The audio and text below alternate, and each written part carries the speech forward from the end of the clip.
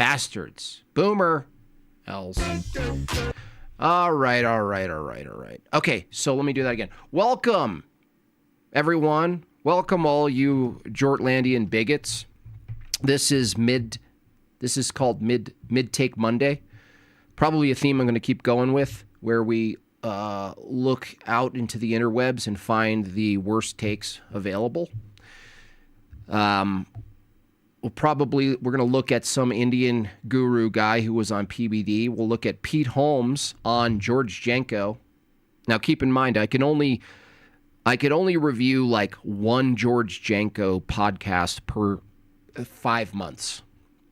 So, that's good. Tomorrow we'll look at Tucker Carlson and Russell Brand. Russell Brand is just such a shameless charlatan, that guy. So that should be really fun, actually. I'm going to dedicate the whole stream tomorrow to that. What else we got? Had a great debate. Thank you guys for all your support. Saturday. That was a successful evening, successful debate, further putting evolution into the unlikely, logically impossible category. And I will continue to debate evolution for sure. It's too nefarious. It's too horrific of a view to not actively push against it. Even if everyone, that is like, yeah, of course it's ridiculous. They're just constantly teaching it. They don't stop telling people that they're a monkey. They don't stop. They don't care. Anyway, so there'll be more. Peterson still wants another rematch, actually, again, immediately. He wants to go over to Breakfast Tacos to do that. So fine, I'll do that. It looks like we didn't secure the date exactly, but finally, it looks like we have an actual date for Scud. A revolutionary evening of debates. Like never seen before, ever. Probably never seen again. So yeah, that's going to be an Ortho Thugs production right here on this channel. I'm still waiting on the date though, but I think I got my 2 debaters, and you guys are in for a fun little treat there. So we're going to try to secure that date, and it'll be a regular thing. It's going to be really funny, really active, really engaging, and not like any debate you've ever seen, ever. One point, sorry, I have to get my my chat up here. Hold on a second, guys. Chat overlay. Yeah, I didn't really get to do like an after show. I was trying to get people to call in and continue their arguments for evolution, but nobody really did.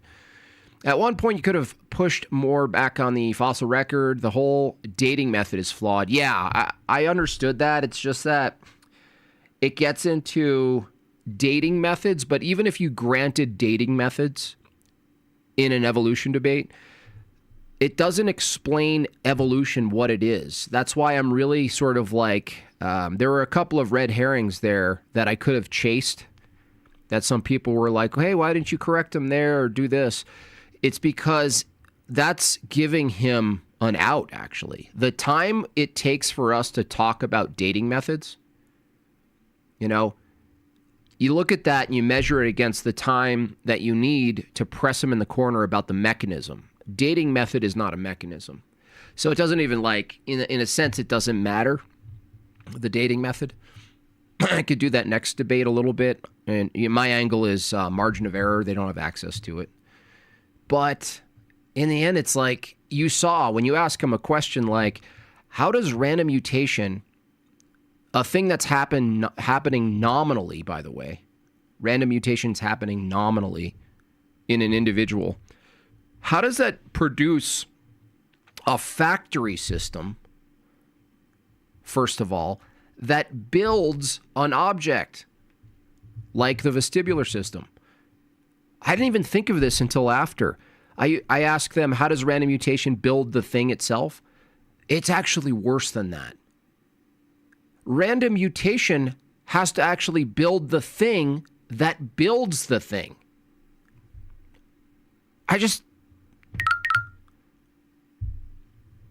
Because the random mutation isn't the thing that builds the thing. So they have this imaginary factory that builds things, but they don't even have the factory to build the thing, let alone an exhaustive way of describing the thing being built. It's so much worse. It gets worse. The more you conceptualize it, the worse it gets. It's so bad.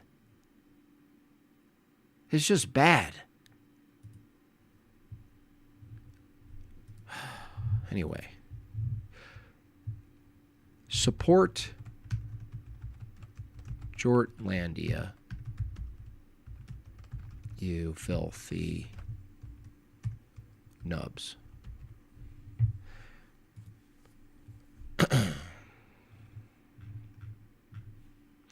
Anyway. Why don't I hear anything? What's happening? Do I hear this? Based on the bones. Okay, I do hear it. Have you seen Evo-tards using the gut as evidence of abiogenesis? You mean the gut with the salamander? Here's a quote. You turn non-living stuff into living cells every time you eat food. Your body is made of chemicals. Yeah, that's not it. Because your body is the thing that they're saying is changing. In order to have anything change in the body, you need the body to maintain its identity. This is why evolution ends up violating. Did you guys get the end part there? It was like during a question. I made the clear distinction. I'll probably go back in and clip it. The clear distinction is when evolution proponents say, look, we see changes in a thing, they're saying there's changes within a thing. The denier says, wait, is there change? Does the thing itself change, like over time? There's a difference between saying, I have a body and the cells and the structure of my body changes and I get old and things like this happen, right? That's a change within a system that is itself an identity. They argue that the thing itself changes. So it's another mistake there. They're making the same mistake. They're saying what's true of the part is true of the whole. And, when you phrase it that way, many of them, I should have used that, but it never came up. Are you saying what's true of the part is true of the whole? They might not even catch it, right? But some of you logic nerds would catch it if someone said, yeah, I am, actually. I am saying what's true of the part is true of the whole. Because it's true of the part, it must be true of the whole, right? Is that what you're saying? Yeah. Yeah, it's evolution right there. That's evolution right there, according to them. Anyway, the thing is, his best angle was it explains the data. Yeah, and that's a philosophy. He actually bit the bullet pretty early on, you guys. When I said, okay, so if you're not appealing to the four mechanisms to explain this view of it, would you say you're using philosophy? And he said, yeah, pretty much. So that doesn't really work in the end. You know what I'm saying? You know how big? You know how B? You know that B?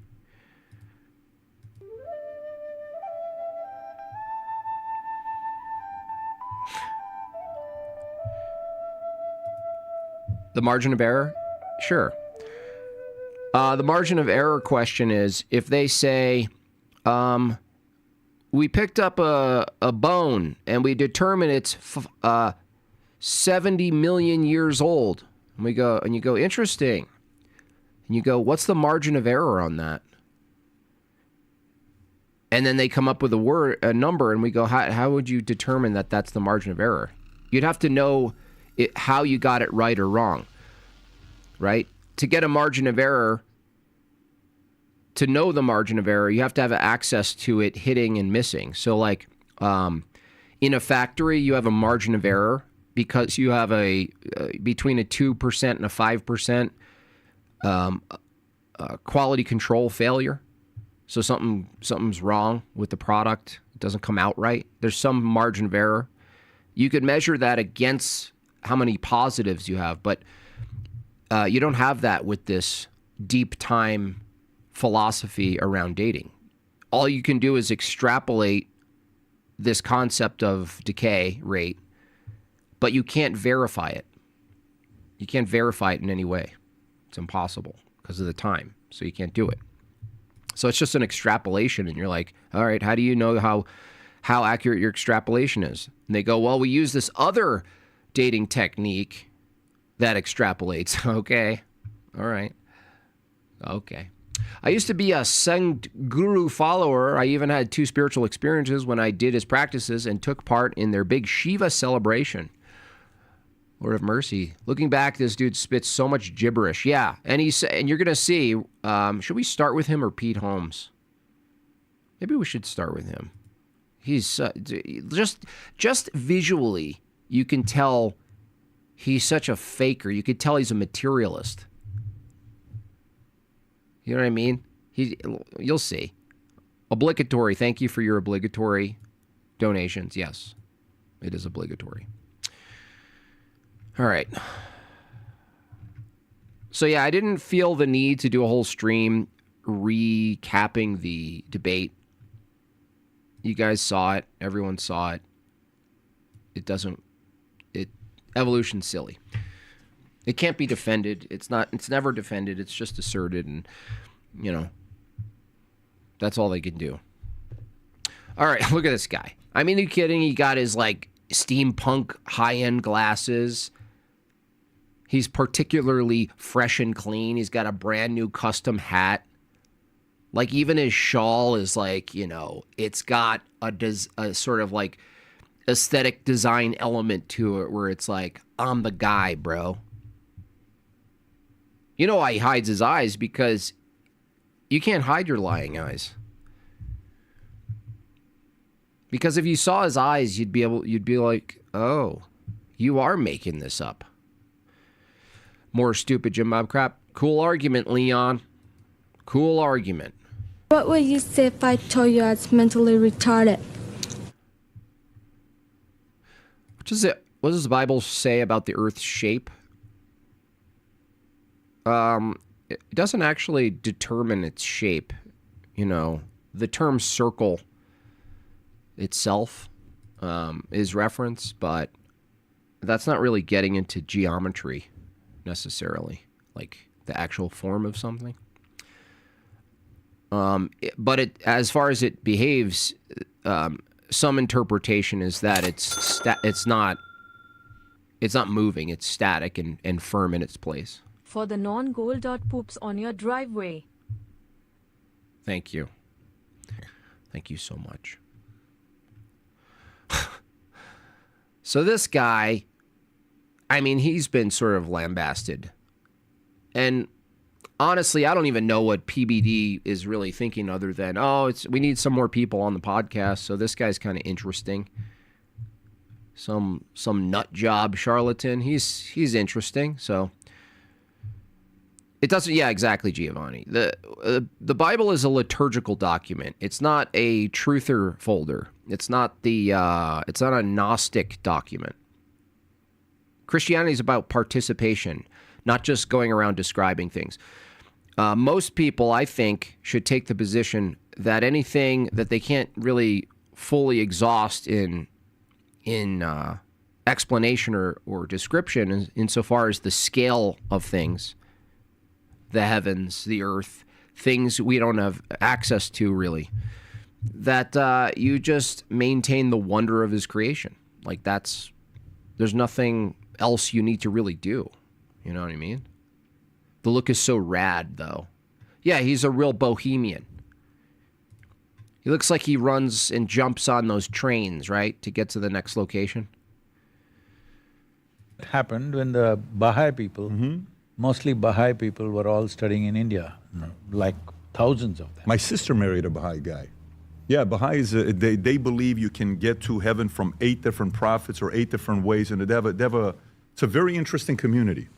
But Sadhguru, it's great to finally do this with you. Sitting down having a conversation. Now, we've been trying to do this for a while, but I'm glad. I know for the audience who knows you, they know you. For the audience that doesn't know you, your students, your reach is all over the world. I mean, we were talking about the That's unfortunate. That's unfortunate. location you have in Yeah, he's a vagabond. southern India, 10,000 square miles. Your location in Tennessee, 23,000 acres.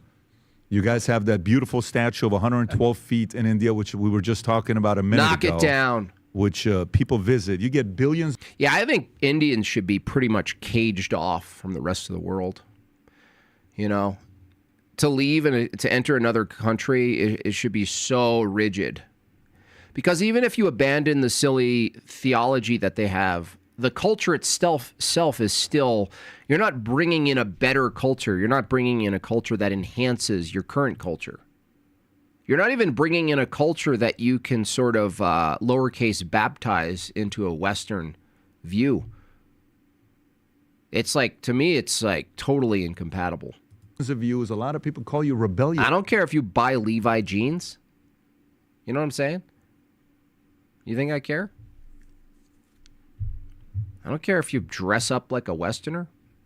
I'm not talking about that. It's a little bit like you're a rebel. I don't know why you're a rebel. You know, interesting people follow your teaching. Will Smith, Matthew McConaughey.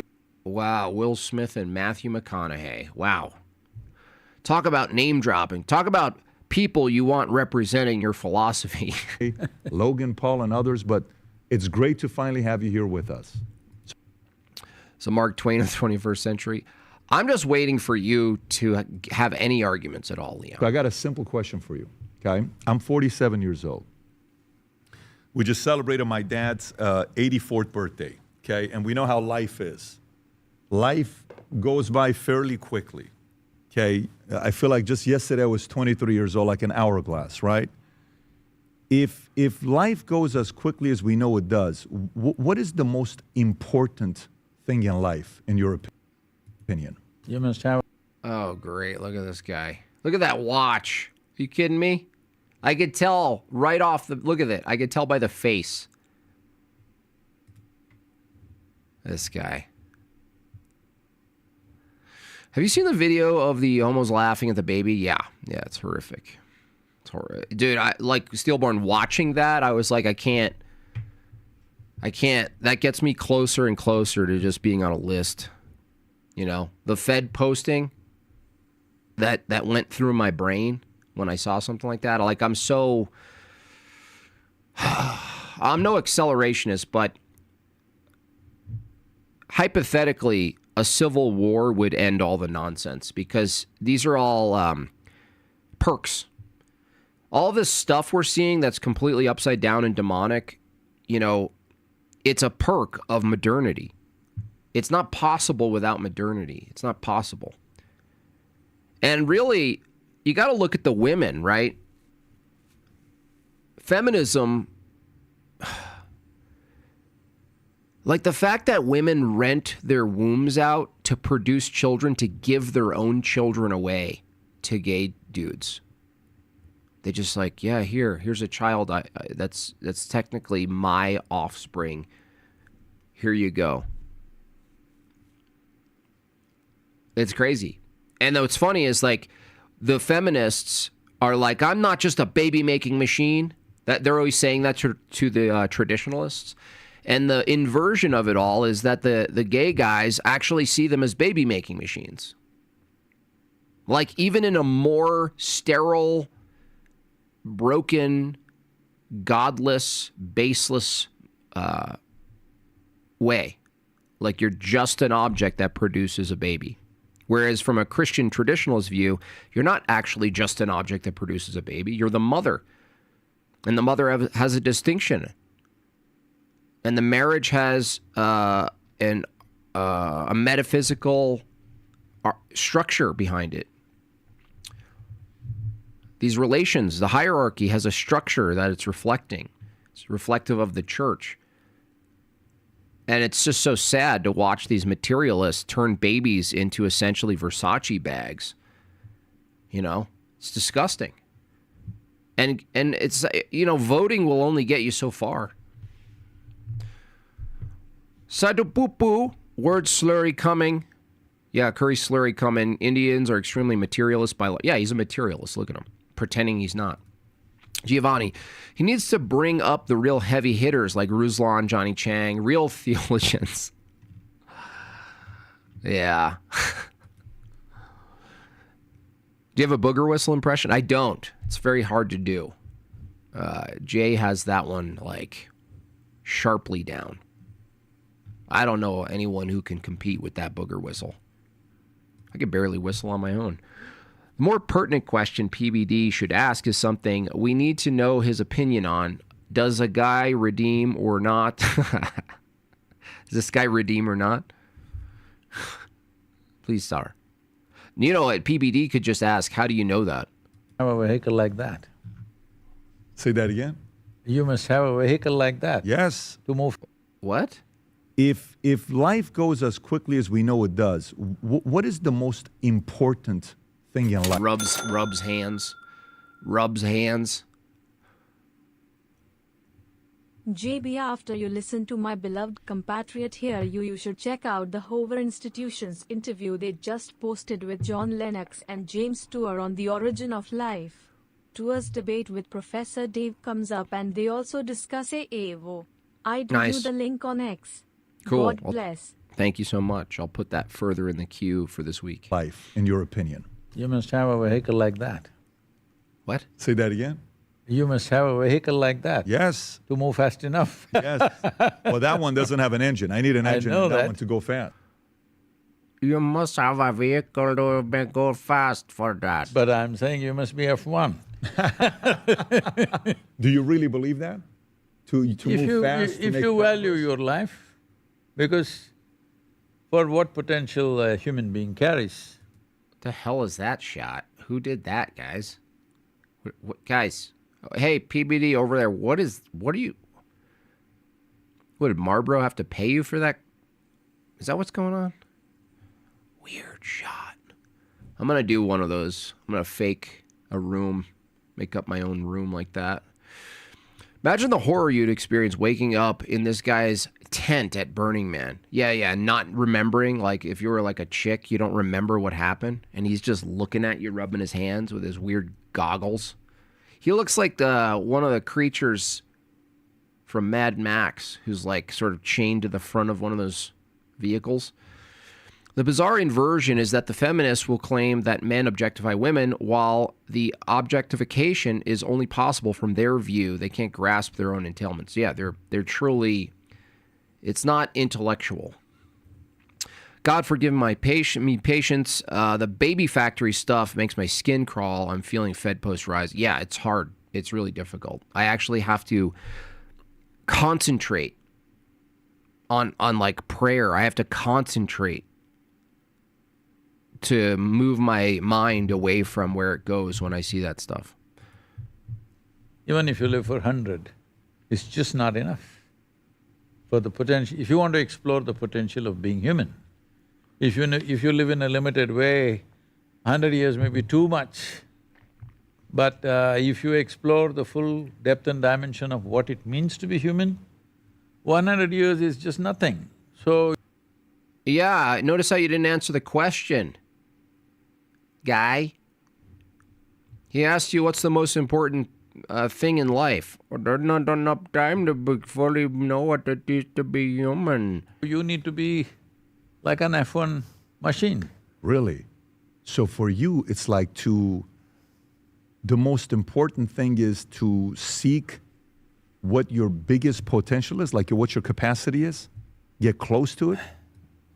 No, I'm not… I don't want to think that I have any sort of rigid thing to say, because that would require me to defend it. So I want to make sure you know that I am chock full of platitudes, sir. I'm not saying I'm in a race or something. What I'm trying to say is… Yeah, what are you trying to say? Do I need the drum? Let me guess. Platitude?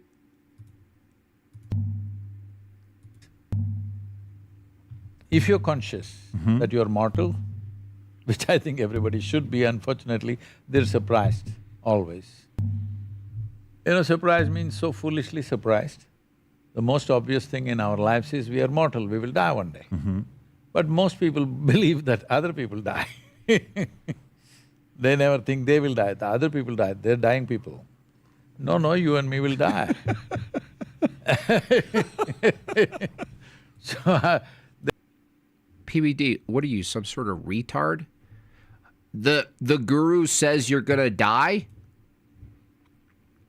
The guru says, with his rubbing hands and his maybe $800 cowboy hat, you're gonna die.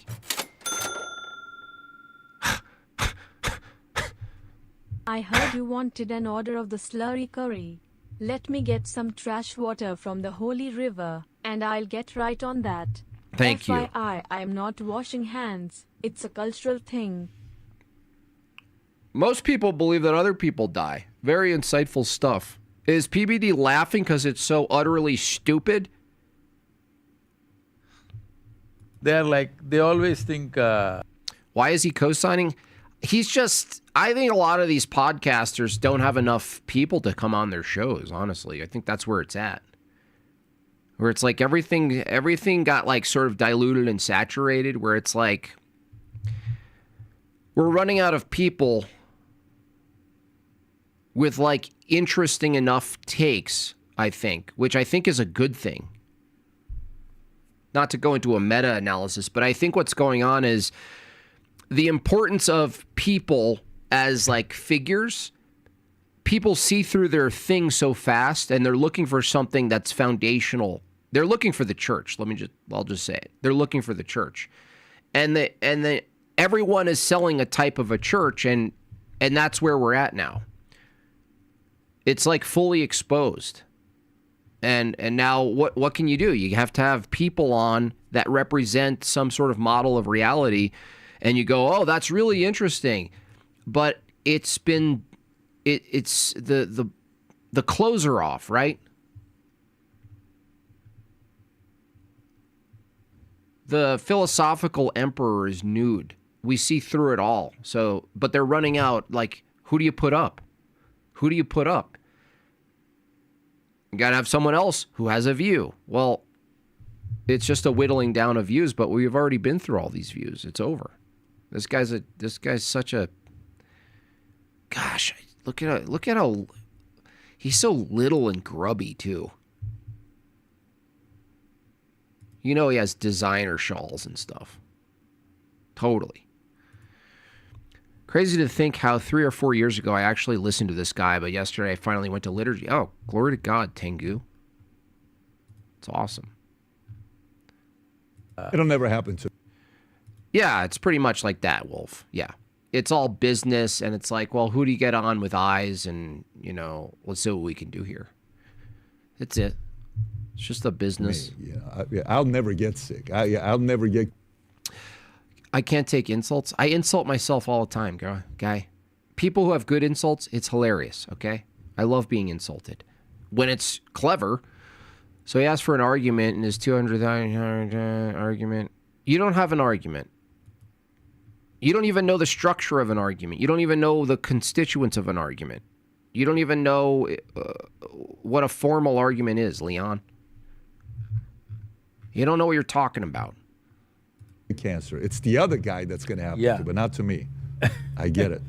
So… bam, I posted an argument in a 200 chat. Okay, let's look at it. I'll stop everything. Here we go. Premise 1, modern day measurements of carbon-14 decay match the modeled rate. What do you mean the modeled rate? You can have a measurement match any model. You can make up a model. That says nothing. Premise 2, dating of carbon samples from known dates far before the modern match. No, that's what's in question. Duh.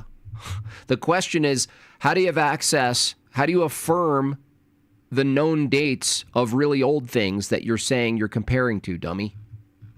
And that's not even an argument. It's literally not even a valid argument in its form. How do we deal with that? How do we deal with the fact I'll that… tell you, just 2 years ago, Label is an argument. there was a sage in southern People India, does- in Karnataka, You don't even deserve food, Leon. Forget voting. and he was 111.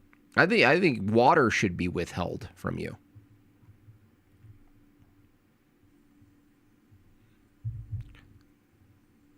On 111 years of age. That man spent his entire life in service, he did so much work all his life. What is the law of identity? It's that a thing is itself and not itself. He became a monk when he was 17 years of age, and he lived a dedicated life. And he was still working hard and doing things, but unfortunately he slipped and… You did your best. Well, we're not commenting on your efforts, Leon. You didn't present a valid, structurally formed argument, and you question begged in your argument anyway, even if we took the most charitable reconstruction of your argument and tried to make it good. The thing in question is deep time dates of things. I was a fan until now, but you missed the mark on this one. He preaches the truth. I personally saw a holy cow bless You saw a him holy with its cow. own poop. I know. fell and broke his hip. Which is the worst thing to do at one Yeah. level. This is the booger whistle dude. 23,000 acres pays off to get a cult started. Yeah, this is an Indian Owen Benjamin. But out of that, he didn't recover. Within a few days, he died. So all… I'm wrecking you in this chat at least. You're not. You didn't present a valid argument. How could I dodge an argument that's not a valid argument? the newspapers reported he suddenly died. They came and asked me, what do you think, this was such a great man? I said, man, at 111, how does somebody die? Here's his argument. We have measurements that match a model. How do you know it matches the model? Because the model tells us it matches the model. Do you notice Peterson's entire quote arguments hinged on granting himself already existing thing? Yeah, that was very clear. Where to come from? Yeah, there's no answer. There's no answer. Suddenly, huh? What are you guys made of? At 111, you die suddenly? No. Hindus believe in a god of many feces. Yeah, I know. A full life and, well, you need some reason, something has to break to die. Either your heart has to break, liver has to break, head has to break, something has to break. Well, fortunately for him, without spending too much time hanging around in a hospital, he died within 3 days after the fall. So I'm saying, life doesn't die suddenly. When we are born, we got our death sentence. We are only trying to kick the can around a bit.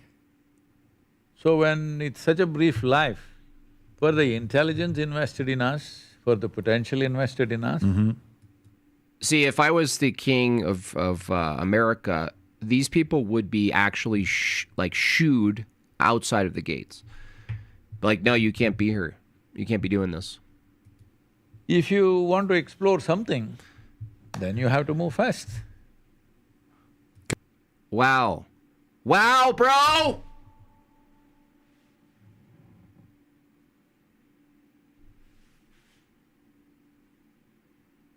Wow. PBD's all, what's the most important thing in life? What is the most important thing in life, do you think? If you want to do something, you have to do it before you die. I am a genius! Oh, such good question, sir.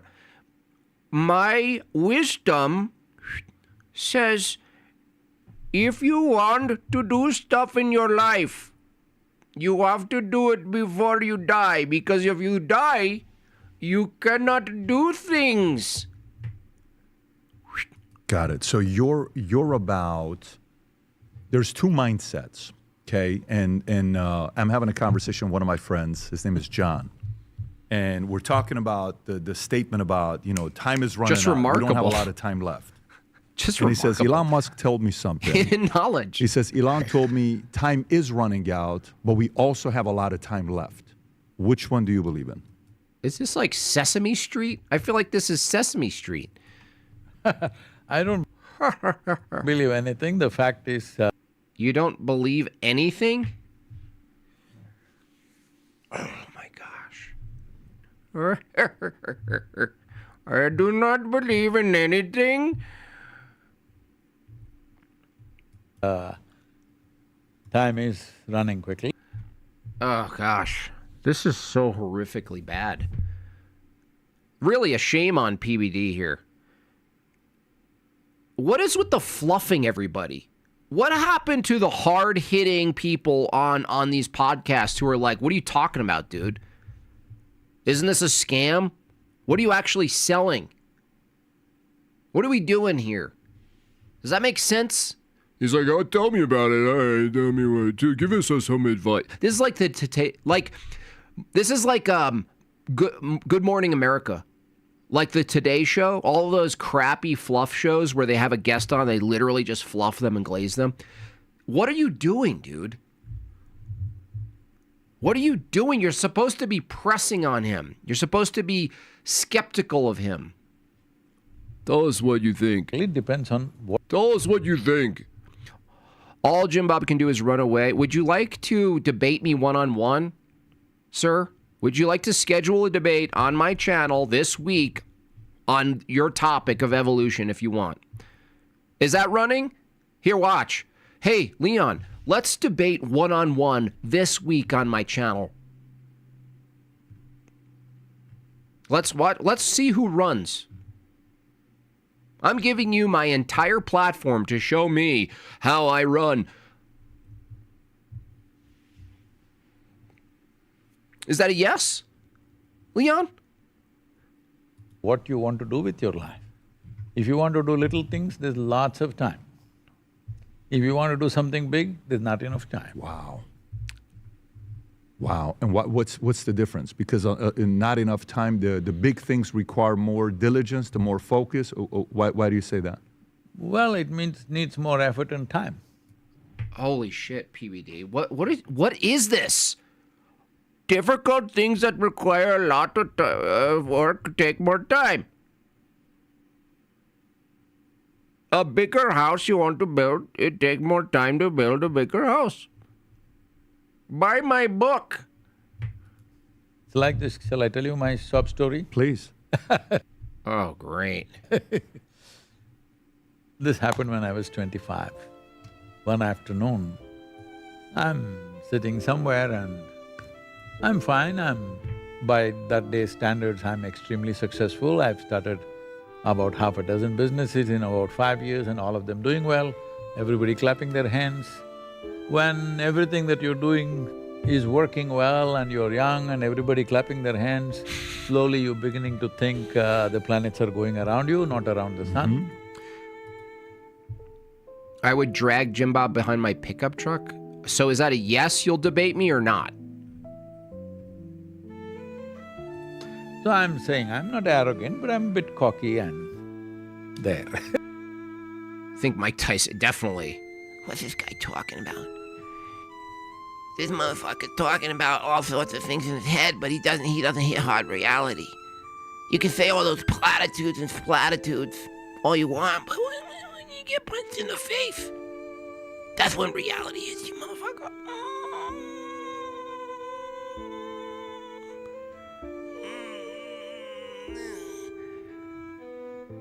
That's the thing. That's what I learned the most when my surrogate father, Customato, finally kicked the bucket. It's like not even my favorite pigeon could replace him.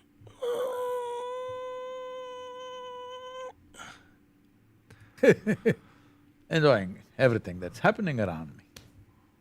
And I just sat there in one place and suddenly I did not know which is me and which is not me. All that till then my life was, this is me, that's you.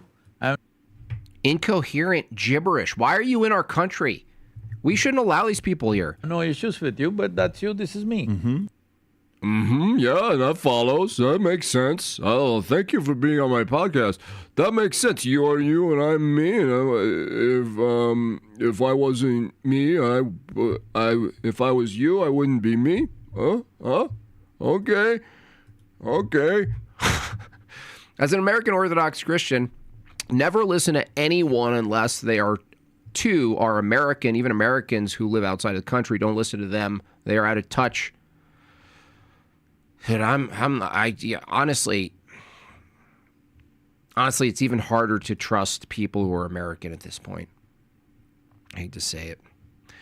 This man is a modern-day Sherlock Holmes. He uses his deductive reasoning in such an immensely persuasive way. If you want a hat, probably you buy something that goes on your head, because that is a hat. Suddenly I did not know which is me, which is not me. I was sitting on a hill. Everything felt like me. Like what was me was just all over the place.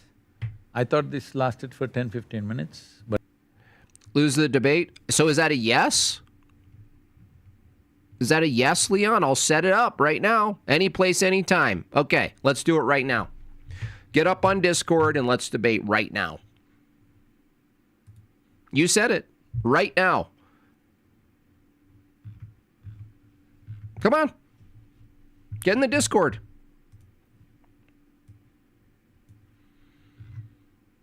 Right now.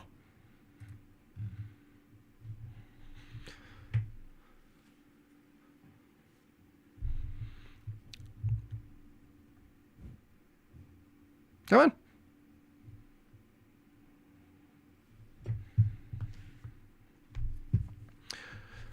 Come on. We're stopping the whole show for you. Right now.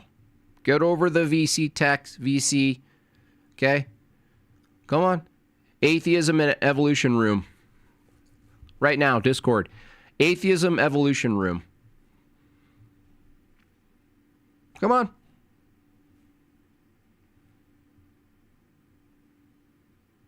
Let's go.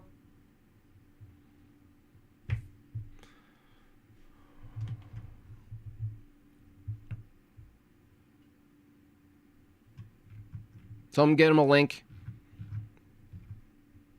Where are my mods at?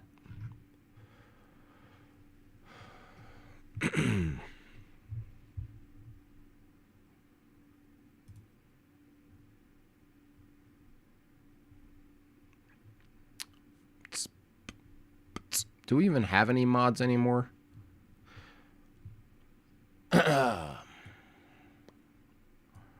Durka.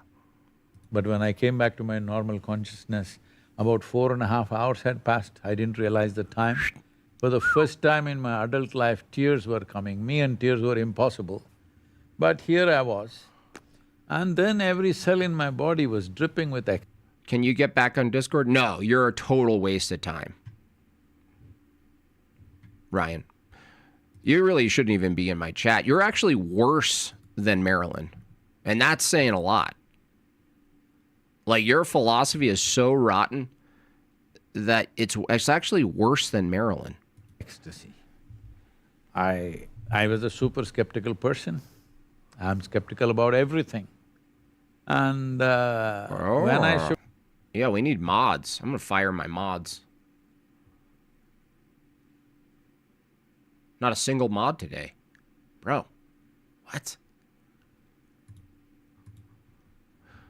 It was very hard. I had 17 businesses and I didn't know where I was. Took my head and asked myself, what am I doing here? What's happening? The only thing my mind could tell me was, maybe you're going off your rocker. 25 years old. Yes. Then I asked my closest friends, hey, something is happening to me, I'm just blissed out. If I sit here, I think it's… Oh, Suzanne, we need the mod… We need to give Leon the Discord link.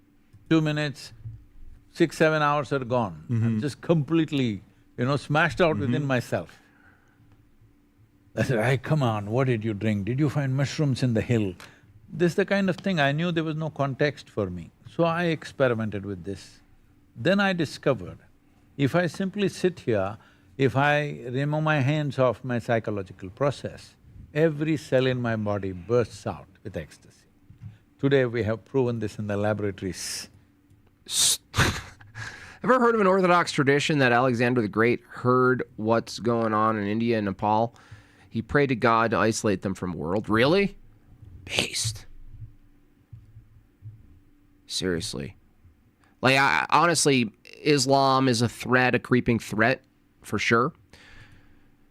And because Islam is a creeping threat, now Catholicism is a creeping threat because of Vatican II. But Indians go off the radar because you're like, they're just kind of passive people.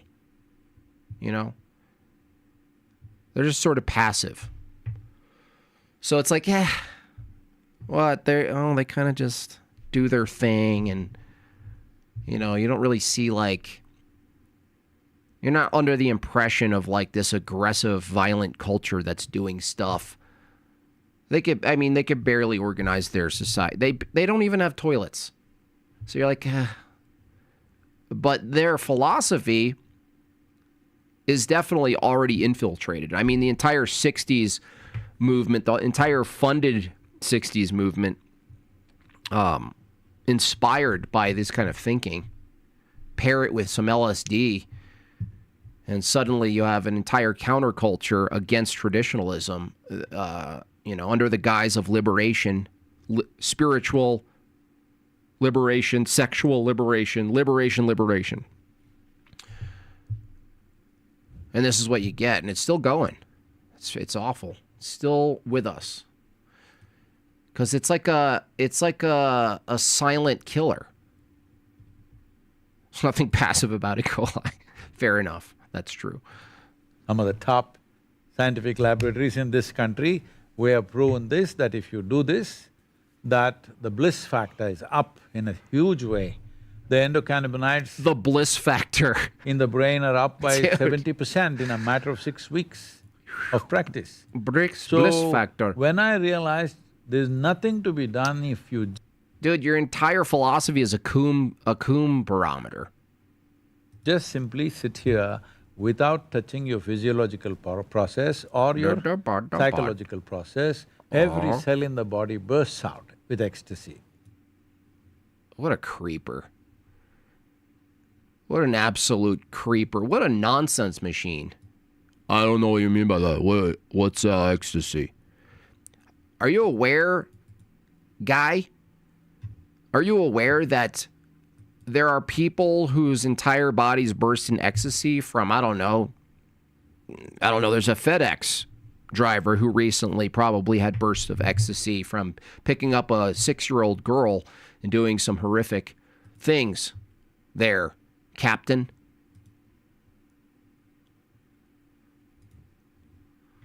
How about that?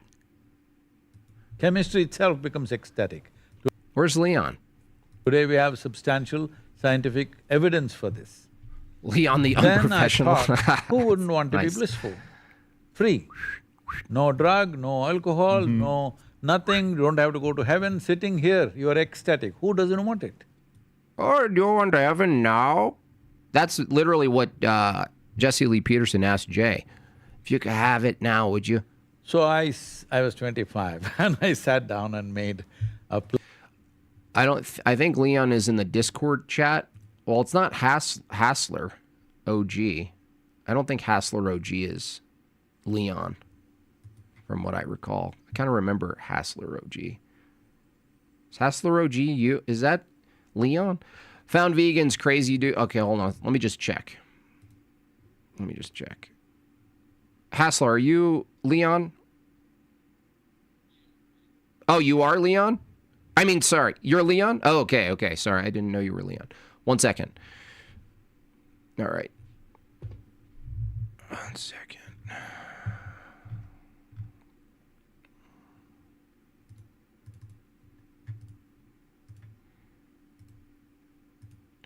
All right, let's make sure they can hear you. Go ahead and talk. Hey, testing. Can you guys hear him? Do it again. Testing. Yeah, Testing. we can hear you. Okay, Leon, what would you like to debate me on, sir? What was I originally like heckling you about? Kind of. I don't know. A lot of different things. Oh, carbon decay. That's an easy one. Carbon decay. Okay, so you're talking about dating something very old? Yeah. Okay, can you give an example of something that you'd say you're trying to date that's very old? Let's say like a piece of wood, from Pompeii. Pompeii? No, we have access to Pompeii, so you have to go older. What does that matter? I'm just trying to get the date from the piece of wood, the carbon dating of the piece of wood. Yes, but Pompeii, we have access to other objects from Pompeii, so that's in our timeline. We're talking about of course, 40 but that doesn't million. mean you can't do a carbon date of this thing. Yeah, but carbon dating, the question about carbon dating isn't whether or not you could utilize carbon dating to verify an age of a thing that you have access to the age of. The question is, can you use carbon dating to verify something? How does that make a difference, though? Like, if there was something younger that you don't have the access to of the age, but you still did a carbon dating, and the carbon dating still was accurate as it is in Pompeii? Hold on a second. Pompeii is a time and a place that we know of, right? Yes.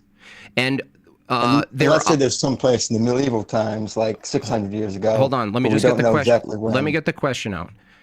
Okay, Pompeii is a time and place we have access to. So generally speaking, in the grand scheme of things, Pompeii is actually very recent, right?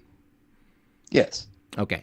So if we have access to a time and a place, and we use a dating method, but then we understand we have access to an object from a time and place, we could actually use a dating method to then reconcile it with the thing that we have a time and a place for. So if I have an object from a certain time and a place, or a tree that I know the beginning of the tree when it was planted, I could use carbon dating and reference it with the tree because I have knowledge of the beginning of the tree.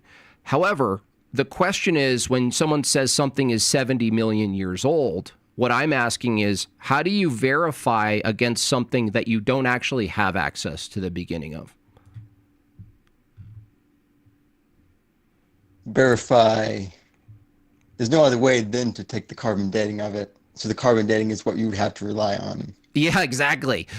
So that's the problem. But the point of the question is dude, the carbon you just dating conceded in the verified situations. You can't. No, the question isn't in the verified situations. The question is the unverified situations. But do the verified situations confirm the carbon dating? Yeah, no, in the verified. Dude, what part don't you get? If I have access, let's say I take something even more locally, the age of a person. Let's say a group of scientists took a dead body of a human being, and they blindly, they didn't know the date. They didn't know the birth date of this person. They actually tested whatever, some sort of decay, right, in their body. And they tested it, and they wanted to know if they got it right. What do they do to verify if they got it right? They go get his birth records and talk to people who knew him or something? Yeah, they actually have to verify it against the actual documentation of his beginning, which is his birth. Now, what? But in the case, listen. But in the case they used the very same methods on someone they had no birth record of, would you trust those same methods? Yeah, because a person is local. No. But they don't have the birth records of this person, and you have no access to their birth. Yeah, but we have access. What happened to their birth? You only have the test. No, we have access. Would you trust the test? No, we have access to the thing called a person. Okay. So the age of a person, right? The dead body. Yeah, the age of a person, right? But we don't know what they were like as a child and when that child was born. Well, how old are we talking? What I'm saying is, once you don't have access to the thing that the referent that you're comparing the age to, the method to, you can't actually verify it. You have to just assume it. You can't be certain. You can't be certain. You trust the test. Yeah. It's total. So in other words, it's proved to be certain. So in other words, it's an assumption. No, it's a implication. No, trust is an assumption. It's a conclusion. It's an assumption. It's a limited assumption. You have to make an assumption about everything. Great. Okay, cool. So what I'm saying is the verification methods for dating methods in the local sense, in the here now, are high because we have access to the thing. But how does having access Dude, you're not. You keep you keep interrupting me. Okay, I'm sorry. How does access to the thing you're verifying change anything? Yeah, change the result of the test. It gives you a verification system. But that's just for your knowledge of it. Like, how does it change the result of the test? We're talking about the result of the test according to the reality. How do you have a result of a test without a verification process? Well, the test could be an inaccurate result. It could be an accurate result. No, how do you know if it's inaccurate or accurate if you don't have a verification method? In some cases you do. In some cases you don't. The point is how we're going to test the test. Leon, you didn't answer my question. Accurate? I asked you a very direct question.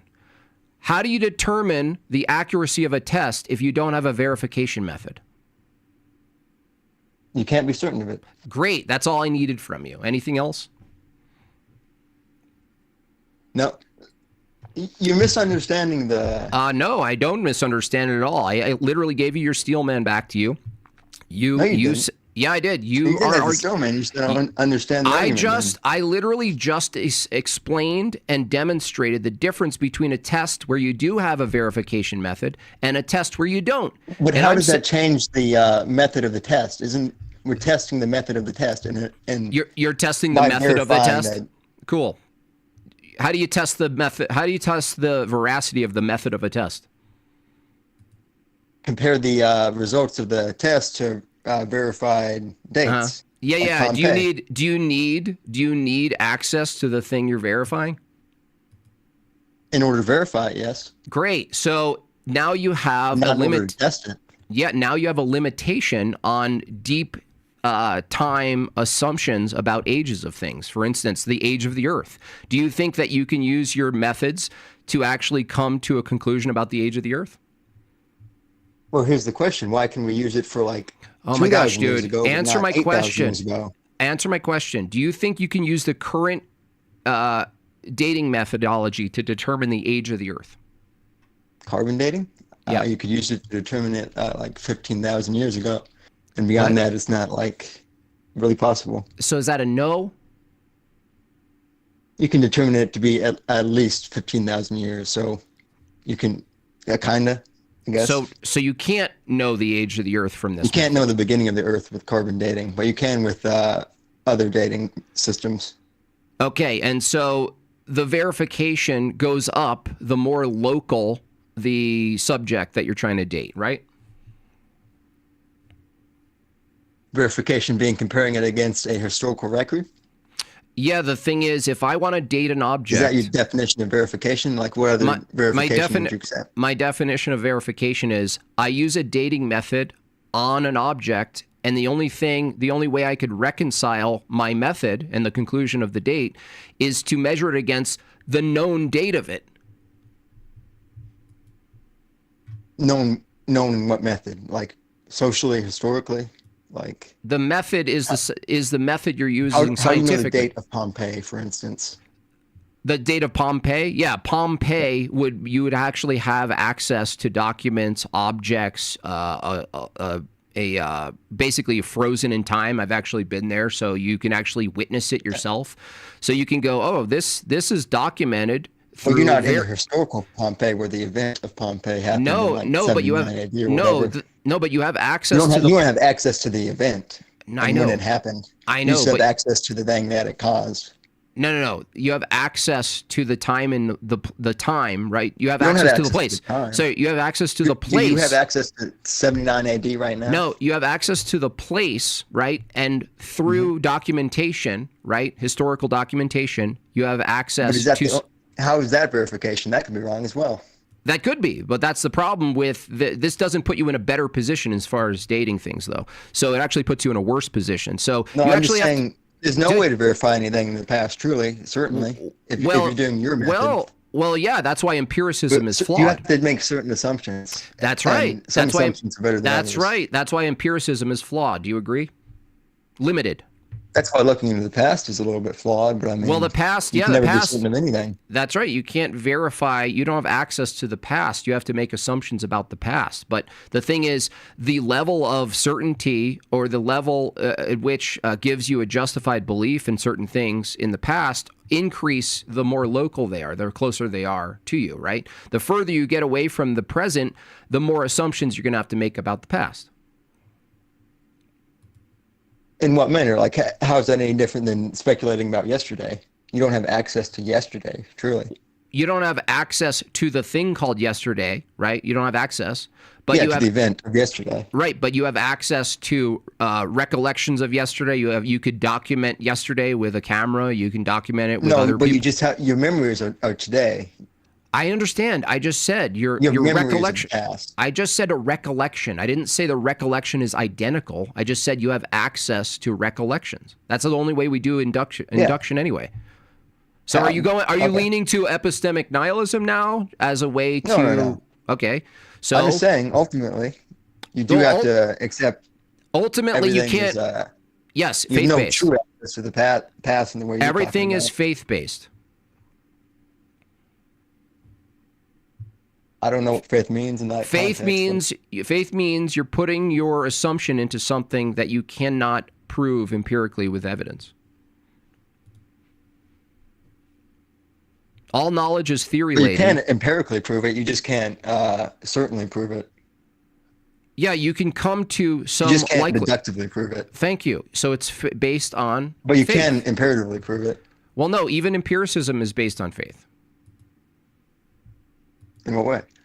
You can't do empiricism without assuming a past. You just got done telling me that the past is based on a faith-based assumption you don't have access to. So all of the preconditions for empiricism are philosophical assumptions about the past, about today, and about the regularity that will continue into the future. This is the basic levels of assumption for empiricism. So you have to assume these things. The problem of induction shows that empiricism itself is also based on faith. Now, from my view, that's not a problem because our entire view rests on the view that all knowledge is theory laden, and you have to make a leap of faith into certain assumptions that are philosophical that come before science, that come before empiricism. This is basic philosophy of science, and so if that's the case, now you're potentially at a worldview level debate where both people assume, okay, well, the human experience itself is based on faith in the past, faith in your recollection of the past, an assumption about the future that the future will... in your ability to recollect the past, not even or your ability to think, really. You can't even be sure of what you think by that standard. Yeah, but then thinking... That's right, but then thinking itself... right, is something that you now have to justify. Do you hold the view that when you think... in what manner? Like justify... I'll tell you in a second if you let me finish. What does it mean to justify? I mean, justify, have a good reason, give a good account for believing in it. So, like, do you make a distinction? Give a good account to what? Like, whom? If you let me talk, I'll give you I'll give you time to respond. Like philosophy of mind, for instance. Do you believe that there's only the brain that's executing commands that are deterministic, or do you believe there's a mind and a knower in addition to the brain that's doing an evaluation? This comes up. No, I think if you destroy the brain, you destroy the mind. I didn't ask if you think if the mind is dependent on a brain. I asked you the ontology of the mind. Is it identical to the brain? I think the mind refers to like kind of abstract concepts and like literal things. Okay, so do abstract concepts exist or they don't exist? They're figurative. They what? They're figurative. So they do exist? Like we're talking about ontology. No, they don't exist? Figuratively. Okay, so the mind doesn't exist.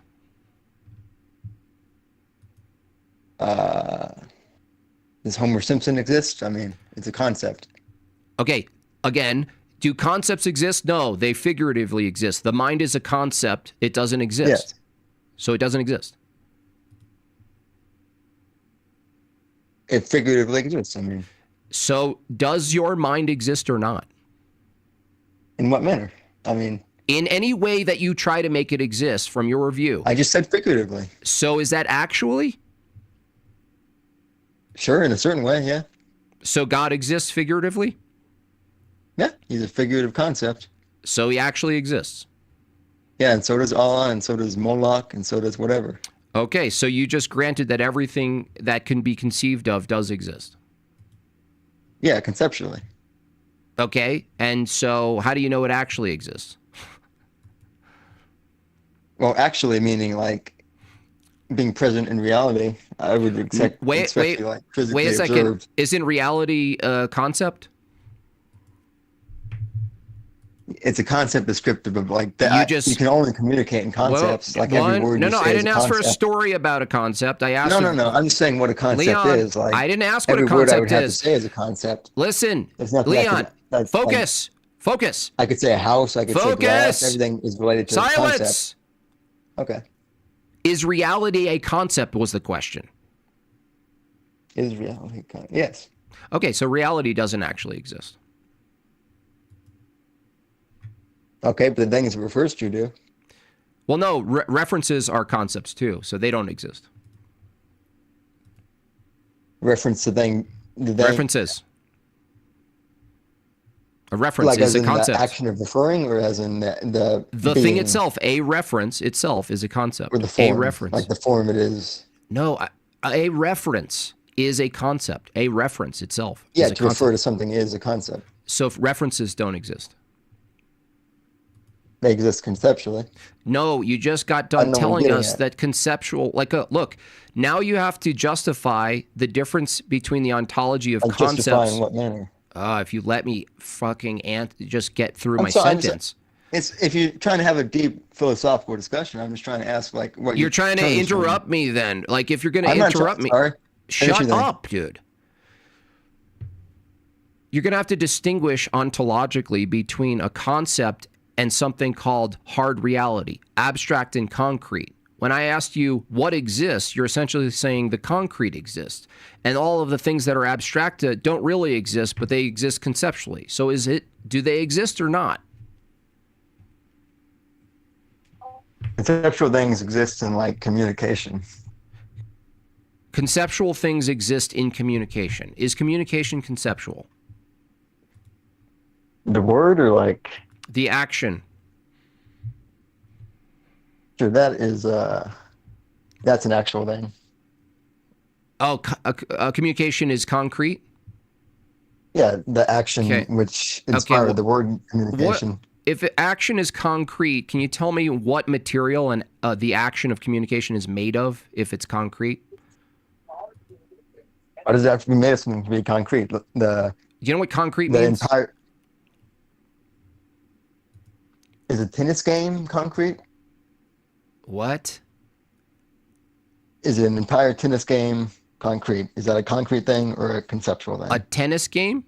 A tennis game, fly on the wall is occurring in the concrete, but the game itself is conceptual. Okay, communication is occurring in the concrete. The medium. Through the actions of people and through the medium of air and like sound and brain waves. Yeah, the medium is. Listen to me. You didn't. I try not to interrupt you. Yeah, you're getting it now. The medium. Communication is occurring in the medium of air and sound waves and brain waves. Mm-hmm. So, but the word communication is a concept. Okay, so communication, if the medium itself can be material or physical, the question is the communication, the exchange of ideas, identical to the physical? So that one more time. When I say apple and I push air out of my mouth and it perturbates air into an eardrum across the way, is an apple actually coming out of my mouth? No. Okay, so the communication itself isn't identical to the medium because you can use multiple mediums. Yeah, it's just a sound evocative of it. Okay. You just make a sound that evokes it in the person's head. That's It wouldn't evoke it in a Chinese person's head. Right. So that means the medium isn't identical to the communication. Communication being what? Like the entire process? The communication being one idea being transferred to another mind. I think the medium would be the entire operation of that. That's what's in question. Yeah, it is. I would say, I would confirm that. Yeah, I know, but you asked me if that was the case. Well, no, we already established that if you're saying the medium is there. We already established that to communicate, you need abstract and you need the concrete. And so if you're using the concrete as a medium, then communication isn't reduced to physicality or concreteness. So now I'm asking you one more time, that from your view, what is the status of the abstract? Does it exist or not? Relative to the concrete? I mean, at all. What else can you say that it exists in the minds of do the laws of logic exist or not? What does it mean for a law to even exist? Do you know what the laws of logic are? They're not quite. Explain to me. Is that a no? No. Go ahead, say. Okay, the laws of logic, the three classical laws of logic: law of identity, non-contradiction, excluded middle. Are you aware of those laws? Yeah, I've heard those, the basic concept, one thing is not the other thing. Yeah. Those seem more like rules of communication, the way words work. One word does not refer to two separate things. Okay, and did those laws not exist until communication existed? What does it mean for them to exist? Well, that's what I'm asking you. If they're conceptual, do you, from your worldview, do you adhere that existence includes visible and invisible, conceptual and concrete, or not? I would say the laws of logic didn't apply to any concepts before concepts came about. So the laws of logic, are their status conceptual or concrete? They refer to conceptual things. I mean, I guess they're concepts themselves. So yeah, the concepts. Okay, are they universal? What does that mean? That means they apply no matter what, to no matter whose mind, no matter what time, even the absence of human minds. The laws of identity would still even apply to objects like trees. So are they universal? Well, apply meaning what? What does it mean for them to apply? Apply means that the tree, before we even name the tree, is itself and can't not be itself. It maintains its identity over time. Well, is that universal? Theseus, that what if a branch falls off? Is that the same tree? I didn't ask if it's the same tree. It would be the same tree to say it fell off a branch. It would be the branch of what? The tree. Yeah, I'm just saying hypothetically, would that still be the same tree under that? It's the same tree. If that logic applies, yes, it's the same tree. How would logic even apply in that way? It's the same tree. Maintaining the identity of something? Yeah, to say a branch fell off a tree would be to affirm the identity of the tree. So it's just a hypothetical saying, what if this happened, and saying how would its identity maintain? What do you mean, what's identity?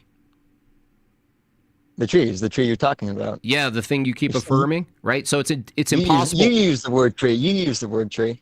Yeah, you're affirming it because there's no way to talk about it unless the identity holds. So the question was, is the law of identity universal? Talking. You can only talk about something because laws of logic apply to talking and That's right. That's right. And to objects, right? What does it mean for them to apply to objects? Dude, are you looping? Are you on drugs? No. I mean, how do they apply to language and objects in the same manner? Language is an actual function that is after the fact that the law of identity is in place. You can't have language unless the law of identity is already assumed and in place. Language is a tool. What does that mean? Language what do you mean is a tool. You can't have language without the law of identity? what do I mean you can't have language with the law of identity? To ask the question affirms the law of identity. Well, see. To ask the question means to communicate it with language. Yeah. Question, but Yeah. Tell me how you could communicate without referring to identities. Yeah, communication is communication. Communication is communication. We got some deep thinkers today. So is communication possible? Is communication possible? Is communication possible without identities?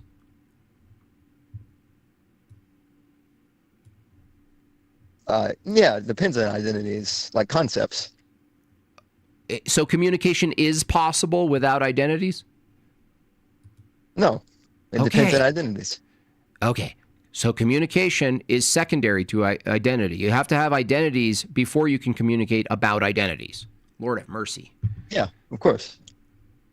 Yeah, okay. That was really too hard. It took way too much time for you to just I agreed to that the whole time. I'm just saying that means the laws of logic apply to communication. That means the laws of logic precede communication. What does that mean? Like, do you know what precede means?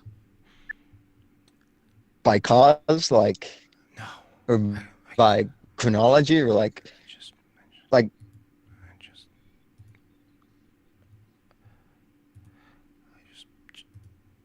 No. Not even close. Plan. I had the world's geography in front of me, and I made a plan in 2.5 years' time. On that day, yeah, please send your taxes for doing the right thing, for saving your brain waves. the world's population was 4.82 or 8.84, somewhere there. And I said, I will make the whole world blissful, the entire humanity blissful in 2.5 years' time. So it is 44 years now. Since 25. Yes, it's nearly 45. Now, well… Is JB suggesting that any noun must therefore have an identity? No, the noun is a reference. The noun is a reference. No, we're not talking about the reference, Alan. We're talking about identities themselves. No. You don't have to have the referent certain to exist to have the noun identity, but even the noun identity would need to maintain its identity, of course. If I said Superman, if Superman didn't actually exist physically, materially, then when I say Superman, the law of identity would still hold. Alan, Kurt, it would have to mean that you're not referring to Porky Pig when you say Superman, right?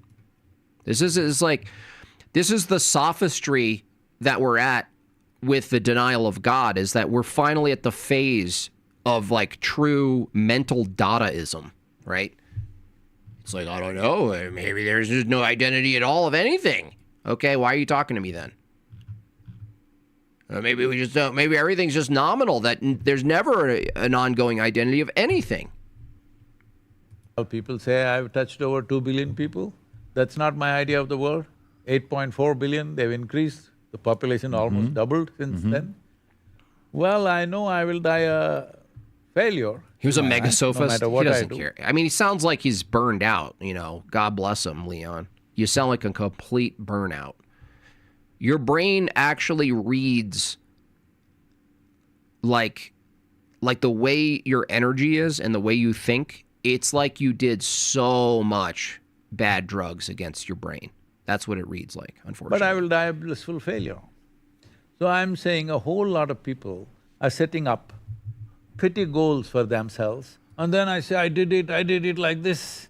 What's the point of this? Human imagination, human capacity to think.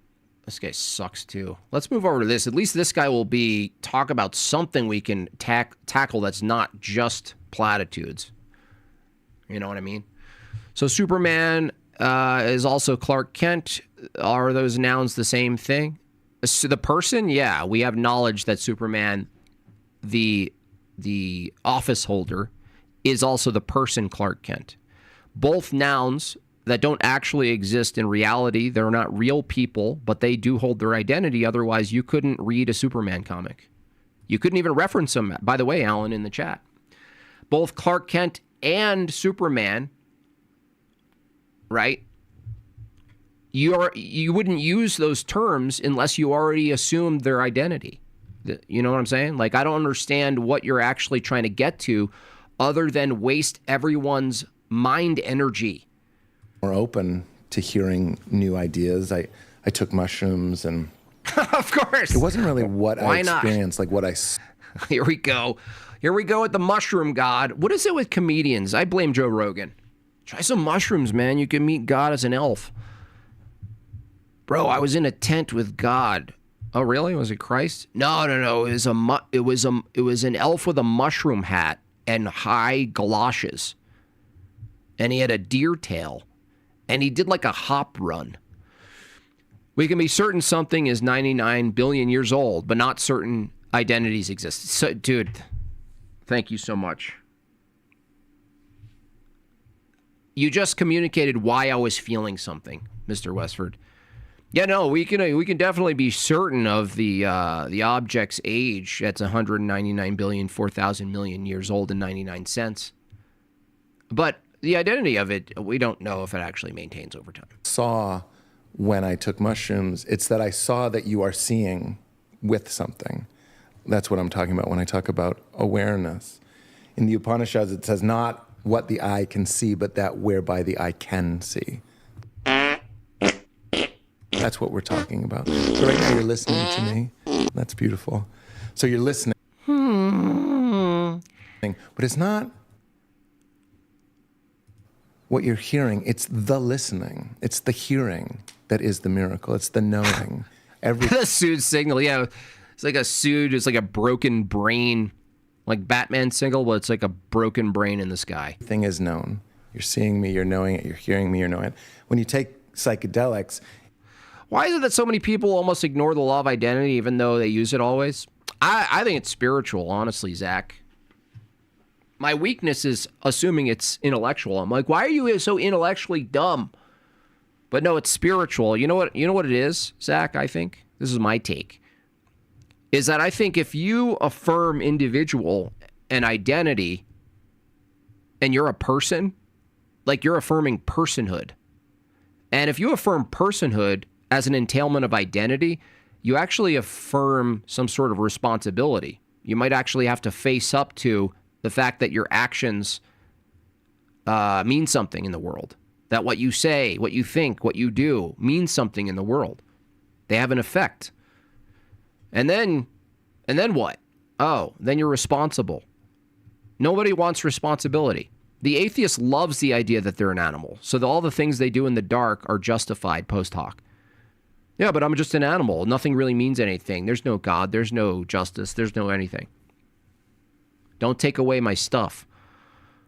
It really kind of eviscerates you. Pete goes away. The story of my past, my body, where I'm from, even my beliefs, all kind of goes away. See? Then this is like still a lingering fart of the last guy.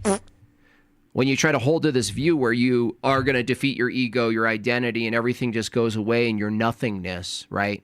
Saying your nothingness is a performative contradiction. Who's saying it right now, Pete? This is nihilism. This goes to nihilism. This means you're not responsible. You didn't really do anything to begin with. You never did anything. Nothing. You're not responsible. You didn't do anything in the past. You can't do anything in the future. It's all withering and fleeting, and there's nothing there to engage with at all. You're not here. Total escapism, sold under the guise of spiritual wellness, spiritual enlightenment. Such garbage. I farted out and came a Leon. Yeah. Evo W. Big Fitty. Thank you so much for paying me to never talk to Leon again. Sadhguru speaking in tongues or Kenneth Copeland speaking Indian? Same sound to me. Bingo.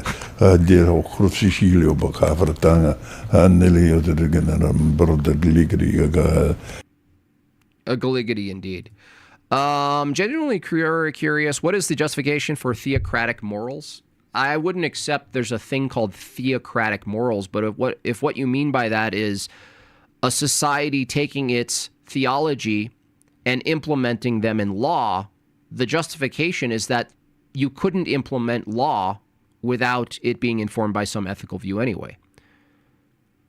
So I assume when you say theocratic, you mean some sort of top-down approach that one collective view, one collective theology is the thing that determines law. The justification is law is always that. It's always that. Even in the democratic sense of it, you have competing people, really, ultimately, competing. If they had it their way, their ethical system would rule. That's why a lot of these conversations that Andrew has been having, and he's having them at higher and higher levels of notoriety, highlight that that's really what's going on. Now, the irony is that from an Orthodox conception, it wouldn't even truly be theocratic in the way people think of it, big, scary theocracy. A symphonia itself wouldn't actually fit the criterion for what people really think a theocracy ends up being. But it's a good question. And all that's left is the light of pure knowing. And even if you're just seeing like a clown or Michael Jordan in the clouds, it doesn't really matter. It gives you a chance to witness that whereby the eye can see or that whereby the ear can hear. My ear just got AIDS. And that is eternal. And that's the I am. That is the ground of being. No, that's not the I am, buddy. No, you can't pervert. This guy, he called himself a Christian for so long, right? The I am. No, the I am. You don't even have that term, bro, without Christ. What are you talking about? It's not over there. It's not up there. It's looking at your eyes right now. And there's all these things in the way. And that's why... Yeah, man. This is like, what basement are we in, bro? To me, we can summarize this really quickly. To me, the gospel is the prodigal son, which I always joke is Jesus' closer. He does the Sermon on the Mount, and he closes with the prodigal son. The prodigal... Friday? It's not Friday yet. I have to change the date because Peterson needs a different date. So it might be next Thursday, actually. Yes. Stillborn next Thursday, 8 p.m. Mountain Standard Time. 8 p.m. That's what it's looking like. What's happening? It's Scud.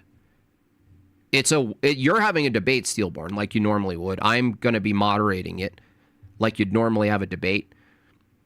It's just a different presentation and a more fun approach to the debate. It won't affect your performance or, anything like that. You're just having you just do your normal thing and completely trash the secular view, okay? That's all you're up to, okay? You don't worry about Thang. Son, obviously we know, son is born into the kingdom. He leaves, he asks for his inheritance early, he goes and squanders it. That's kind of like life. Vote. You leave unity. You leave, we could say God. You leave the king and you go off and you have a life. You make mistakes, you squander it. It doesn't say that he goes to sex workers or drink, but it's kind of implied that he has a time. Yeah, he turned up. He turned up. Yeah. This guy's going to act more black, hanging out with Ruslan or something? Had some fun with the money. He did. And then he ends up, working with the pigs. And he's a Jewish man, so he's working with the pigs. That's like a joke. That's a funny joke. He ends up working with the pigs. Jesus is being funny here, saying he's as low as he can be. Now, where you and I might differ, and I don't know.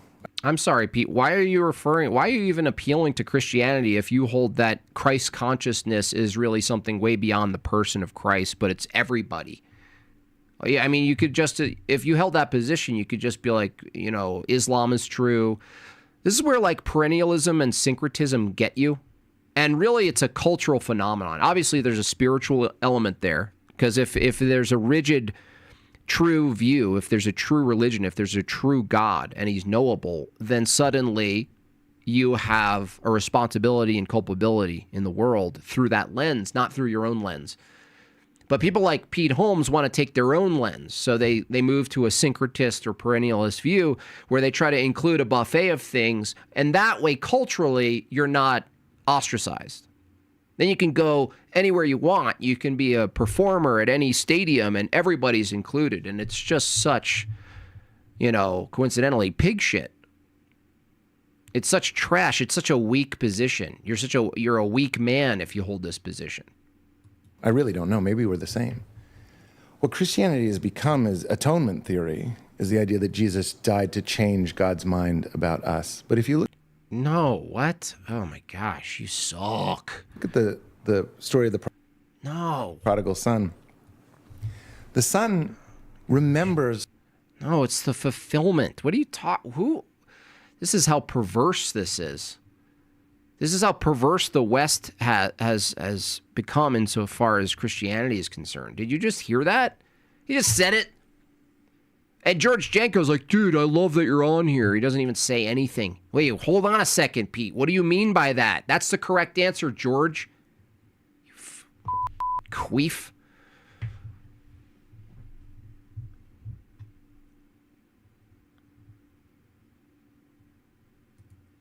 Yeah, we wouldn't. Really, just for fodder, honestly. But unfortunately, they're on big podcasts. This is 3 million people. George Janko just sits there like a dummy with his wife, just sitting there like a dummy. What do we believe again? Doesn't even say anything. Total disservice, George Janko. Doesn't even interrupt him. Wait a second. What do you mean by that? Christ came to change Father's mind? What do you mean by that? What are we talking about here? Doesn't even do it. So I think they're plants. They're like useful plants. They just like totally dilute Christianity to this fluffy, look at even the background, the white. Everything's fluffy and sterile. Everything's fluffy and sterile. It's like you're in a waiting room at a dentist. They're trying to calm you down before they drill your teeth. I know, it's funny. Every view works. What did you mean earlier by you can't trust American Orthodox who live inside? No, I didn't say that. I meant Americans. Americans. I didn't say American Orthodox. I can't trust Americans, generally speaking. Like, oh, you're an American? If there's an American, even if they're center or leaning right, I could mostly trust that they're classical liberals that hold to a value of liberty above everything. That's why I said that. This is like the male version of The View. Now all I need is a big... Yeah, exactly, yeah. It's so bad. The energy of it is so weak and feminine. Speaking of weak and feminine, 2 minutes left for 2 more on this goal, y'all. Don't leave the Jortlandian totalitarian crazy pants hanging. It's who his father is. Amen. That's all he does. Amen. Yeah, you just don't correct him on anything. I'm George Janko. I just stare at anyone who comes on my show without questioning them. Yeah. Yeah, just yum. Yeah, that works. And then he goes home. He's like, maybe he'll give me a room in the servants' quarters. But he goes home afraid. And what does the father do? He throws a party, he slaughters the fattened calf, gives them new sandals, gives them new robes. They have a party. Amen. That's the good news. Yeah. The difference... That's not the good news. What are you talking about? Oh! George Janko, I want you excommunicated from the U.S. That's the good news? Did you just hear what he just reduced the gospel to? Who Christ was, why Christ was, what Christ accomplished? What's it mean to us? By death, he trampled death. Defeated sin? No, that's not the good news. No, this is the good news. Amen. That's all he does. Yeah. Yeah. And then he goes home. He's like, maybe he'll give me a room in the servants' quarters. But he goes home afraid. And what does the father do? He throws a party, he slaughters the fattened calf, gives them new sandals, gives them new robes. They have a party. Amen. That's the good news. Yeah. Yeah. What are you doing, George? He should have his whole career taken from him. You know what I mean? If your career wasn't advocating for some type of Christianity, if your career wasn't that, it was just something else, you didn't say anything. You didn't lead some sort of pseudo-sterile ministry with your wife. Like, then you just ask these people, okay, whatever. But you're saying amen. You're affirming this, dude. You people are so disgusting, man. And you're so nice about it. That's why you have a shield. You have the Mormon shield. George Janko, he's just like a dumb little kid. You know? He's like the little fat, nice kid who gives everyone his fruit snacks at lunch. And you can't hate him because he gave you your fruit snacks. And he's like, oh, you're awesome. You're awesome. You're awesome. But then he has this putz on, rambling from no position at all, just his own mind, whatever he thinks. Look at him. Look how pleased he is with his rambling. Look at him. Oh, by all means, let me just pontificate. I am, in fact, Pete Holmes, the comedian. I am Pete Holmes, so therefore, yes, I get on a channel with 3 million plus people, and I teach you the gospel.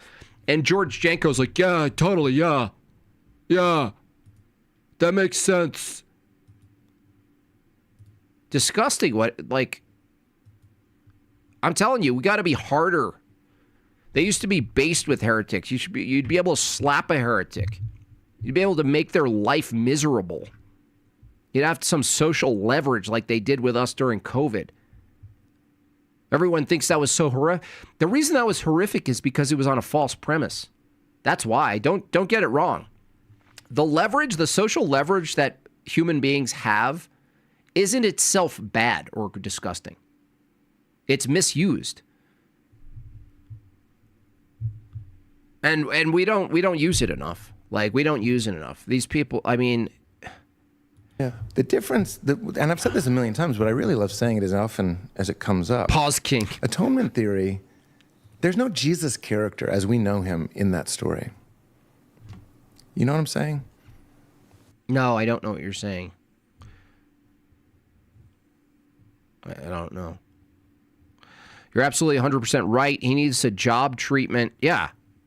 You got to take it away. But the sad part, the horror of America isn't the atheists. The horror of America, the horror is that there's 3 million plus people who listen to George Janko and all this trash he puts up insofar as theology, misleading people into a very foul, soft-edged swamp of low tier, the lowest form of a C Christianity. Just the worst. And he just millions of views. He gets the loudest. It's the loudest. And everyone's pointing at all these other people, right? That's why there's, quote, infighting. When some soft Christian comes out, why are we infighting? We have to reach out, right? We have to take a more ecumenist view. No, this is horrific, man.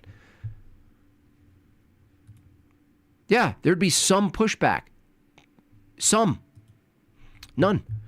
Isn't the prodigal son story more so teaching you to be grateful for what God provides? Yeah, the whole thing is foul. The whole thing is foul. Yeah, it's not just about gratitude, but it's about what your obligations are too. What are you holding to, your own or to some other model? Are you aligning yourself with God or your own pursuits? There's so much baked into that story. That's why it's so palatable. I think one of the first times I saw you was reviewing Jordan Peterson on Janko's pod, busting out the ukulele and singing, "I don't want to tell you I'm a Christian. None of your business, bucko." Not going to tell you. It's like, what do you mean by Christian? It's like, what do you mean by death? It's like, what do you mean by sin? It's like when a sharpshooter misses the mark on someone's head. Did he sin? The prodigal son, you could say, is Jesus or is you. It's us. It's this. We go off and we live our life. What? This is worse. This makes Marty Leeds and James True sound like authorized bishops. Blue shirt guy. He reminds me of those that hang out in the art districts of Pasadena, the ones who have no artistic skills but pretend. Yeah, this guy actually sounds like an art critic right now, but instead of art, he's talking about theology. He's just look at him, look out into the distance. He's literally making stuff up. He's improving. Atonement theory would say you're working with the pigs And then another man comes and says, let's go home to your father. I know who your father is. He's a king. He's a great king. But I also know he's insane, and he will want someone's head to roll for what you've done. You've squandered your inheritance. You were a fool. You spat in his face, and he will not let that stand. But I will go with you, and I will let him murder me. That's what we've turned Christianity into, is this idea that you can't go. Oh, we turned it into something, Pete? I'm sorry, what was it originally? Look at George just giving him everything. This guy's such a muppet. Why is Jim Bob so mean? Is this how does this not get you enraged? I hate it so much. It's like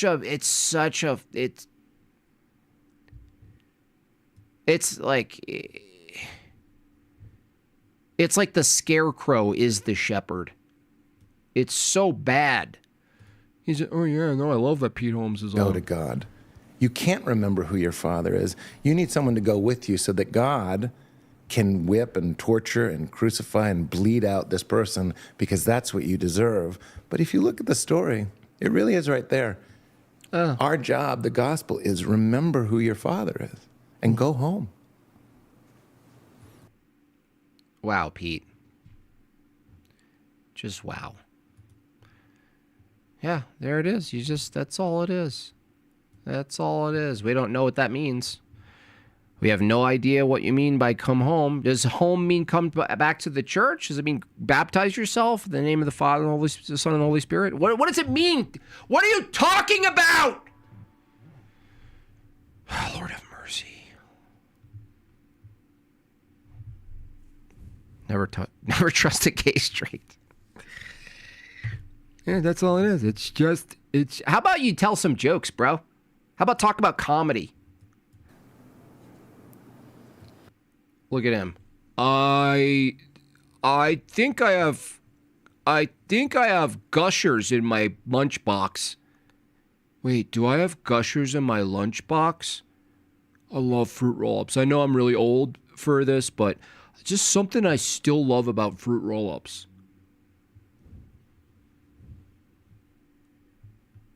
There's no way George Janko doesn't still wrap a fruit roll-up around his finger and just just... No way, dude! Berry Blast!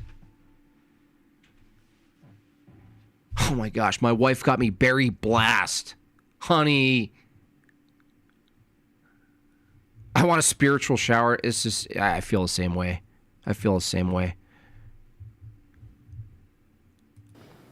Do you know? Excuse me? Oh, and nothing. I thought he was going to go, you know what? I kind of get what you're saying, but here's the pushback. Ding Do you dong. know why? Do you know Why Jesus was crucified? Oh, thank you, please. Just a little bit, George. In which way are you asking them? The biblical way, like the but what do you way mean? the Do way you you were mean about to like preach to in the his- young kids, like. Can you teach theology? Can you teach Christianity, Pete Holmes? Are you a teacher?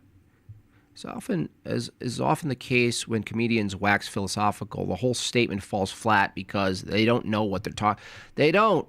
And they're not even making it funny. From like the King James Bible, like when you read the gospel, do you know why he was even sacrificed? Well, even the word sacrifice, see, this is where this might be where we diverge. Yeah, absolutely.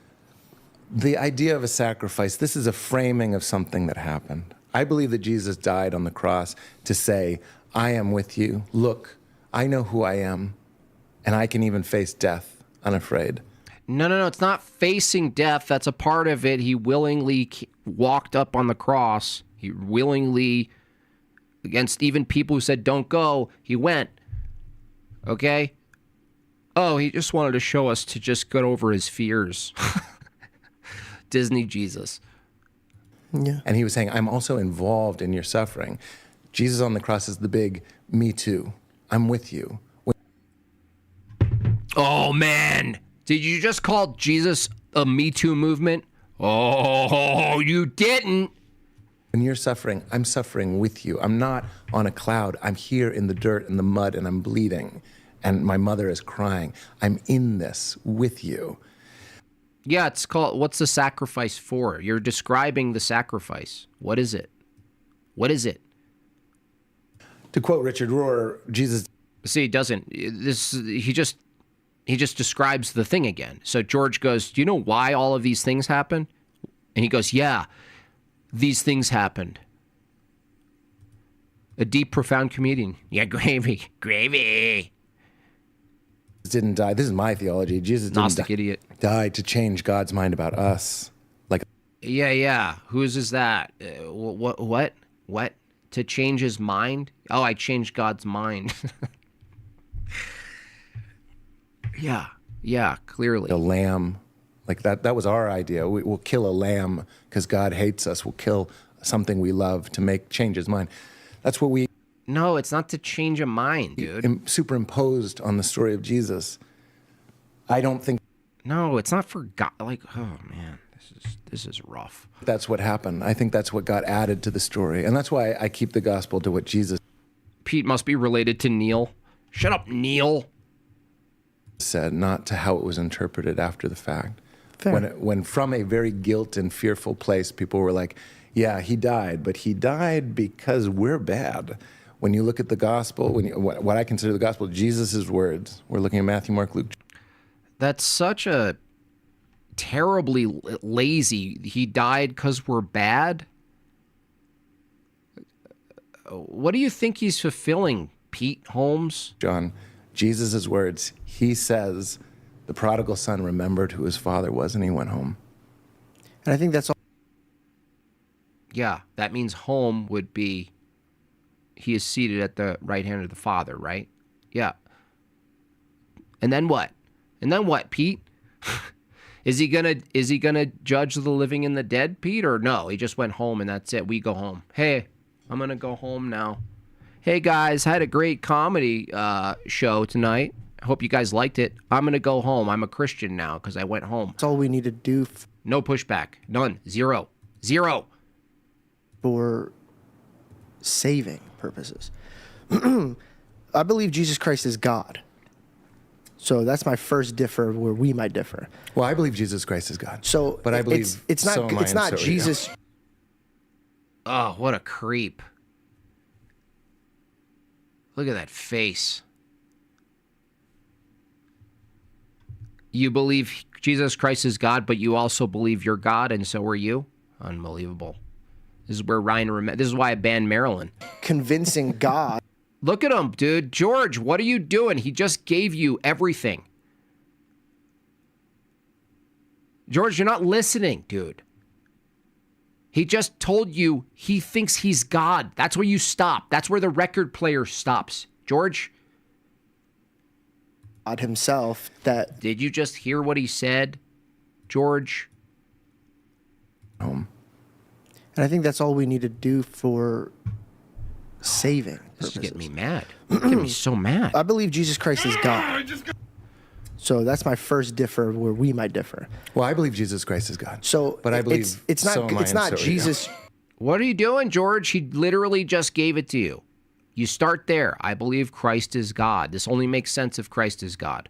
Even your take, dude, even his crappy take still only makes sense if Christ is God. Why are we referring to Christ at all?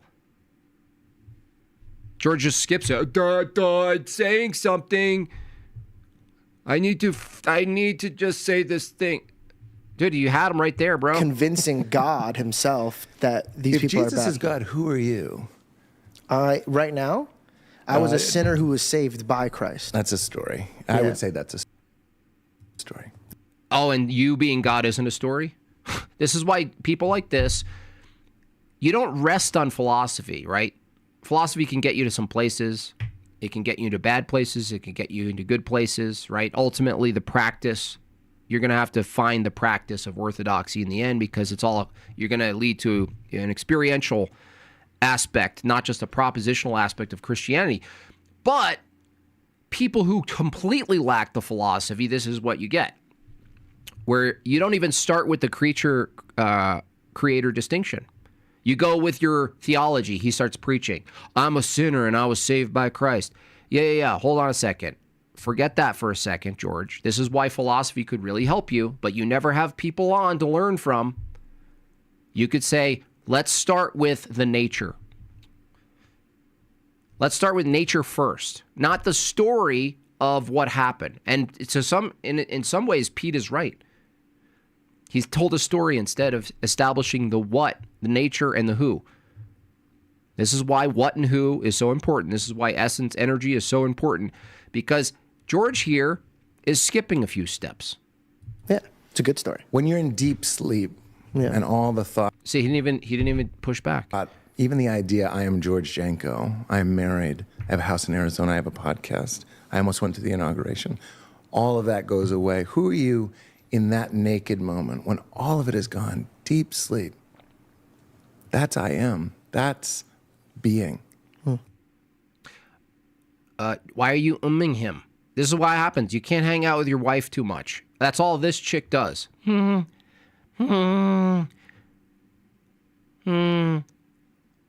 George, the correct answer is, yeah, but I'm a creature. I was created. Pete, if you think you're God, you're uncreated. Are you uncreated? Okay, you're uncreated. So do you have the power of the uncreated, Pete? And that is... This makes me so mad. I'm trying to calm down here. It's not blasphemous to say that deep in our core, the kingdom of heaven is within. No. That's different than... No, it's blasphemous for you to say you're God. You can't make poetry away from that statement. That is a nature claim. Say what you want about this Pete guy, Jim Bob, but clearly he's oozing masculinity. Just look at that glorious hair and listen to his speech. What's blasphemous is to say, I'm George over here and God is over there. That's blasphemous? That's to say I exist apart from God. So you're bringing up the Holy Spirit now. The temple of God is within me. No. But that's what you're bringing up awareness. What's animated? I'm bringing awareness. Oh, no. You right now. We could call it the Holy Spirit if you want. Oh, well, how nice of you, Pete, to have the correct heuristic and framework for it. And to grant George here, we can call it that if you want. Okay. When you did depart from the faith, do you find yourself to be happier? Are you at... The not God set does not exist? Okay, so the creation doesn't exist. Okay, Ryan, who's God then? If there's no distinction between anything, then you can't even say that sentence. You can't even say that. You can't even say the God or anything else. Nothing. You can say nothing, dude. It's a nonsense, dude. Nonsense. Meaningless. Gibberish. No distinctions. Me and now are tarded from listening to this. I know. I mean, I'm glad we moved off to Indian guy, but I thought this would be steps ahead, but it's not. Got more peace? That's amazing. Yeah.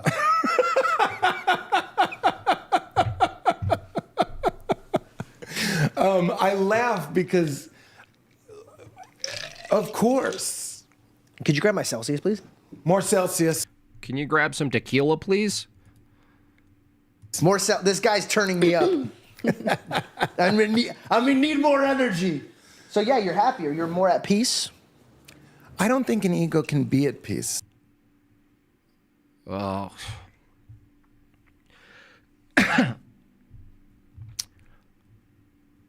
I don't think an ego can be at peace. Only your soul or awareness or being can be at peace. Peace, this is Ram Dass. Peace exists in the ego. We know the ego? Yeah. Mm-hmm.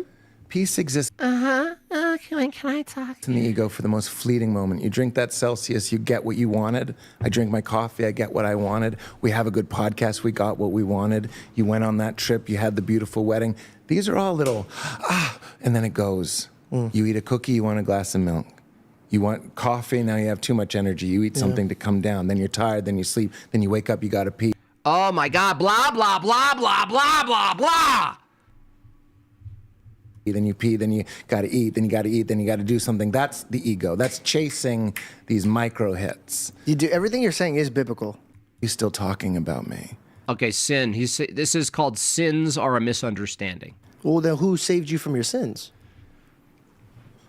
That's atonement theory. That I didn't mean to roll my eyes. I'm just sort of like, No, it's fine. And by the way, I don't idea- find anything you say to be hurtful, and I want you to be as comfortable as you want. And if your joking is like, even if you felt comfortable mocking it, or you do whatever you want. I feel really safe in you. You're a beautiful person, and I don't. Oh my gosh, shut up. You guys are such phonics, dude. Oh, and you're beautiful, and I love your spirit and your energy, and I'm feeling nice in the whiteness, and I feel like I'm in a tissue box, and you make me feel comfortable, and you rolled out the white carpet for us, and I love all the stuff, and I love the Jesus Q-tips that you have in your bathroom, and you're nice, and I'm nice, and we love each other, and I'm sitting on your lap now, and this is getting weird. I feel totally comfortable. Oh, awesome. Just when you throw in sins, yeah, I would say that a good way to understand sin is a misunderstanding of who you are. You're not acting or believing in line with, look, if it's all one, why would I steal from you? Was your wife having an affair a misunderstanding? I suppose, but I don't need my wife to be burned in hell, or I don't need someone to step in. I'm not I wonder why she had an affair. saying she would burn in walk hell. her home. I was just saying, but like, do you think that was a misunderstanding when she sinned against you? I think she might have been. Well, actually. I mean, let's hear it, ladies. If this guy was your husband, this is the idea of masculinity in your life. This is the leader of the home. This is the guy. The question isn't whether someone cheated. The question is how soon. It's just your ego taking a shit. It's just an ego. It's just the ego. Actually, frankly, no. I think I was an immature person. She married the wrong person, and she did the thing that she needed to do to get out. We'll quote Bob Dylan on that one. I always have respected her in doing what she did and getting free. We were kids. We shouldn't have gotten married. I respect her. I don't think she did something wicked and naughty. Ooh, her vagina was involved.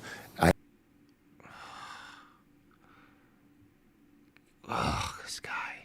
No, I'm not looking at Cool. So, I mean, by the way, what it's only a sin or an act against you if what? They're at a certain maturity level? I don't understand. Did you marry a child?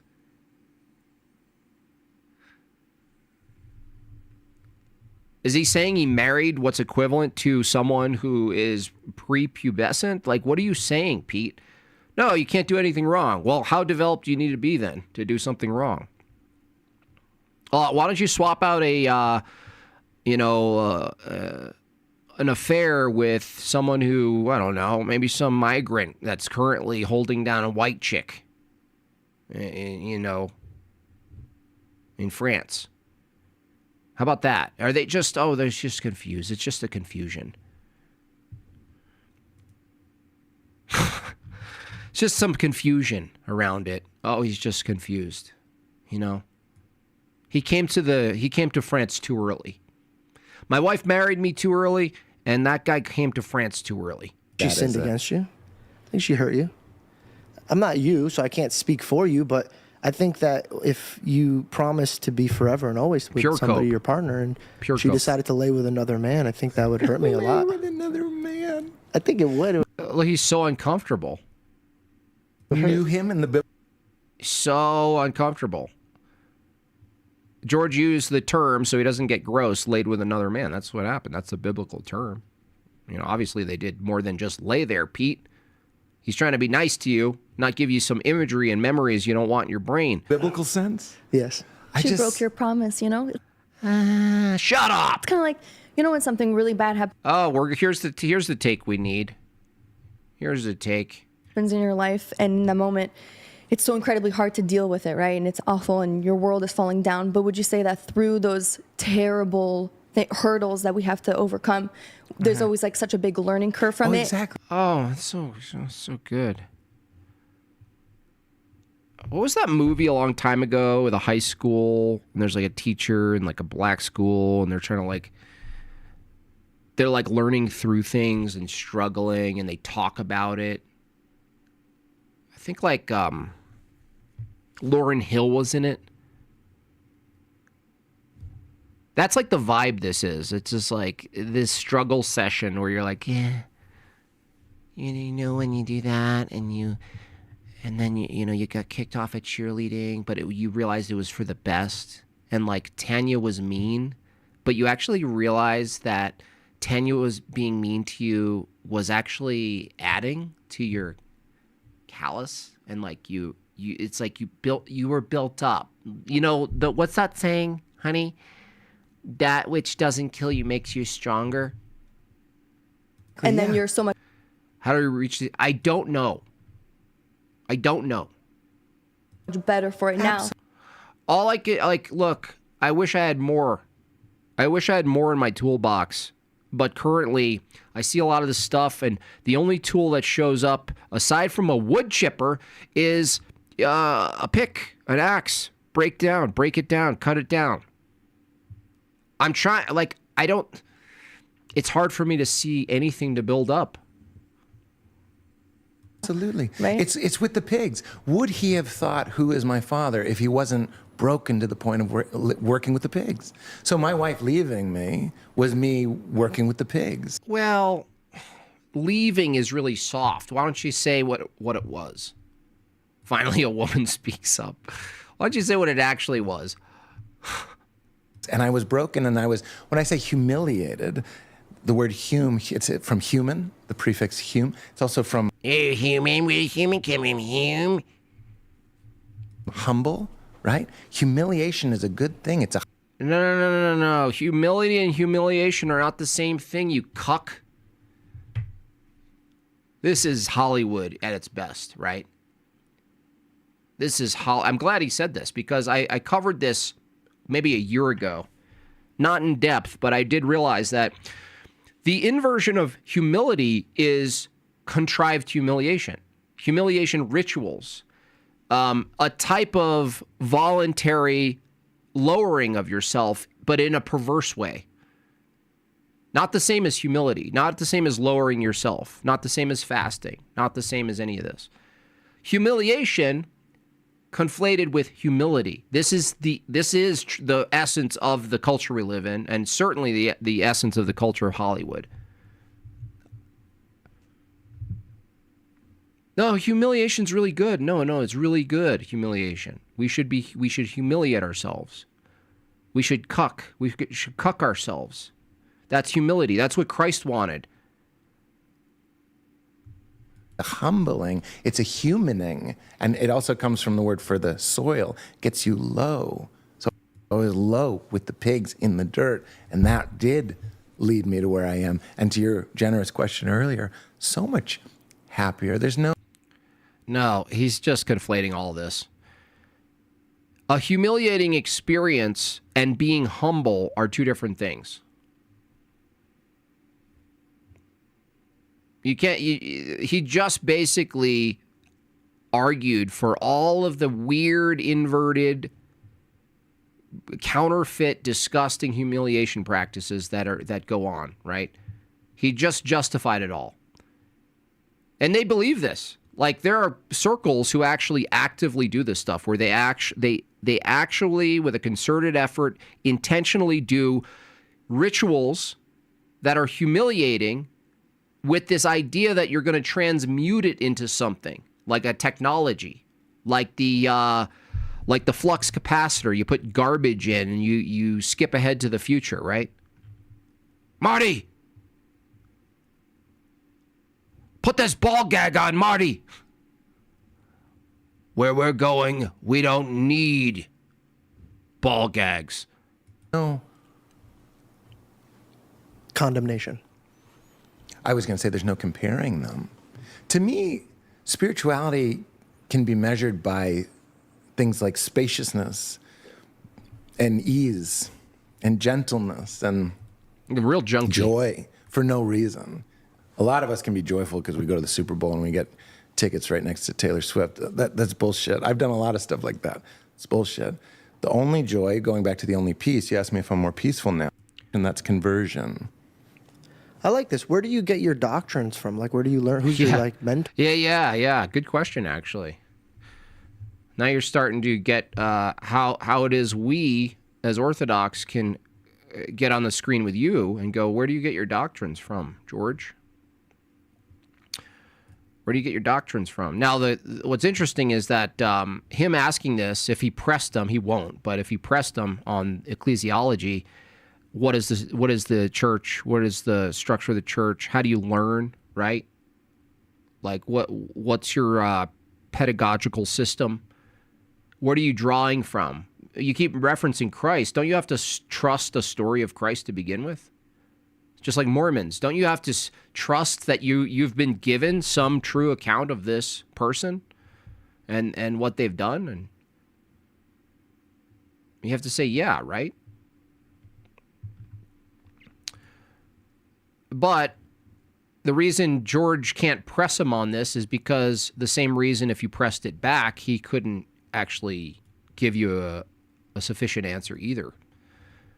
So, I mean, I hate to say it, George Janko, but ironically, any pushback that you gave so far, ironically, ultimately, George Janko and Pete Holmes, even though they have very distinct private models of Christianity, they're on equal playing ground. That's a nice question. That Pearl thing is Rupert Spira. The screen thing is Rupert Spira. I really love him. He has a lot of stuff on YouTube. He's wonderful. But after I took psychedelics, I found Ram Dass was Richard Alpert at Harvard. Got kicked out for doing psychedelics. God, he changed my life. I love him so much. And in times of tumult, it's really nice to have him, and I still feel him very much. Then I found Joseph Campbell. Anybody that is interested in the Bible story and Joseph Jesus Campbell. And when I say, of course, a man with 1,000 faces plays perfectly into his view, right?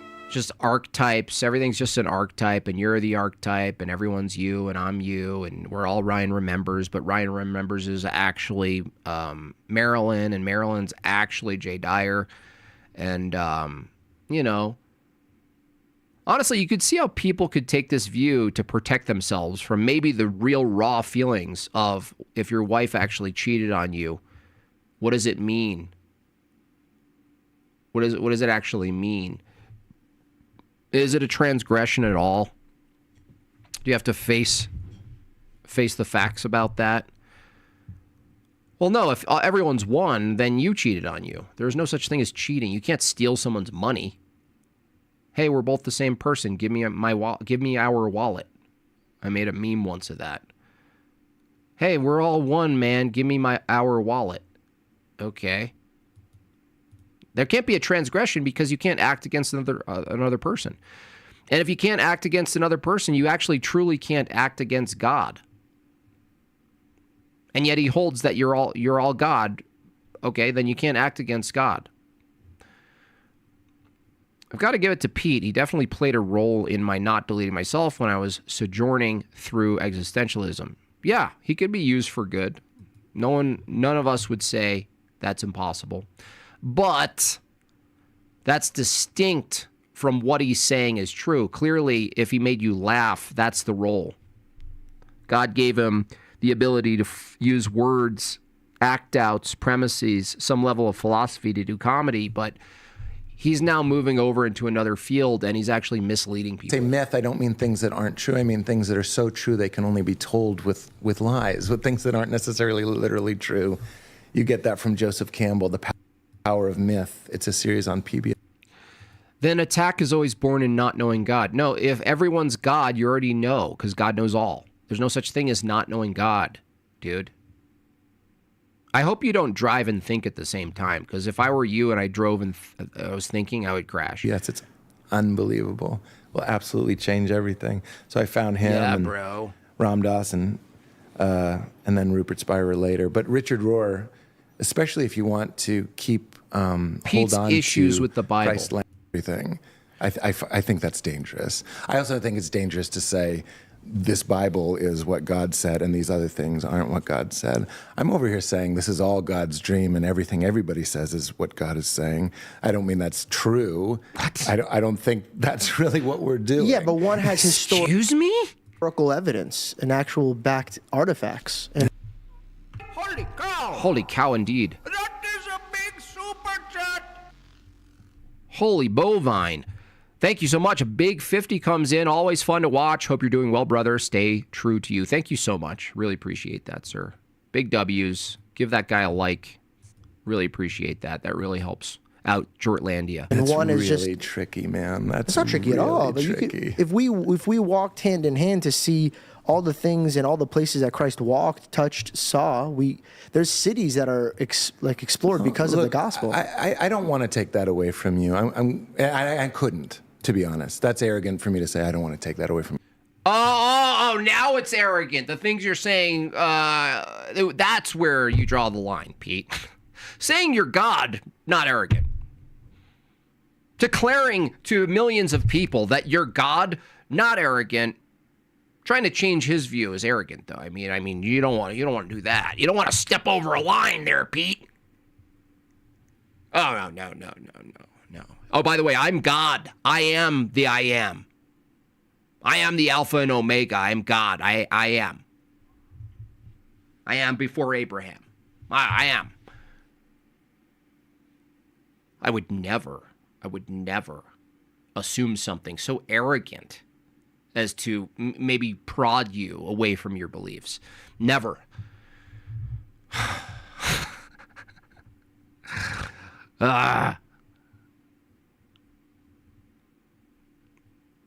Does Jim Bob read the basic live stream? You mean the chat? Yeah, I read the chat. I wouldn't even want to if I could. Yeah, I but you have to that. consider that the people that wrote the Gospels weren't journalists. It's not a history textbook. What? Yeah. Yeah. Sorry, off topic, but isn't the nothingness, quote, afterlife claim an unfalsifiable claim from the materialist worldview? Well, it's incoherent, right? You could only conceive of something. You can't conceive of nothing. So to say there's nothing, in what context is there nothing? It's the absence of something. So if you say after death, there's just the absence of something, it's still incoherent. It doesn't make any sense. Nobody had a tape recorder.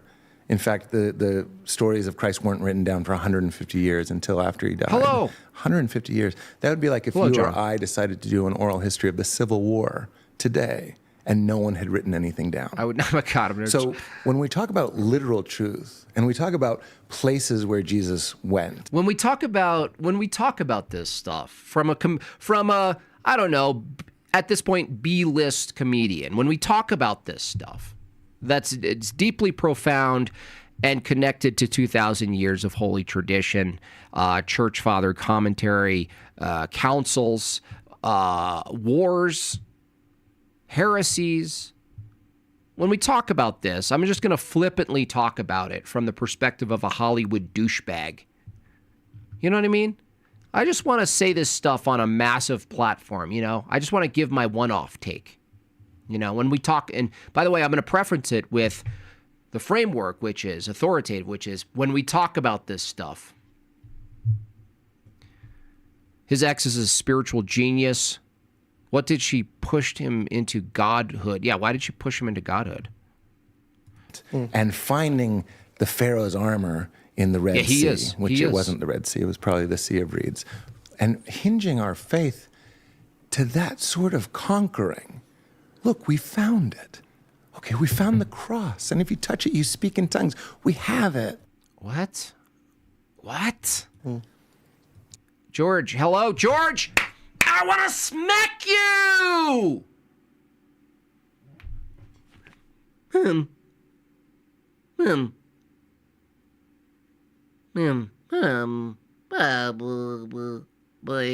Dude, you're like a vegetable, man. If I didn't know better, I'd think you're in propped up like a Weekend at Bernie's in a coma, dude.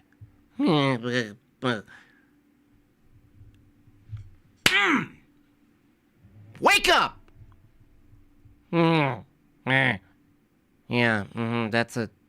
not a straw. I guess that's not a straw, man. Touch the cross, speak in tongues.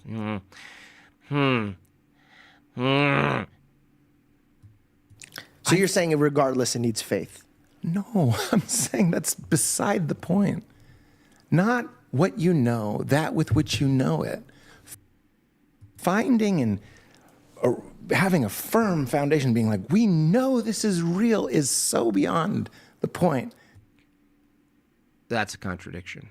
It's gone. It's the boy in the mud with the pigs remembering who his father is. How do you remember where you come from? This is so Marty Leeds. This is like Marty Leeds without the math. Go in and ask. It's not about saying, look, you can find... I remember people used to be like, Buddha died, he wasn't resurrected.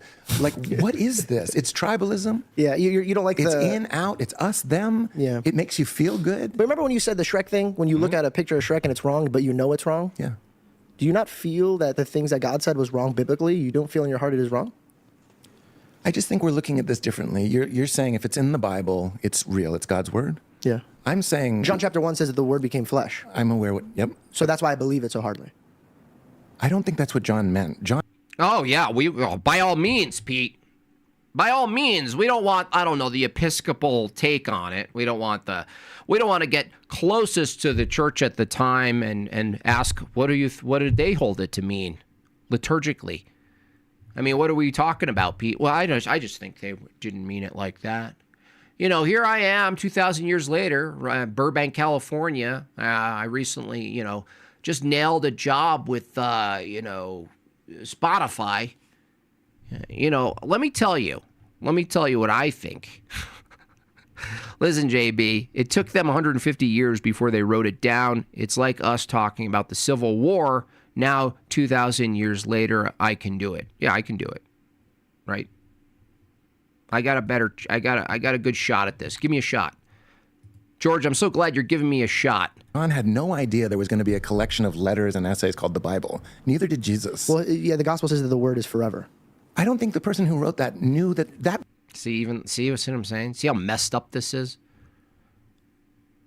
Book wasn't put together until like 1054. Which makes it even crazier. That's 1,000 years later, bro. But they all are congruently on the same page. That is so wild. I know, that's crazy. 1,000 years later? What are you saying? No, we're having a different conversation. But that's... To put your faith in a book, yeah. Jesus is saying drink of living water. Living. Let's stop talking about an ancient text and arguing whether or not... Oh my gosh, he's perverting. He's just a pervert, dude. Our ancient text is real. You realize if we were in Saudi Arabia right now, we'd be talking about the Quran? Or if we were in China, we'd be talking about the Tao Te Ching? Do you understand? It's not a book. I and the Father are one. Okay, so let's... Unbelievable. George, this is why George, he's not in a good position. Instead of trying to correct this stuff and go back and forth with interpretation, this is the failure of George's entire market share. You just go, okay, by what authority are you interpreting, Pete? Notice how George isn't going, well, the early church held to not that view. So you're trusting the early church to compose the biblical text, choose the books of the Bible for you to interpret it. So you affirm what it means, but through your lens, as opposed to it's all gibberish. But he can't do that because, unfortunately, George, like I said before, could be under the same scrutiny. So he can't go that direction. He knows where it goes. Whether he's aware of it or not, he knows where it goes. He can't appeal to normative authority because George doesn't have one. Pete doesn't have one. George doesn't have one. Guess what, George? You got nothing. You can't really pin him in the corner that he needs to be pinned in because you're in that corner. Let's stick there. How do you connect with your Father? Well, we're doing it right now. I don't. So there is no never leave church. We're doing it right now. I agree. I think praying without ceasing is to keep in touch with what I'm talking about. Dude, you just ask Pete. First of all, if you want to go scriptural and not ecclesiology and church history, you really should go the latter in this situation. Just nip it in the bud. Show that Pete's own view is completely arbitrary, totally private. There's no history to it. He can't latch himself to anything historical. He actually has no reason to even believe anything in the Bible. Forget the interpretation. Forget any of it. Why even pick it up? Why even look at it? He has to go to some vibe, right? He has to go to I feel a vibe, right? That seems to be true. It seems to be true. If I feel that in my bones, it's true or whatever. Okay, cool. Any normative authority, though? No. I am it. I am the God interpreting the Bible. By the way, from Pete's own view, which George forgot, if we're all God, then God wrote the Bible, right? Right, Pete? Now, this is why George, he really is the worst person to be his own TV show host. He really is the worst person for what he thinks he's doing or wants to do. He's actually the worst person for it. That's all you got to say, George. Hey, before you said we're all God. If we're all God, then the people who compiled the Bible and interpreted the Bible, they're all God. So God got it wrong, Pete? It's like, what is hearing? What is... Yeah, he appeals to Jesus, but none of it's true. It's all just like this weird ongoing poetry slam. Speaking, this is a... Well, yeah, he'd have to say that, actually. Pete would have to say God wrote the Bible. Trip, I'm feeling the carpet. We're alive. We're on a space rock. This dude's got a good vibe. Vibe.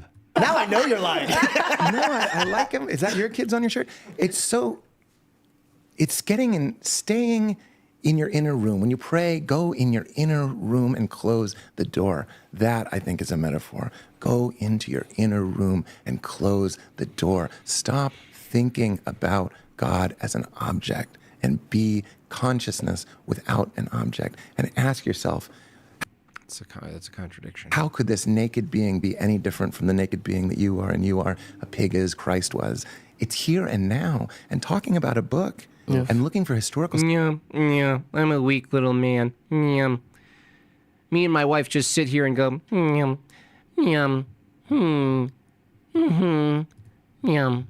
I totally agree with all your... There's literally garbage.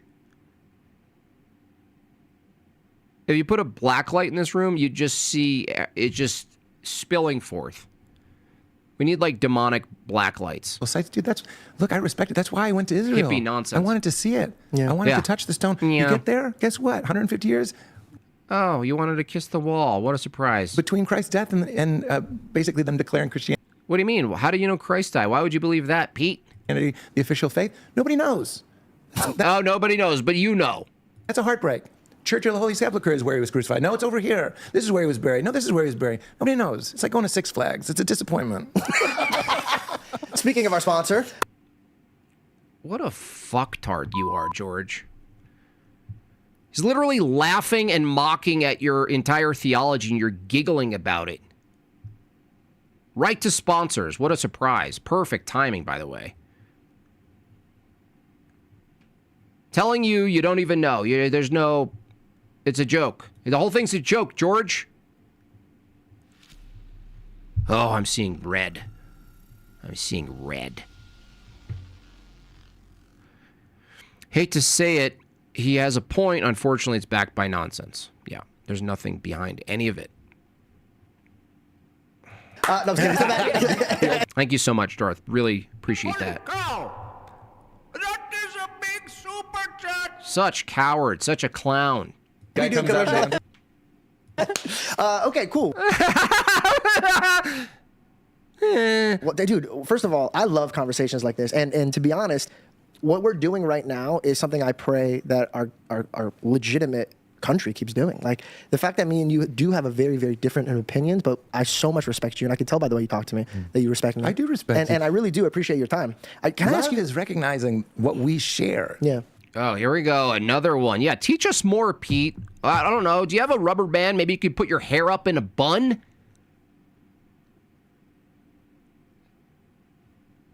Oh, you're so self-interested and self-involved, Pete. You just can't wait. That's the thing. Everything you say is just a setup for me to go on and go on and go on. We could disagree even more. I disagree with you. No, that's hilarious. What I'm saying is Jesus said love your neighbor. He didn't say like your neighbor, and he didn't say agree with your neighbor. Love is go into your inner namaste, right? Namaste means when I'm... Oh, namaste now. Yeah. Why not? In the place in my heart, and you're in the place in your heart, we're the same. I'm saying if we can turn all of these thoughts down and all these stories down to just naked... It's like... This is Rupert Sparks. It's like, get into my room and get naked. Like, you know what I'm saying? Just turn everything down and take everything off. You know what I'm saying? He talks about if someone were to ask you what's in this room. Yeah, he's enjoying it. He's enjoying listening to pure blasphemy. He's enjoying not correcting it. He's enjoying just taking it. He's enjoying just agreeing with it because this guy's a comedian. You got no balls, George. You got no balls. You put up with, you don't even do kind corrections. That's why you're so pathetic. You don't have to do it like me. You don't have to be aggressive. You don't have to be a big meanie pants like Jay Dyer or me or Andrew or anyone else. You don't have to be a big meanie pants. Correct him in the way you know how to correct him. None of that is done. None. Zero. Right. Yeah. We'd say there's a lamp, there's a soundboard, there's 4 people, there's a TV, there's a plant. Exactly. Almost nobody would mention the empty space. Nobody would mention the empty space. He's starstruck. But this is the Tao Te Ching. They say people celebrate the shape of a vase, but it's the inside, it's the empty space in the vase that makes it valuable, that makes it work. I'm going to throw up on you. If I ever see you, Pete Holmes, I'm going to force vomit on you.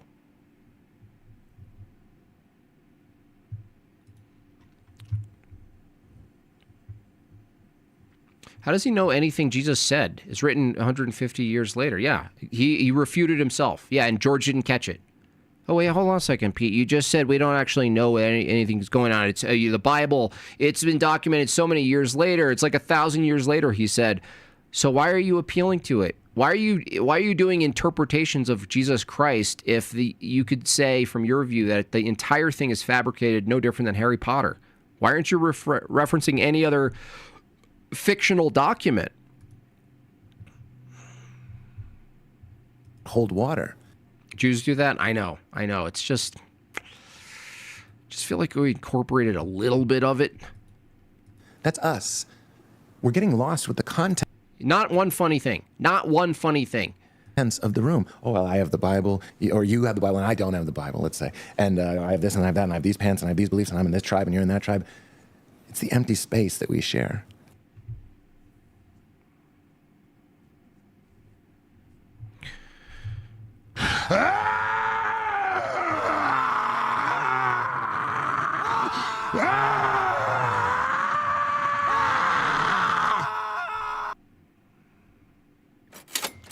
Yeah, you know what else? This is so gay and feminine. All of India agrees.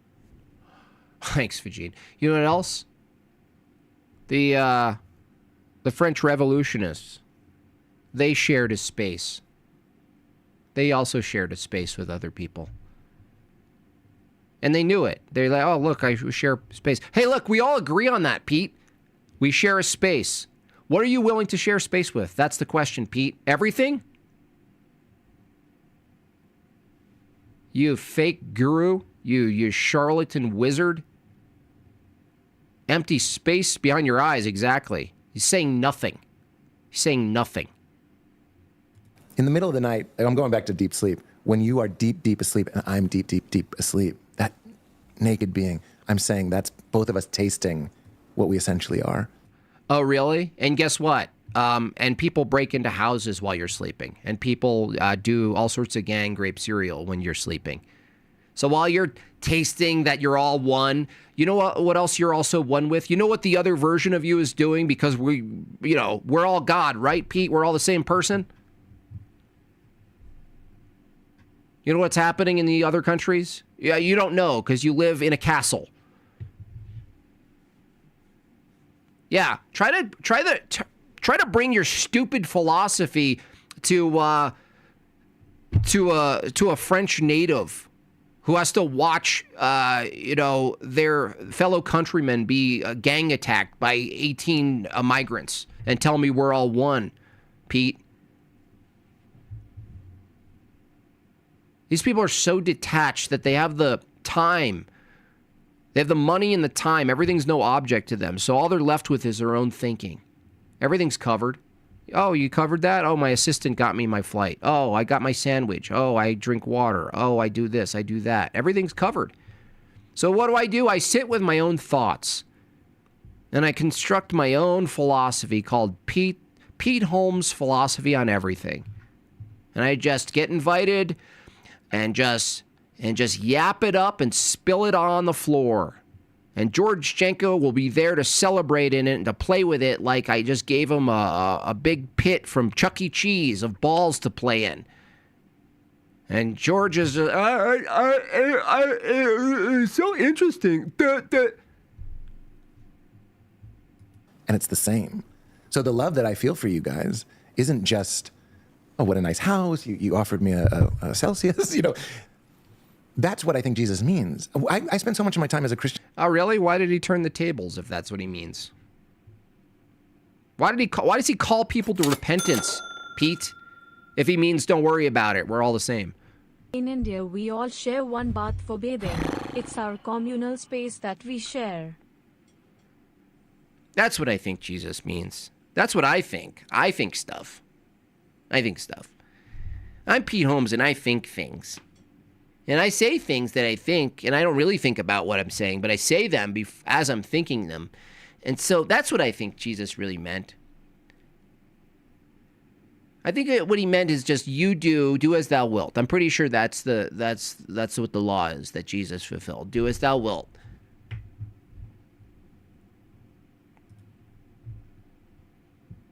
It does. It creates, leisure. There's something about the how ubiquitous the things we need are, and I never it's a weird position because you don't wish the opposite.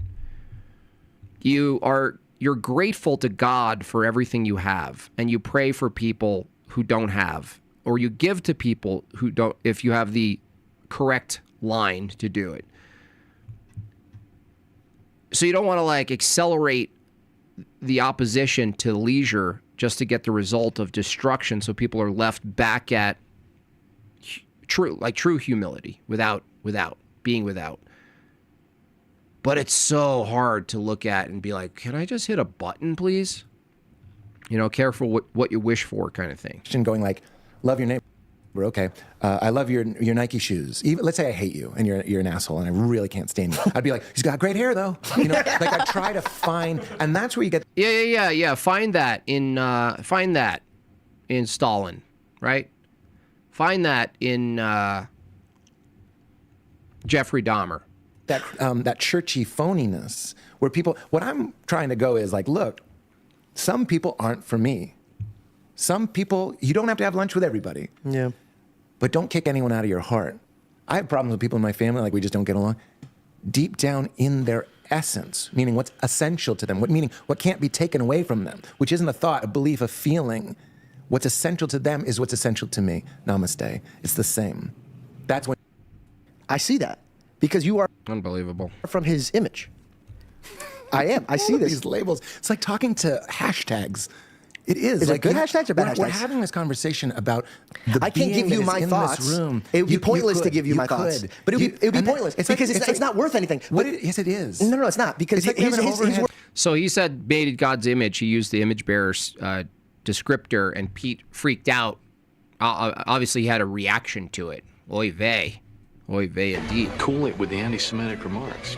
Oy vey, because if you're the image bearer, if you hold the image of God, if you're made in God's image, and it's meaningless, you don't have the distinction without Christ being the image, the icon of the Father, then suddenly Christ is God, and now you don't have no. Now, if you believe that God, you are God, like Ryan remembers Pete Holmes and the rest of these lunatics who should be pretty much sent on those little boats away from the United States, they can't really argue that there's any such thing, right?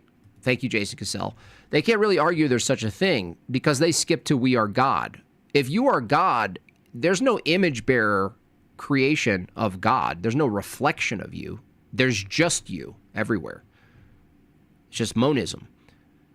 And so that's why, being reactive to this image bearer status, the image bearer status is key. When you notice how it's key for personhood. Notice how it's key for making the distinction between what something is and who someone is.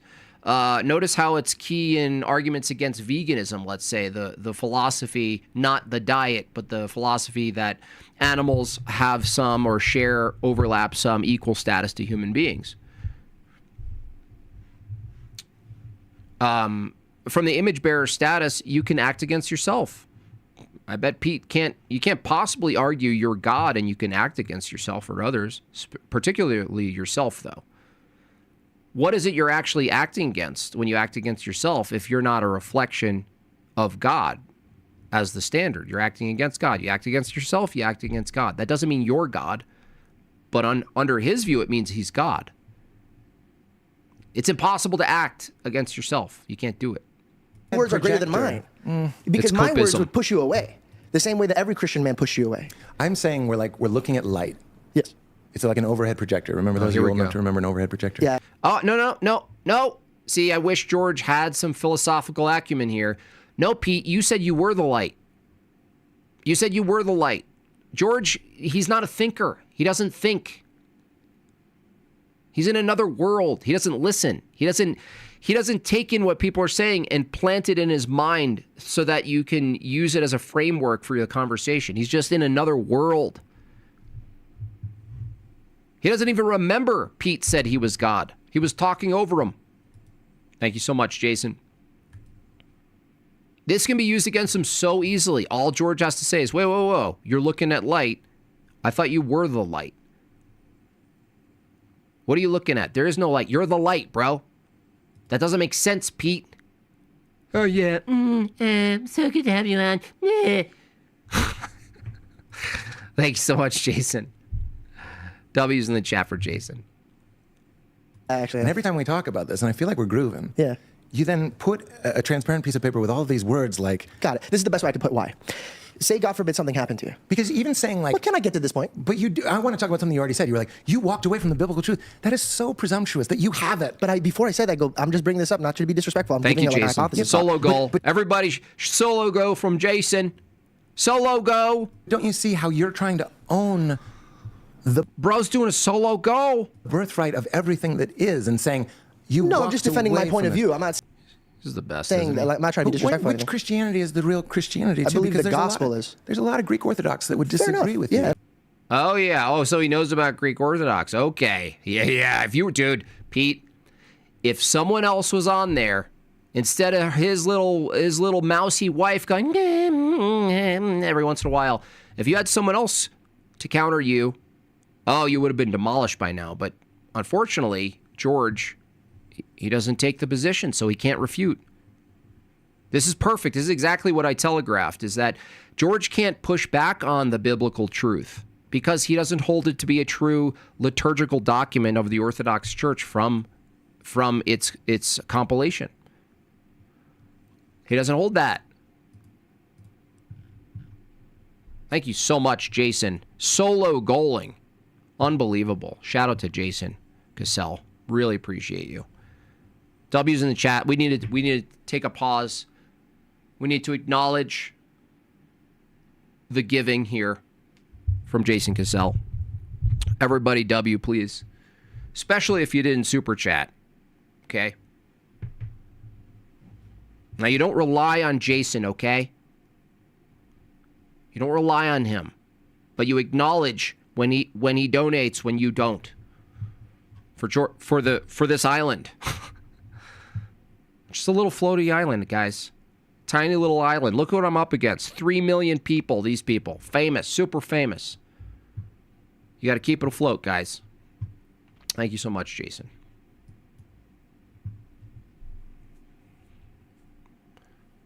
Okay, so this is what I telegraphed. George can't push back on the normative authority of Scripture, and that's what this topic is. And I agree. There's a lot of people that yell at me all the time. I'm not saying, and by the way, I'm still a student. I might be stupid. I'm just giving you my perspective. All right. I'm just saying, we're putting a... All right, man. I just want you to know that from your view, you have no normative authority, and I don't either, right? So we're all just inventing it. Whole lot of superimposed stuff. Because I feel like we are getting somewhere. But I don't get angry at you when you bring up the people that you mentored from. I don't say, why do we keep bringing that guy up? That's not really what I was doing. There's a lot of It's not your fault. No, I'm not talking to you, bird of prey. I'm not talking to you. If you're broke, do not donate to this channel. Take care of yourself. Take care of your family. Feed yourself. Get yourself a water bottle. An Orthothug's water bottle that you can find at no, just kidding. Listen, if you guys are broke, take care of yourself. All your needs need to be met before you donate to me at all. And so if you need clothing, you get yourself a shirt at madebyjimbob.com. You know, take care of yourself. You know, if you need a toothbrush, if you need the basic needs of your household, you can find them at madebyjimbob.com. The knowledge that gravy. Yeah, dude. Yeah. Yes, Austin. Yeah. Both of them, though. That's what's so frustrating. It's like you want George because he's some at least distant rep. But doesn't it always come down to this? You want him to be the rep because colloquially he's the rep. But you realize quickly he can't even be that. You can't even be that. And so I can't be upset at him because he's doing exactly what his broken theology can do, which is nothing. It can't do anything against any of this. Notice how if an Eastern Orthodox was up there and they were well versed in the cross-examination and the problems with this view, it would have been demolished. JB, let's go. You playing Pragmata and getting the feminists and fatherhood haters crying, sir. Yeah, seriously. Here's the reason why. Yeah. Say, God forbid, something happened to you, and Leela was, for some reason, somehow put in my possession. I had to look after her.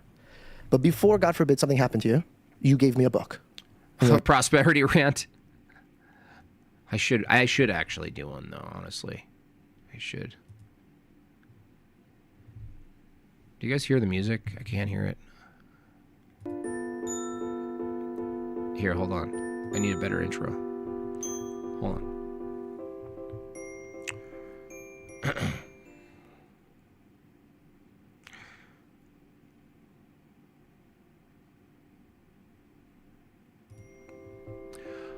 Are you someone who enjoys the internet? You have a lot of channels you like to watch, a lot of commentators you really appreciate who give you value day to day, make you laugh, make you think about things. Maybe they're good debaters.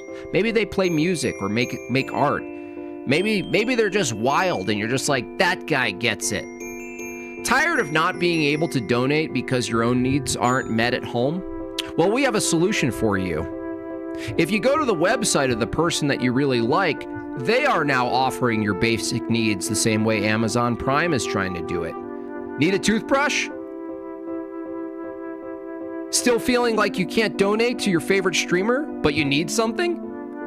Well, now you can buy that toothbrush at the store of your favorite streamer. Are you without bread or water or clothing? Feeling dirty? Have you considered going to your favorite streamer's website and getting the bundle kit? Just for $29.99 a month that you can't afford, you too could have the home kit that you always wanted, your basic needs, including a toothbrush that has a knife on the end of it in case you want to whittle something. Don't be poor for no reason, right?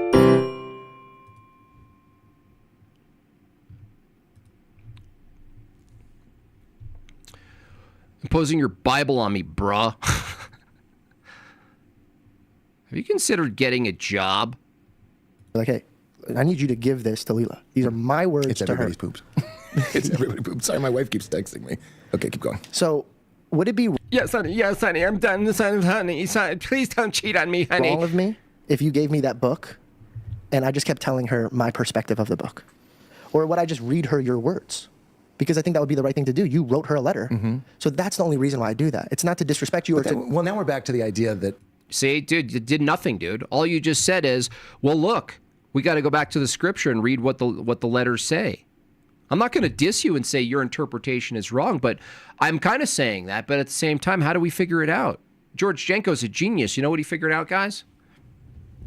Well, you should read it. You should read it. Now, yeah, no, you're right. I'm just trying to scale the stupidity. But yes, ultimately, George doesn't have the backing to show Pete is wrong. Yeah, you just don't have it. There's nothing there. He's demonstrating, right? For $29.99 and 99 cents, you too can prosper.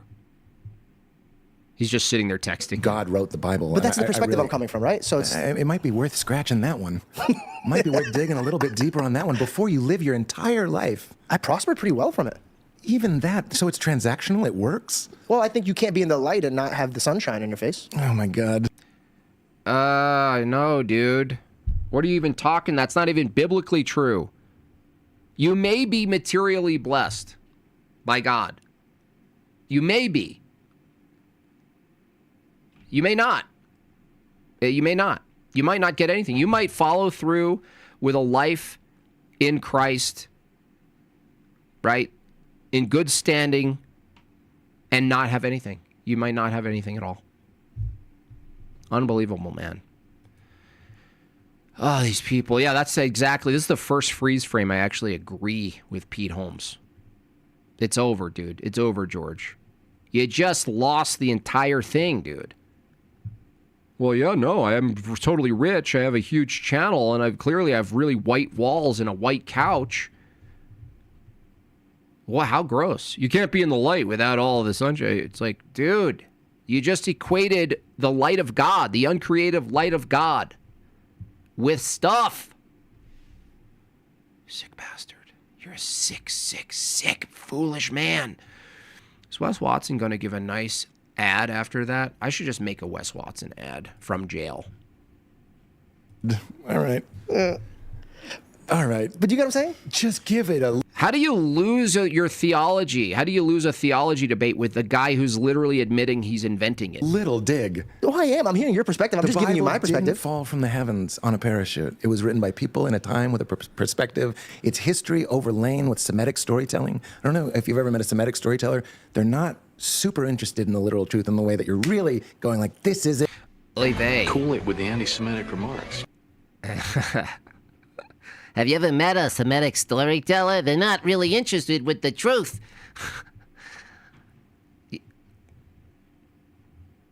It's something that can be debated. Hey, that's what we like in our culture. That's our tradition. We read it and we do a little debate. Because I could say this, you could say that. It could be a 6, it could be a 9. It could be gold, it could be fake gold. It's not our fault if you don't bite it with your teeth. Oi! Really?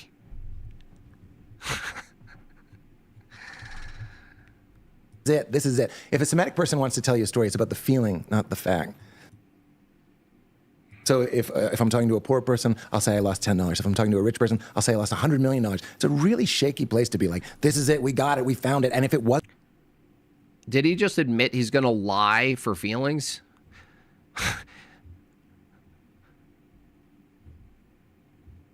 If he chops off his dick, we'll call him a girl. Hey, Pete, your wife is texting you, trying to figure out where to in Google Calendar to put the event you guys have planned later with Tyrone. This is like watching a woman talk about something mechanical. It is. Oh my God, it is. It's the worst. Wasn't canonized. Have you read the Gospel of Thomas? That was just inconvenient to the overall agenda. It was chopped out. There's whole things. I mean. Look, I'm not the scholar. You could, I think you should. That would be very... No, are you? No, really? Interesting to have like a historical... These dudes are better at turning people away from Christ. Yeah, it all just reduces. Like, Pete takes a view that's like Dwight from The Office, whatever that guy's doing. All this New Age crap, syncretism, perennialism, New Ageism, it's all mixed in.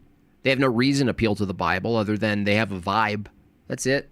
There's no authority, there's no structure, there's no church, there's nothing like that. It's just your head. It's just you. But he comes on this channel, and it's such a disservice that this view can't be corrected in real time, or at least reduced to incoherent. If George was smart, if he had any philosophical backing, if he had any church history backing, if he had any of the right questions, you guys hate the ortho bros, right? Yeah, maybe we're a little bullish. Maybe we're a little crude. Maybe we're a little aggressive. Maybe we're bullies. Maybe we're total dicks. You could say all of that, but the one thing you can't say is that we don't have adequate good questions to counter the heterodox nonsense and all of the New Age garbage that falls from the heterodox tree. You can't say that. You can't. Because a simple question, is there any normative authority for interpreting Scripture, Pete? And he says no. Okay, it's over. If you're God and I'm God and we're all God, can anyone truly do anything wrong to the other? No. Okay, thanks for coming, Pete Holmes. Really enjoyed the 4 minutes. Guess whose birthday it is today? Not mine. Here's a clue. Me and Mr. Mustache? Happy birthday to you. Happy birthday to you. Happy birthday, Mr. Mustache. Happy birthday to you. Michael Jackson? Historical We're getting this guy named Wes on the podcast. I'm excited about that. Wes Huff? Oh, Wes Huff is coming? Oh, I can't wait for Wes Huff. He's my favorite. Speaking of Germans. He has like artifacts and he'll show me like how like the chapter of Luke was identical to our chapter of Luke that was in. That doesn't exactly sound what I'm talking about, but I'd love to hear you talk to somebody that's like, did you know this is how the Bible was put together? Yeah. And not in a chapter. Negative way. When does that happen? Which is a different perspective. Wes Huff is my favorite. He's my favorite person to review. Like there's not a single clip or video I've seen of Wes Huff where I don't immediately see him as the German in every Indiana Jones movie. Like it's an interrogation room and he's just like, what do you have to say? He refuses to talk to Jay Dyer, though, unfortunately. Kind, nice, too many demons, heretics trying to belittle, subvert. They are. This is active subversion. So if you're like, why is Jim Bob so up? This is very upsetting. It should be upsetting. It should be like, back in the day where you're like, you deceitful pig snakes, you. Shout out to my pig snake. Can I say, it's not about the book. The book is literally true. The book isn't literally true. Whatever is eternal, infinite wisdom, real truth, it's here right now. Yeah, man. It's right here right now, man. Say it again. It's looking out your eyes right now. It's closer than your breath. It's sitting in the seat next to you. Your heart and my heart are very... Hold on a second. I got to do that again. Not with that. This requires the flute. Negative way. Yeah. Which is a different perspective. But again, I say, it's not about the book. The book is literally true. The book isn't literally true. Whatever is eternal, infinite wisdom, real truth, it's here right now. I'm going to say it again. It's looking out your eyes right now. It's closer than your breath. It's sitting in the seat next to you. Your heart and my heart are very old friends right now. And whether or not it's this or that, or if the Gospel of Thomas should have been in, we're taking a long walk around a barn. You hear the story about the beggar sitting on the box and he's... Wow, what a nonsense salesman. I mean, this guy's selling an old, dirty, unworkable station wagon. Asking for gold. Getting mogged by a Gnostic nonsense machine, dude, it's time to wrap it up. You don't even have, like, the sidekick who's smarter than you who can come in. You have your wife who's just like...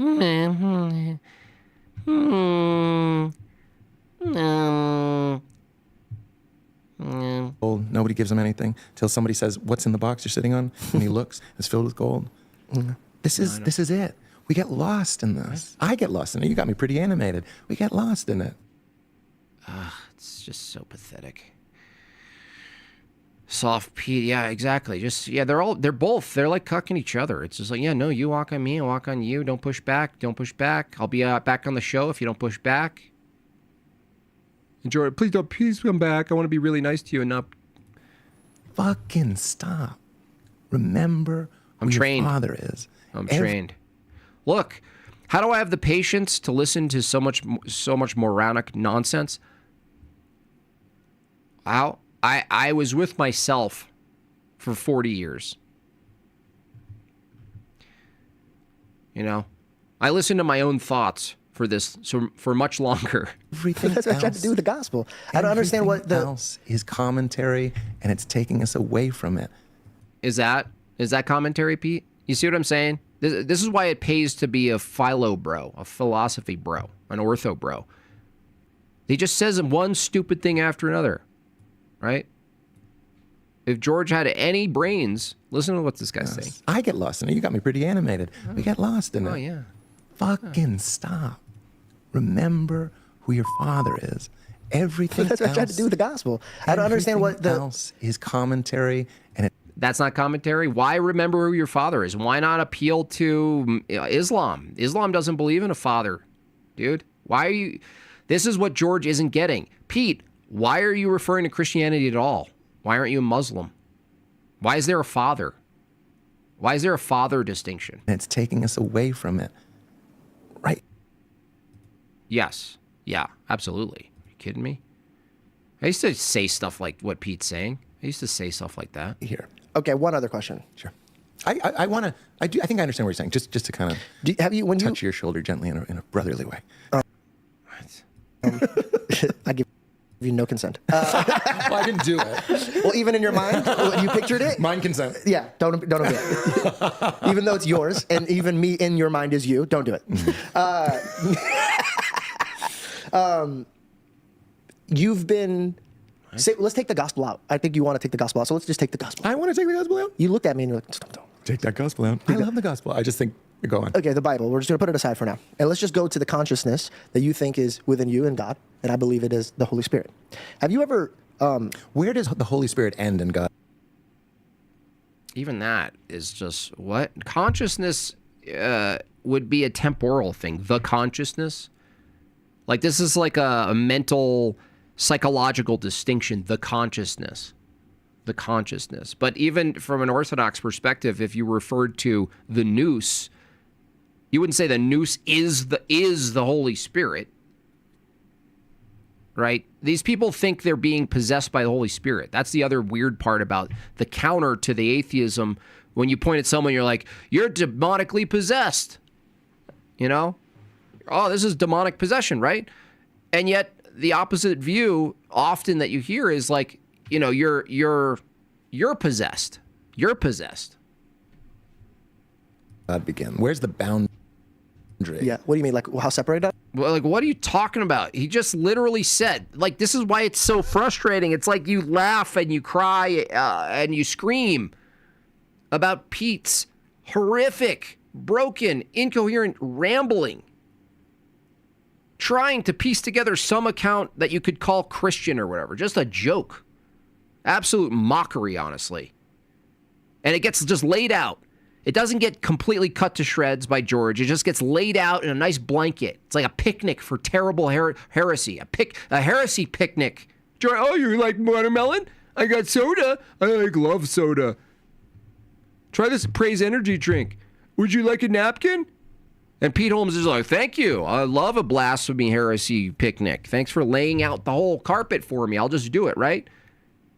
And the problem is he says his consciousness is the Holy Spirit. He says that. This is the guy who's supposed to be pushing back against Pete Holmes. Is that his name? Pete Holmes. Or you and the Holy Spirit. When you close your eyes and experience this aware field, where does it end? Do you find a wall? Yeah, do they even? Here's the wall, and now we're in the Holy Spirit. Yeah. Oh, yeah. Great question. Thanks for the membership. That's what I'm saying. So the flesh and the spirit are two different things. The flesh would always fight against the spirit, and the spirit always against the flesh. It's like my desires are evil. I have a very evil heart. And so the spirit will guide me and it will comfort me. You have an evil heart? Like, what is he? Guys, what is he? What is he even? And it'll show me the way of truth. And the truth. You have an evil heart, but it's going to show you your heart, the way of the truth. But your heart is evil. So you're trusting your heart to find the way to the truth, but your heart is evil. Look, the view is your heart can be deceived. It can be. Your intellect can be. Your news can be clouded. Can be. Is he a Calvinist or not? Like, does he not even know what he is? Scripture-wise is the way, the truth, and the life is Christ. Well, he's not Orthodox yet. And this moral standpoint that he bestowed in front of me is like something that I strive to be like. And every time I reject myself and I follow more into his purpose, I prosper. Not in an exchange, but it's just the reality of what happens. Yeah, I understand that. Okay. You articulated that well. The way that I would phrase that is when I live in line with... This is worse than a Pearl debate. Oh, man. This understand. It's bad. Yeah, he's just giggling at him. You know, maybe Pete is smart enough to know anything he says is going to be just as arbitrary as what George says. I won't even say reward, but you know what I mean. Reward. I know George is making some basic blunders. Basic? Now, basic... Look, basic is foundational. So a basic blunder is the collapse of the house. So it just can't be like, you can't just like kind of explain it well. Oh, he's just making a basic blunder. The bridge collapsed and everyone died and their souls perished, but it was just a base. You got to just, you know, it's just a basic thing. But I do hope he continues to preach in the name of Jesus. No. Preach what? Why would you encourage someone who's preaching something that's false? Just because it's in the name of Jesus? No. Stop it. No. Repent. Oh, I really hope so, because he's saying the word Jesus. All right, do you say the same for Marty Leeds on Gnostic Academy? He's saying it in the name of Jesus. You know, his theology is completely blasphemous and heretical and nonsensical and misleading, but I really do hope he continues to preach it. Stop. Stop.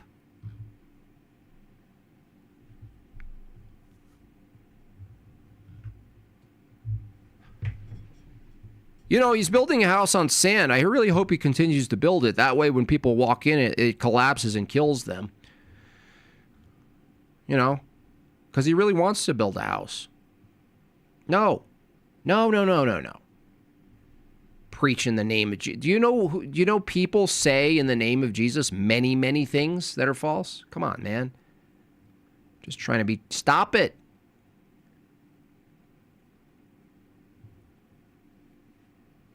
No. What you're trying to say is you wish he would repent, become humble, and be catechized, and become orthodox. You can't say keep doing what you're doing. No, Christ wouldn't say keep doing what you're doing. George, hey, I know you're really preaching complete heresy and blasphemy. You're not a part of the true church. You're not a part of my body right now.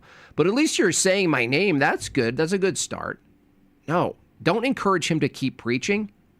He's moving away. He's moving people away. He's moving himself away. Rewarded with peace, love, and happiness, friendship, and that type of prosperity for sure. But I do love this. I can't not say this. James Finley, who's a mystic, and I love him to death. He says, "I believe in a God who protects me from nothing, but sustains me in everything," and that is what I'm talking about. Wow, that's really great. So, what do you do with your relationship with God? Like mine would be like obeying, worshiping, praying, fasting, doing maybe the 10 Commandments, failing at them all the time. But what is your relationship with your God? What do you do to build a stronger love? Well, to me, peace and happiness are the nature of our being. This is Rupert Spira again. That's my experience. When I close my eyes and pretend that I'm a newborn baby, I can... Yeah. It's exactly what would attract a good woman, I bet. Imagine that's the first thing that comes out of your mouth on a date or a prospect wife. What do? Are you a man of God? You a man of God? I'm looking for a strong man of God, Pete. Are you a strong man of God, Pete? Yeah, no, I do. So how are you? I mean, do you go to church and stuff? I really want to follow a strong man of God. So I know what following is. I want to see what following is from this man. What do you do, Pete? Well, I sit there and close my eyes and wish I was a big old baby and poop my pants. I just sit there and imagine I'm a big old beautiful bald baby and I'm goo goo gaga mama mimi.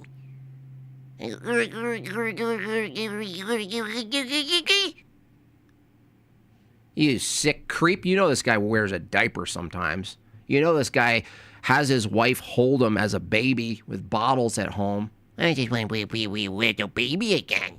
I can taste my... What is wrong with you? Luminous emptiness. I can taste... You wish you were a baby, you could taste your... What is this, Woompy? What is this, a Woompy commercial? You wish... How do you participate in God? I fast in prayer and I go to church. What do you do? Well, I imagine I'm a big old baby and I taste my own luminescent fluid. I taste my own whoopee, and I'm sitting in the fluid and I'm just waiting to be birthed over and over again. There I am, sipping on my own embryonic fluid. There I am. That's what I do on Sundays. Oh, hey, Trey, dude. You want to go to church with me, Pete? Have you been to Divine Liturgy, Pete? No. Oh, what do you do on Sunday? You seem like a spiritual person. That's what you said. What are you doing while I'm at liturgy? Well, we just get a little baby and suck on my thumb a little bit. And play with the blocks. You go, mama, dot. It's my true nature. I can taste the ground of being. And I can see that it's both peaceful, happy, it's boundless, it's timeless, wasn't born, it doesn't die. So I would say that I'm sorry, is that an action or? When you ask me if I'm peaceful, the peace that I experience is from strengthening that groove, going back to myself. That's why I think Paul... Satanic, yeah, back to yourself, yeah. Paul means when he says pray without... Oh, yeah, Paul, when he says hold steadfast to the traditions, right? You're right, in Thessalonians. You're appealing to Paul, right? Yeah, just go to yourself. Just go, don't go to God, go to yourself. You're God, go to you.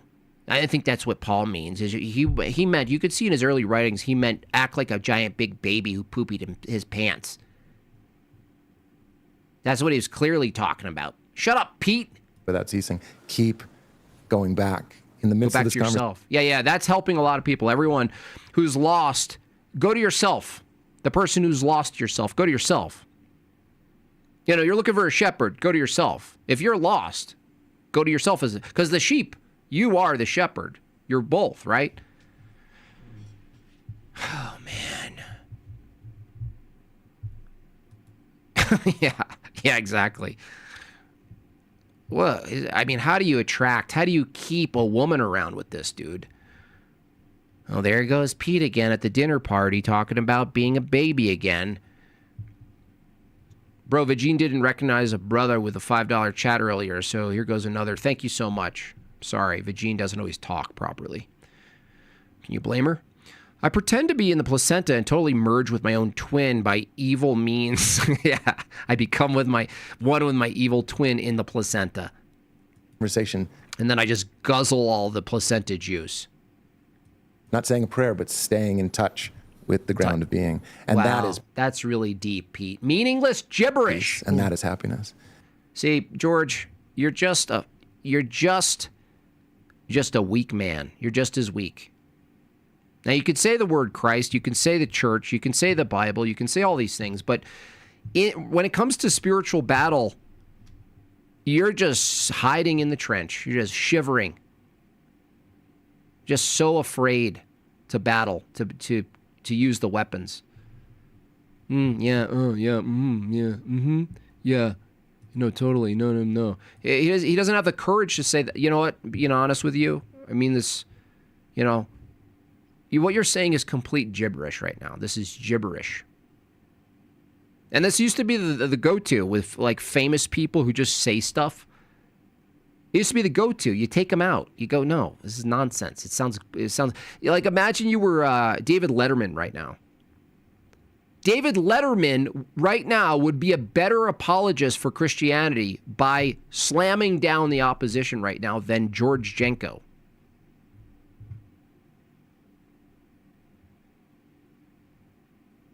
Any other peace and happiness is, I would say, bullshit. Really? Of course. I'm surprised that you're surprised. I'm talking about eating an ice cream cone. It makes you happy in the moment, and then it's gone. He just giggles it away. Oh, of course, I'm here to teach you, George. Don't you know that? And look, George is doing this in the middle of his wife. His wife's right there, too, just watching. You did great, babe. Yeah. Wonder what the ground of being tastes like. Blue raspberry?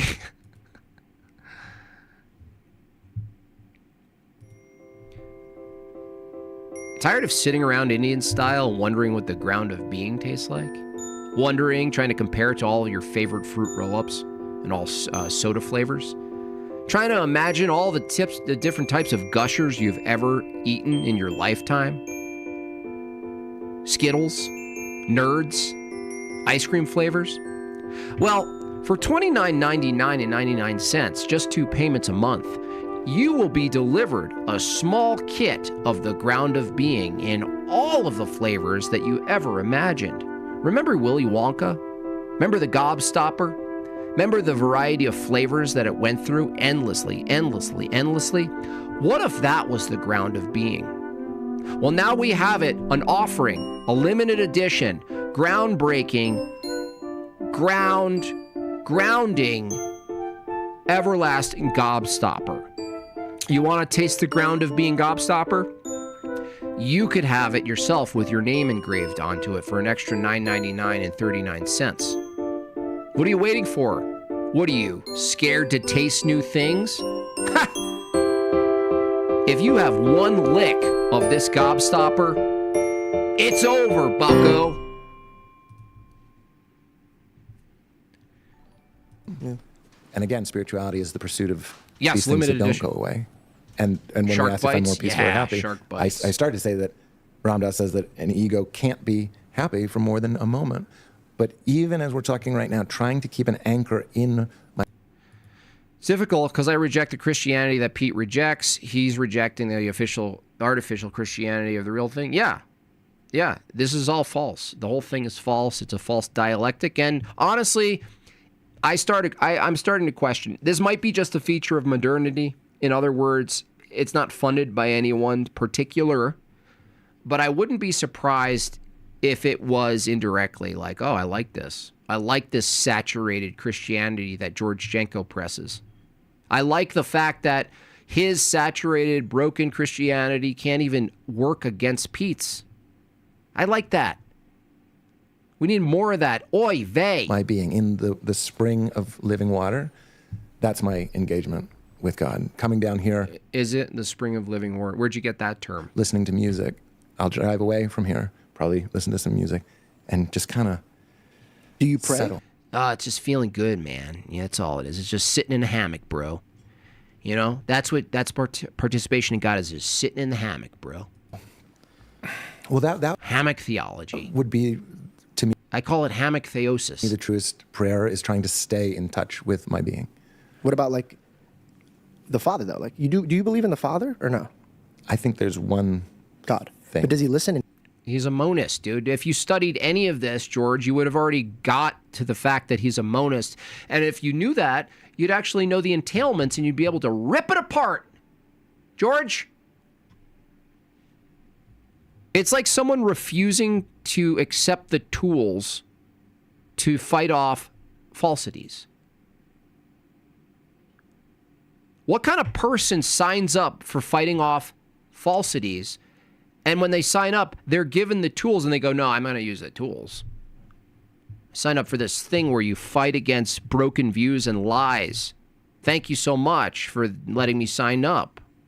Oh, it comes with this toolkit. No. I don't want that.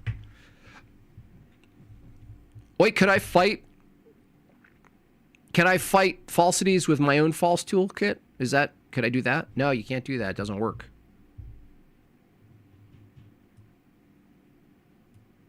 Can I get a prayer? Yeah, you get a free prayer prayed for with the Gobstopper. The ground of being Gobstopper. That's right. These two are absolute models of why Protestantism has 30,000 denominations. Yeah. And there's still Protestants that show up and see all this, and they're like, no, not me. I didn't do it. Didn't hear you or no? It's an interesting question. I mean, like, we hear each other. I don't. It's almost like I don't really want to get into that. It's so hard to talk about. That's maybe right. That would enlighten me a little bit more from your perspective. Dude, he already gave it to you. He believes all is one thing, oneness. Have you not paid attention to anything online for the last 10 years, George? Well, this is not. I wouldn't put this as something that I can easily explain. Meaning, I might not even understand it myself. Fair. Anybody.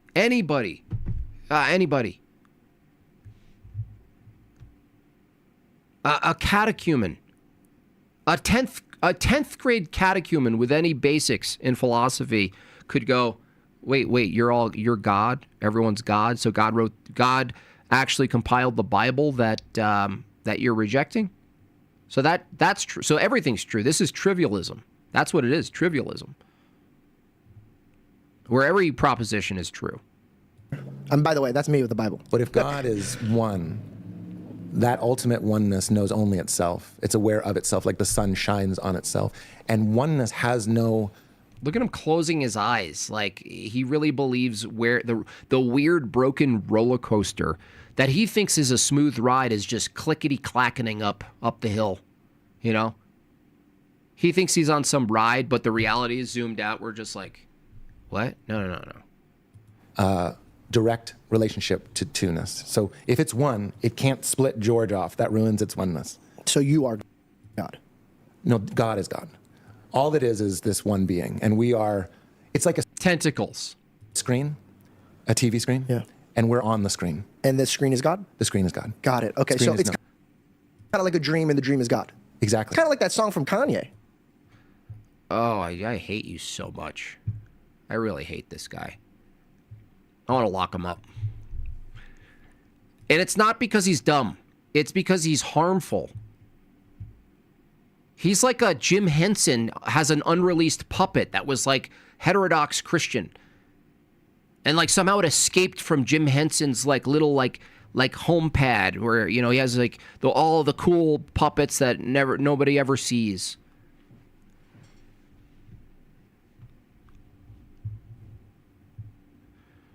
Oh man. He's the male Nala. Yeah, pretty much. He just never doesn't learn anything.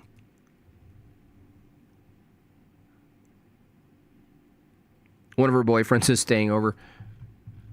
Oh, yeah, no, it's like that, right? It's like the Kanye's. It is a God stream. I love that song. I bet you do. Ultralight Beam. Are you like working out? You're like, he gets it! He gets it! I'm not trying to be funny. I think people that... Yeah, you're not trying to be funny. You're a comedian. Have manic episodes. Some might taste things like that. I'm not making a commentary on Kanye. I'm just saying when I hear that song, I'm like, I know the place he's in. I've been to that place, and it's beautiful. So anyway, it gets a little weird when you say the screen doesn't know what's happening in the movie. The way that the screen does know what's happening in the movie is in the apparent reality of the dream characters. I know about you, so I can love you. I can help you. I can... It's just total slop, man. Serve you. We can be kind. We can make God's dream a beautiful dream. But does the... That's right, Darby. Yeah. Yeah, I mentioned that before. All of it. It's always the case. It's like, oh, no, we're all God. That means anything I did. His wife, you missed it, Darby. His wife cheated on him. George Janko brought it up. He was like, well, no, she didn't really do anything wrong. You know? Nobody does anything wrong. We're the screen. We're God. How could a screen do something wrong? The screen know about the movie? Not technically, I would say. So I don't spend a lot of my time praying for parking spots. I believe in a God who protects me from nothing, sustains me in everything. Meaning, if something goes real goofy later today and nothing is going my way, unlike me when I was 28 and my wife left me, I wouldn't say, God, why have you totally effed me over?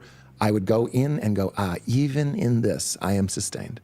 Even in crucifixion, Jesus was sustained by God. That's the message. Jesus was sustained by God in crucifixion? I'm sorry, you affirm the crucifixion but not the resurrection? Me too, here too, this too, all of it. I hate him. I was good. Look, I can't even take any more of this, but the problem is the next thing I have lined up. If James Lindsay's takes, because again, I have to stick to it, as painful as it is, you guys, I appreciate you being here. It is mid-take Monday, okay? It is mid-take Monday. So why am I surprised that the takes have been less than mid? You know what I mean? Kent Hovind, what did he debate? Evolution again? It's just so bad, dude. It's just, everything's so bad about it. Oy vey, Jeremy boring, shy.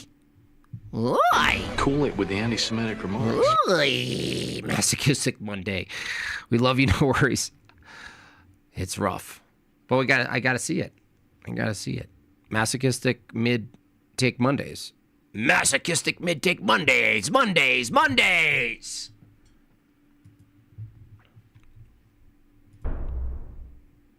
Has the conservative movement been... Well, that's a little guy. Now we're finally going to hear what is woke right. Are we finally going to get a definition from this pansy? Are we? Look at that weird couch. Imagine this guy splitting a box of rosé with Marilyn. Oh, yeah. Oh, yeah, he's done it many times. If only George could conduct this interview like a based Ugandan. Why are you? Why? All right, this might even be better, honestly. Can you imagine James Lindsay being a palate cleanser? Woo! Thank you, Meg Bob. Ooh. Meg Bob, bringing up the goods. Burnt ends. All right, James Lindsay, we're going to give you a chance. Co-opted by a left-wing epistemology. Part of it, not all of it. What's really cool about the conservative movement is that it is and has an immune system, a cultural immune system. Most of that cultural immune system, I think, is actually religious belief, but it's also principle. It's also cleaving to tradition. And so the answer is part of the movement has been, the part that's been, as the kids call it, black-pilled, disaffected, alienated, despair about the circumstances that we're in, lost their sense of north. But there's a principled element and a religious element and a faithful element.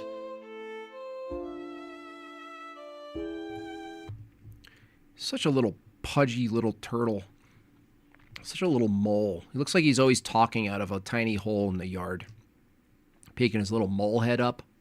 But it's not. So as a creature that came, I can't say, I used to say I came from the left. I didn't come from the left. I was just dumb politically and in kind of professional educated spaces. So all the people around me were left. Like many people following 2006 through 8, I just generally blamed things on George W. Bush, therefore Obama. Like that was the political depth right there, kind of, ignorance. But I watched the leftist epistemology and ontology, to use fancy words, the woke thing, take over the left sort of from the edge of the inside, 20, we'll say 10, 12 through 20. And there was no immune system. There was no guardrail. And I see the opposite in the conservative movement. Are the guardrails holding?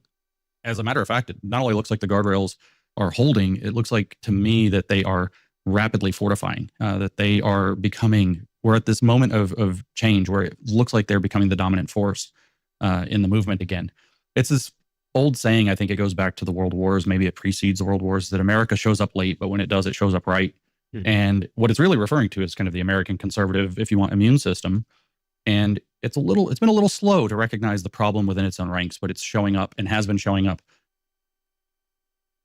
All right, now we've already approached and found a mid-take. The mid-take here is James Lindsay thinks steering the boat around for America and the world is steering it back toward individualism, classical liberalism. He doesn't see that classical liberalism is the thing that infected the compass to begin with, sending the ship in a bad direction. So he has this fantastical romantic view of American exceptionalism that it'll always right itself because America's about liberty and liberty wins. Well, no, liberty doesn't actually do anything. Liberty is a baseline where things could happen. It's like Burning Man. You go to Burning Man, for those of you freaks who ever do that, it's barren. It doesn't tell you what to build. It's flat land. It's nothing. That's what liberty would be. It can't be a direction toward liberty. He thinks there's a direction toward liberty. There isn't. Liberty is a baseline that you can build on, and the question of what you can build puts liberty into question too. What can you build? Can I build another Sodom and Gomorrah there, bucko? Can I build that? Can I build a pagan empire? He just has this idea of America like he's like a kid. He looks at America like it's the good superhero in all the movies and they eventually come out on top. This guy is delusional. probably since, I mean, I felt a meaningful change last Easter, so a year ago, a much bigger change over the summer last year with Operation, what did you call it? Midnight Hammer? Midnight Hammer. Yeah. So you get this kind of periodic exposure. And then when Charlie Kirk was murdered, it wasn't his murder that becomes the piece of the story. It's what happened after has shocked and disoriented the conservative movement into realizing, yeah, Houston, we have a problem. And so I think it's rapidly realizing something's going on, and it's gaining its feet, and it's fortifying the guardrails. And I think we might be okay. So, yeah, another bad take. Generally, yeah, there is a disrupt, and you go, whoa, a couple of things are noticed here.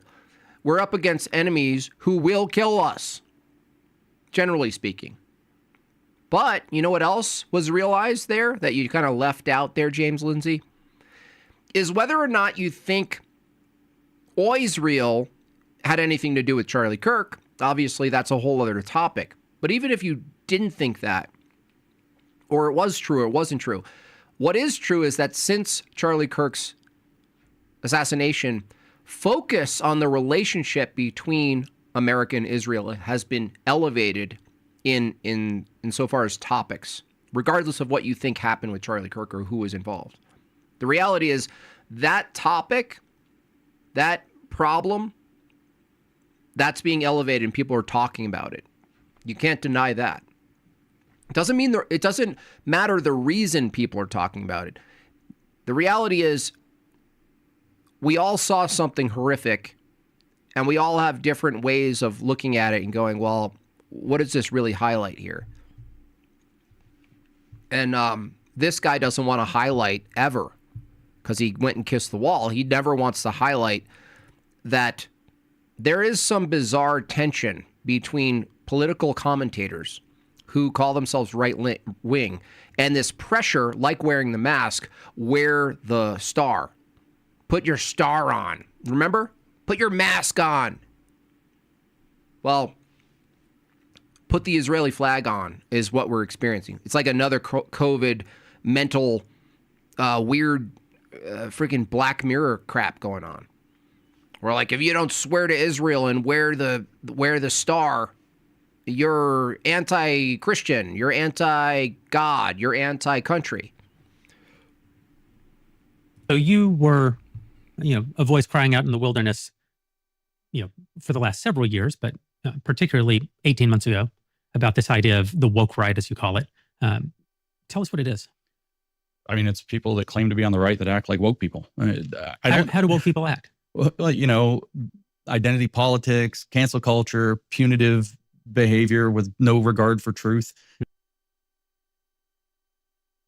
It's not like they're trying to punish wrongdoers. They're punishing political enemies. And that disregard for the truth in favor of their kind of political tribe is very key. But I don't want to we can really overcomplicate.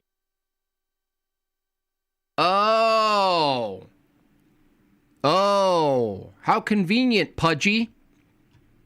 How convenient. What is the woke right? People who act woke. What's that? Well, it's people who disregard truth. Who's that? Who does that? I don't want to overcomplicate things. Listen, he's already backpedaling. Look at him. He's such a little pudgy little mole. Get back into your hole. Oh, I don't want to. I'm gonna literally gaslight and also poison the well with a whole slew of people I'm not gonna name, I'm not gonna isolate, I'm not gonna give a criterion for, but they're out there. I don't know. From my view, the leftists also have a tactic where they just say you're all Nazis or you're all this, right? Isn't that a tactic from the left? You're all this. Demonize, poison the well for an entire group with an abstract term that you can't quite define. And when someone asks you to define it, you get all, wait, does it mean you're a National Socialist? No, not like that. Like the mean thing, like the mustache guys, not their political theory, just something else. What is it?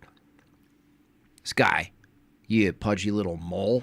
Okay, I've spent now 2 or more years really overcomplicating this story, probably to my detriment. Yeah, no. Complicating the term, not the story.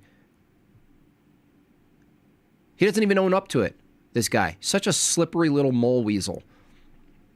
Oh, I spent 3 years literally, causing all sorts of division based on a term that's completely nebulous, completely nebulous that I refuse to debate, by the way. You refuse to debate it. You can talk to Jeremy Boring, right, in a little chair, right, in your little smoker room. But someone goes, I want to debate you. Can you defend your accusations against these right-wing people that they're, woke? You don't sit down with Andrew Wilson. You don't sit down with any of the existing political commentators. Look, I got a little crazy with the woke right thing. So it's very complicated. It got really complicated. But it's people who claim to be on the right who act woke. The woke right. What is it? It's the people who are on the right who act woke. Wow, wow, wow, wow! I just get so mad. Now keep in mind the people on the left for so long we wrecked them, right? What is a woman? What is a woman? What is a woman? Jeremy Boring, one of the key funders of Mr. Matt Walsh and the entire movement away from this nonsense theory of what a woman is and isn't from the left side. You got to say what a woman is. You know what? Through all of those, you know what Matt Walsh, in his comedic style and all of his antics, you know what he established? When you ask someone what a woman is, you know what they say? A woman. A woman is a woman. We ask James Lindsay, and he's criticizing epistemology, right? This is the richness of this idiot. He's criticizing epistemology of the left and the woke. And one of the criticisms of that is regressive terms. That was the whole thing about a woman thing. Oh, a woman is a woman. How do you know it's a woman? Because it's a woman. What do you know? What do you know? Here right now, sitting with Jeremy Boring, one of the people who funded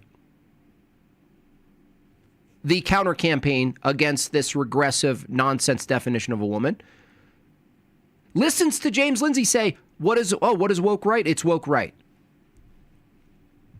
What do you mean by ambiguous?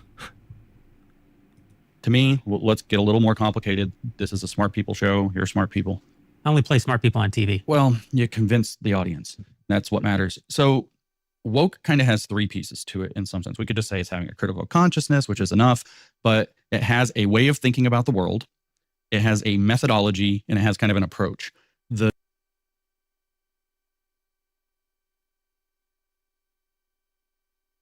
Is anyone else close their eyes and hear not so erudite? Wow. Did you guys get the three components? Amazing stuff here. Ready? Listen closely. We're getting closer to what I am the master of freeze frames. You guys should super chat me just for accidentally being amazing at freeze frames. Get back in your hole, mole.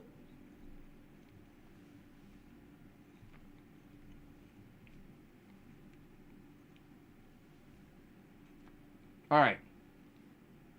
Sorry for the eating. Listen to what he's saying. It's like not so erudite repeat. Critical consciousness, which is enough, but it has a way of thinking about the world. Everyone does. Everyone, literally everyone. Okay, the woke, here are the things. It has a way of thinking about the world. Literally everyone. It has a methodology, and it has kind of an approach. Everyone has a way of looking at the world, and they have a particular methodology, whether they know it or not, of applying their view of the world to the world. And then they have an approach, which is ambiguous. It would be no different than the methodology. Wow, top tier stuff. Freeze frame master, seriously. Seriously. The methodology is ultimately Machiavellian.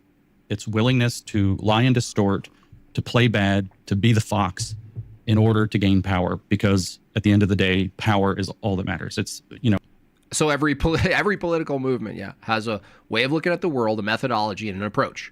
Lord Voldemort saying there is no good or evil, only power, and those too weak to seek it, which is kind of the quintessential statement of psychopathy.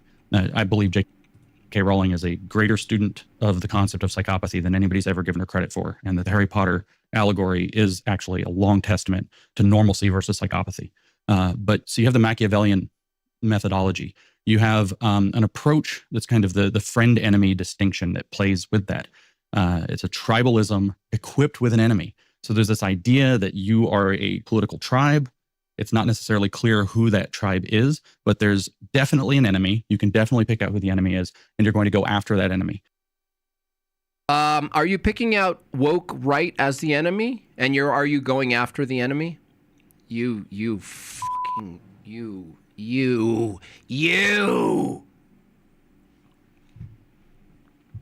So every political movement position ever. Okay, so you have a worldview and there's an enemy, and you pick out the enemy and you go after your enemy. That's what I'm getting to, Jeremy. Okay, so let me distinguish woke right for you. So what I mean by that is someone who has a worldview, has a methodology and an approach to the worldview, and they have an in-group preference. They have a coalition of people who share their view. So it's a collection of people who share a view. And that collection of people who share a view properly identify an enemy of that view, and they basically are in an ideological war.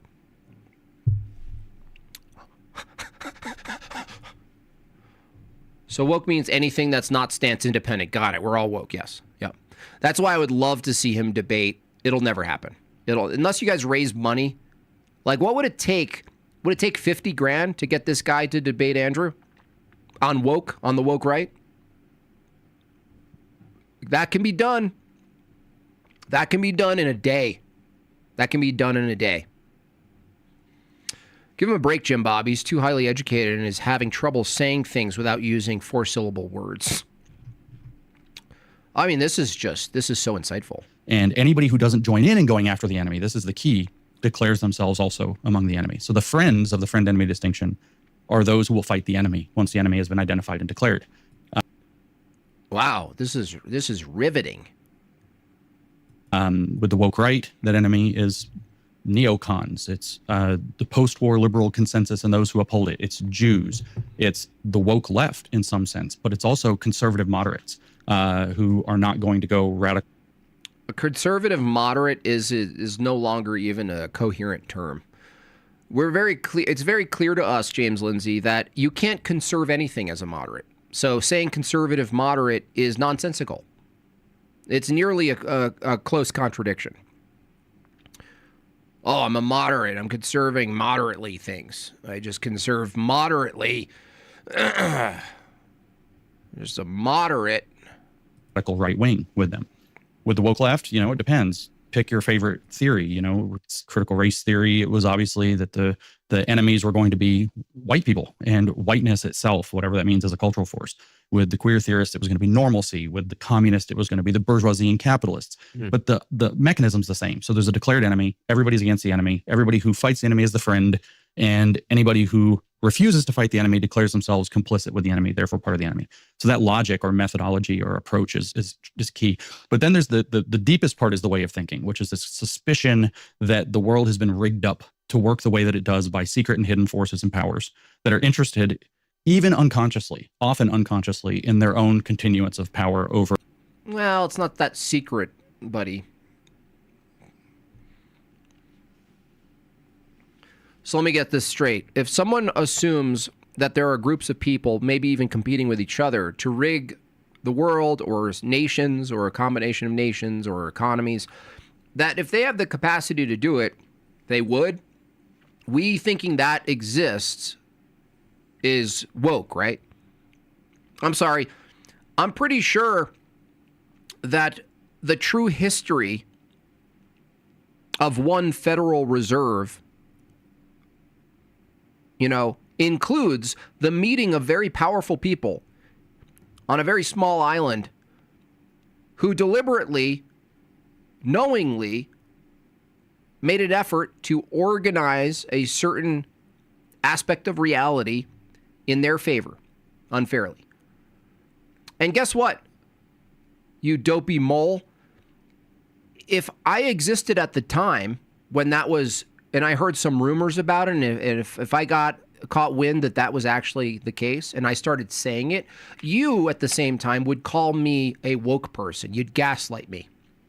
You'd say, oh, there's not groups of people and very powerful figures who have very powerful umbrellas of power under them and manipulation. They have access to academia. They have access to Hollywood. They have access to journalism. They have access to anything else, right? Entertainment industry, whatever. Intelligence, right? If they have access to those things and they meet together, meeting of the minds to control, I don't know, when a bunch of powerful people go to Davos, that's literally, they're not even hiding that they're doing it. But you're gaslighting us for thinking that there are powerful people who meet, whether it's secret or not, with the capacity to manipulate the world to their own sort of monopoly board. You think that's crazy on us? You're a gaslighting little mole. A alienated and oppressed minority group. The left sees this in terms of classes. So you have an oppressed class, the proletariat for communists, racial minorities for CRT, queer or deviant or perverse or whatever for queer theory. They use all these words for themselves. And you can go down the list. You know, there's all the, as Judith Butler herself even called it, that exasperated, et cetera, of identity classes. But on the right, they conceive of it differently. They conceive of it of the correct collective, not as an oppressed class, but as an oppressed national identity.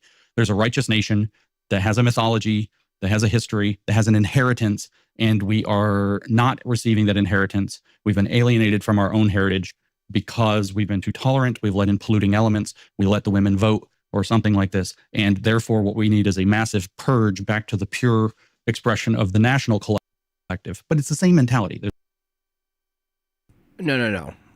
No, this is such gaslighting nonsense. This is why he won't debate anyone, because all of the things he actually listed are real things. Immigration and diluting culture and nationality and heritage is a real thing. Diluting and making a mixed hodgepodge of unrelated, incompatible languages, theologies, ethics, norms, ways of life. That's a real thing, douchebag. Oh, and then they point to like all these diluting factors, and they point to the fact that immigration runs amok and is not good for any collective nation that has a body of, let's say, a normative way of doing things. I don't know, including what language is on signs, what side of the street you drive on, what language you speak, how to operate in society, how we talk to each other. Those things get diluted, and you think the people who are going, wait a second, this is the wrong direction. They're the wrong ones?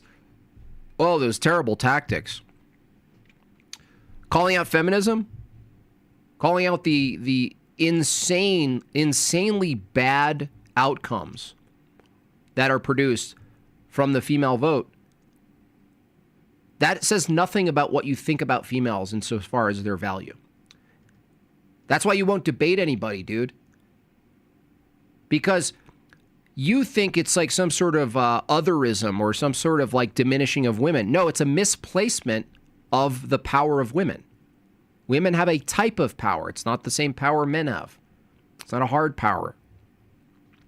Their power is their very ontology and what they're capable of insofar as having children and rearing them. They literally are the earliest teachers. They are the people who make the good children from a very young age.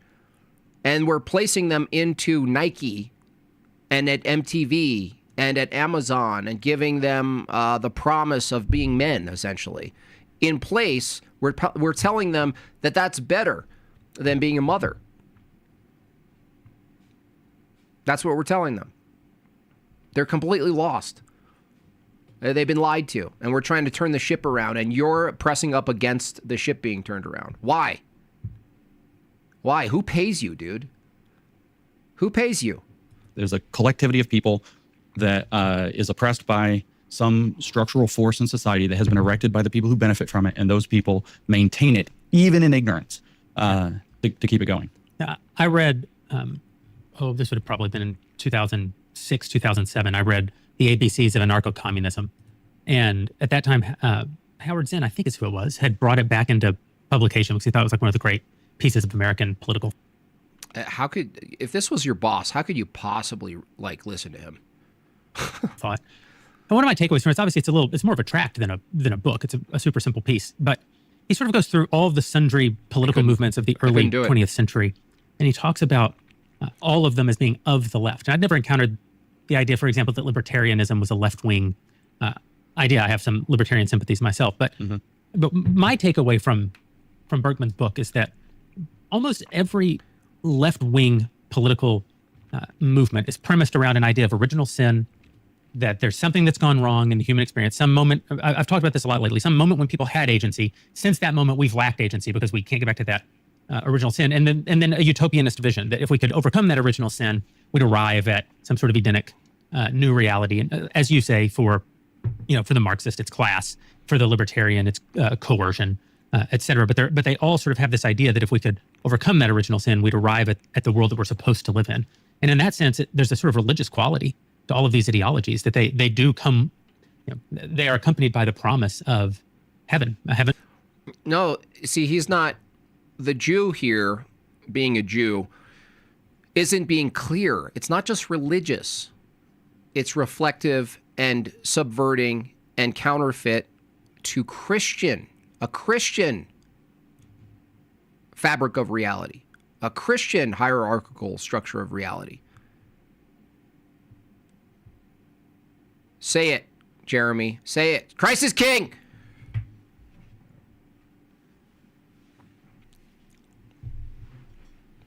Yeah. There's no escaping the church structure of reality. Congratulations. But it's not just religious. It doesn't reflect the Islamic teleology, that there is a death, that there's a fall, that sin comes into the world, that there's some pathway to defeating sin. Christ is risen. Not from this angle. No, it's reflective, but he's so ambiguous, this guy. Cool it with the anti-Semitic remarks. Purposefully leaving out.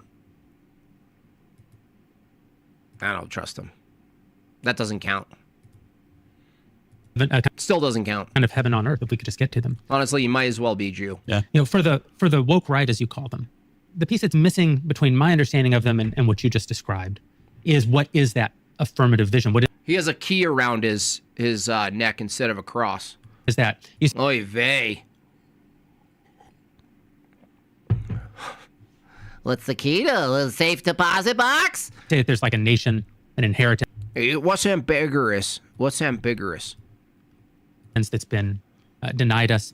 And yet, if you look at ideological movements within this piece of conservatism, like Catholic integralism as an example, the real intellectual Catholic integralist, I think the word is overapplied. I think there are a lot of Catholics who've never heard of integralism. Mm-hmm. There's a lot of Catholics who are political and therefore think that they're integralist, even though they aren't really a part of the actual intellectual movement that is Catholic integralism. But the real writers. Okay, his vision. Yeah, let's hear his vision. Forward. So what is James Lindsay's vision? I mean, I actually have this vision that matches, if we were going to play the go back game, I was reading Federalist 51 the other day, and I was thinking, this is so beyond genius that I'm awestruck at how it's probably James Madison wrote it. It's possible Alexander Hamilton. It's signed Publius. It says at the top on the official government, source site that it's James Madison or Alexander Hamilton wrote it. But it's so unbelievably genius in talking about human nature and the desire for power. This is the short version, to quote Mel Brooks, is that this is the divided powers paper. We need a federal constitution. We need a big enough people where there's ample factions and sects that will duke it out for their own interests, so that we don't have any single majority that becomes too strong and conquers everybody. But we also have to protect the government from itself, and the only way to do it is to divide the powers and pit interest against interest. The ambition of the president should counter the ambition of the legislature. The ambition of the House should counter the ambition of the Senate, the judiciary as well. Yeah. Just like a stalemate, complete. His vision, his utopian vision for a society is traffic jam, where nothing can get accomplished. Wow, great thinking. Are you thinking on your feet right now? I have a vision. I mean, it's so genius. The genius of a government that can't actually exact any of their ethical views through law and force, and everything's countering everything else. I love it. I mean, a gridlock system for a civilization. I mean, think about what we can accomplish, Jeremy. I just picture it. No direction. Pure gridlock. Stuck in traffic forever. It's beautiful. It's a vision. And so it's, you fat mole. It's pretty genius. So my vision starts... Genius. Traffic jams. In this kind of school of thought, I'm very American. In this way. I'm very common sense. You're such a narcissist pig. Realist. That we all have the ability, maybe not in equal degrees, but we all have the ability to perceive the world around us and make some sense of it. That we are often closest to our own problems and therefore have a lot of incentives, not just insight. I might not know why my toilet doesn't work at all, but... You probably don't. And someone like you, a man like you, would probably never know. You know, I have a really strong incentive to get it fixed soon, get it fixed. You mean rent a man who knows how to do it because you're not one? Cheaply, get it fixed adequately. Dude, way to tell on yourself, dude. Way to tell on yourself. You just admitted to millions of people, millions, that you're a man who can't fix his own damn toilet. I'm not calling city council. He's literally saying nothing. He's saying nothing. And hoping that I can get on a list 2.5 months from now for them to come straighten out my toilet. Either I'm going to figure out how to do it with the YouTube or I'm calling a plumber. And probably calling a plumber. And we're going to get the thing sorted out today. So I have this belief that the founders had something right, that Could it be that you probably wipe yourself with a massive mitten of toilet paper? More self-government we have, the more that people are allowed to pursue their own incentives. This is Ayn Randian bullshit. Yeah, we have that, dude. Like, how are these people not understanding this? Government is held, our offices held by people who have their own incentives. Okay? If every person just pursues their own incentives, you have a fractioned society of further contradictory intention positions and where we should go. So he's basically taking the governmental framework where this body of government has its own intentions, but it's in contrast and tension with this other one, and there's another one that's in tension, and then you extrapolate that to the individual, and now you have a multiplicity of people pursuing their own intentions without any collective knowledge of like where we're going. There's no we. This is Ayn Randian bullshit. You just pursue your own desires and you pursue your own wants and needs. Everybody is their own atomized rational being who pursues their own desires and needs. That is the greatest moral pursuit. Everybody is not connected to a fabric. There is no unifying principle. The only unifying principle is pure consumerism. That is what we have. Dude, that's what we have now. I have a vision where everybody just pursues what they want. And to add to that position, everybody gets what they desire. And inside a free market economy, which I always really like, those desires can be met in perpetuity and immediate every single second of a person's life. So the identity, if there is an identity of America, I want to get back to this idea that the very nature and identity and participation in America would be strictly materialistic, where we're all just pursuing what we want and giving people what they want. And it's just like this endless loop of cooming. I really like that. I think that's a good vision for America. You mole, get back into your little hole, mole. Not pinned down by the various other interests, government among them, but also corporate interests, sectarian interests, factional interests, party interests. The more people are able to pull back and pursue their own interests, the closer they get to the correct incentive structures that produce positive sum outcomes. You're saying nothing nonsense machine. You're not saying what's positive. You're not saying what's negative. Jeremy Boring sucks. Jeremy Boring, you suck. No pushback. Just crossing your little legs with your little pants and your little kid shoes. You're nearly 50 years old and you have kid shoes on. And you're like, oh yeah, no, this is very interesting. Not a single criterion question asked. Hey, how do you know something's positive? What are you talking about? By whose standard? If we all pursue our own interests, but I find other people who meet my interests and we collectivize and now we have an interest, you no longer talking about a system that's reduced to individual interests. Have you noticed that that's what happens? Butthead? Have you ever noticed that? That if I go, I'm going to pursue my interest, you know what my interest is? Mole face? My interest is to find other people and convince them of my interest. That's my interest. What now, bucko? You dummy? That produce prosperity and abundance for people. That's a structural answer. That's a vision for how the country should work. Yeah. Do you have a vision for what is a good society? What is... Oh, thank you. Thank you. Sorry, Jeremy. I apologize. I apologize. What is the fullest purpose of a man? What is the fullest purpose of a country? Those are two questions because a man and a country are not the Fair same. enough. But truth, justice, and peace are these foundations. Mm-hmm. So if a country is not interested in truth, you have a real problem. I'm sorry. If you're arguing people can pursue their own desires, they can pursue things that are not true. Hello?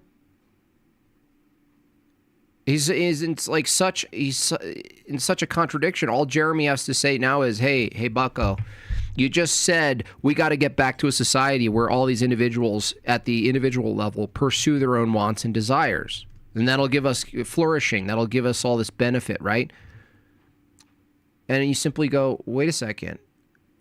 Based on what? And he says, well, no, truth, patience, and blah, blah, blah. He's just listing virtues or whatever. Well,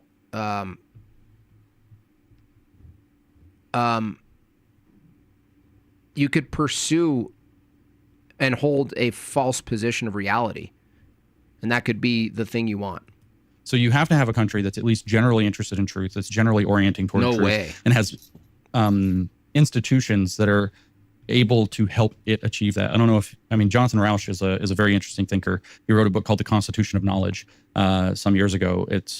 Sorry, Jonathan, I know we're kind of friends, but it's riddled with Trump derangement syndrome, in my opinion, which takes away from the otherwise brilliant epistemological presentation of the book. But he argues that there are kind of these three pieces to a knowledge. He's such a pudgy little panderer. Truth-seeking foundation that a good society would have to have. And one is that there's no final say, so every proposition is open to debate again. There's no special... That's also a contradiction. Authority. Nobody gets to walk in and say, well, I have green robes on, so you have to listen to me. That's also someone has to be a special authority to make sure that doesn't happen. And then you have to have institutions that are organized around the pursuit of truth that actually are mutual. That's an authoritative position. Someone actually has to be the authority on the truth then. I hate you. I just hate everything you are. Able to check one another. Without those three ingredients, you're not going to orient toward truth. This is exactly why you can't debate. If he debated Andrew or Jay or anyone up there who's earned the notoriety level to debate this guy, he'll never do it. You would just get, oh man, I would love to see it. I would help raise the money. I would do everything I could to get this guy in a formal setting with a moderator against either Andrew or Jay. He's just granting him so much. Jeremy's just sitting there like a George Jenko. This pudgy little wanker just blah, blah, blah, blah, blah, blah, blah, blah, blah. Intellectual, not saying a damn thing. Truth. So we have to have a functioning society that cares about truth. Justice, and this comes back to Federalist 51 and its genius. We'll say Madison, maybe Hamilton, but we'll say Madison wrote that the end of society is justice. The end of a society is justice. I think he's right. And he says that a society, once it lacks justice, will pursue it until it obtains it or until it loses liberty. It will sacrifice liberty actually on the altar of justice. So we have to have a society that's actually interested in pursuing justice, a non-corrupt society. And peace, in some sense, Gosh, he's such a charlatan weasel. Jeremy Boring knows it. If Jeremy Boring could capture the distinction between him mechanically describing something and positing an ought, that's what Jeremy was asking. Essentially, he was asking the ought. What's the good and why should we pursue it? Right? He's not answering the question. He's not answering the question. He's just rambling. That just pushes it over to justice. What's the good? Oh, it's justice and true. What's truth? The just. Look at him. What a freeze frame. I mean, no one does it better. You know, that's idealistic because even just at the simplest, there's crazy people who are dangerous. For instance, justice. 0 out of 10 on this 14 minutes left. Is that justice? No. See how easy I could say it? No, I know it's not justice. Like the lunatic who killed Irina Zora, whatever, the young Ukrainian woman, is showed, at least on the state level, not fit to stand trial. He's just a crazy person. Thank you, Vagine. That's justice. Someone poor from India sending their $5 instead of fixing their toilet that they don't have. And it doesn't mean we shouldn't do nothing about it, but if we don't do something about it, we're in a society that's not pursuing justice. Right. And we have a major problem. And we also have a society where peace isn't possible, because if there's not some mechanism to deal with that, then conflict will beget conflict. Honestly, how did this guy get to where he is? And he like really believes what he's saying. Like, this is the worst thing. Like, he really thinks he's like doing it. He's like, he's got it. He's like, oh, I'm sitting down with Jeremy Boring. This is a huge deal. I'm in a leather chair. He's in a leather couch. Conflict, and necessarily so. So that's sort of idealistic or aspirational, I suppose. But in practice, what it looks like, at least my vision, is a high trust society. Right. This is a society where there's. Yeah, that's interesting. I don't trust you, James. Why is that? The reason why people are captivated by Japan, where you can, forget your cell phone on a park bench, come back 6 hours later, and not only is it still there, but somebody cleaned it and left you a nice note and maybe a coupon to get a cup of tea for your trouble or whatever. This idea of a high trust society not only is alluring for a domesticated creature like myself, but it opens doors. It opens doors. He's literally just waffling and making stuff up.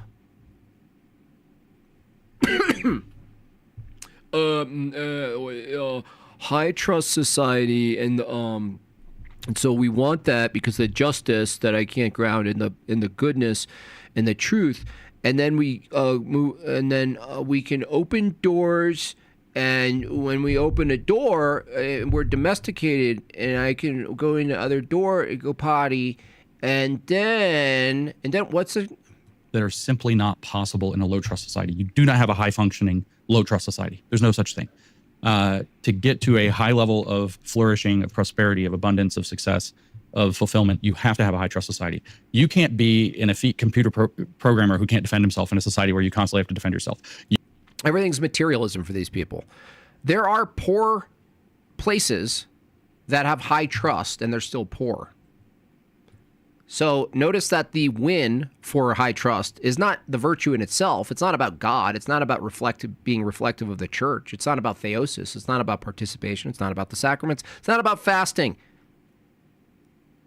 It's not about spiritual wellness. It's not about healing.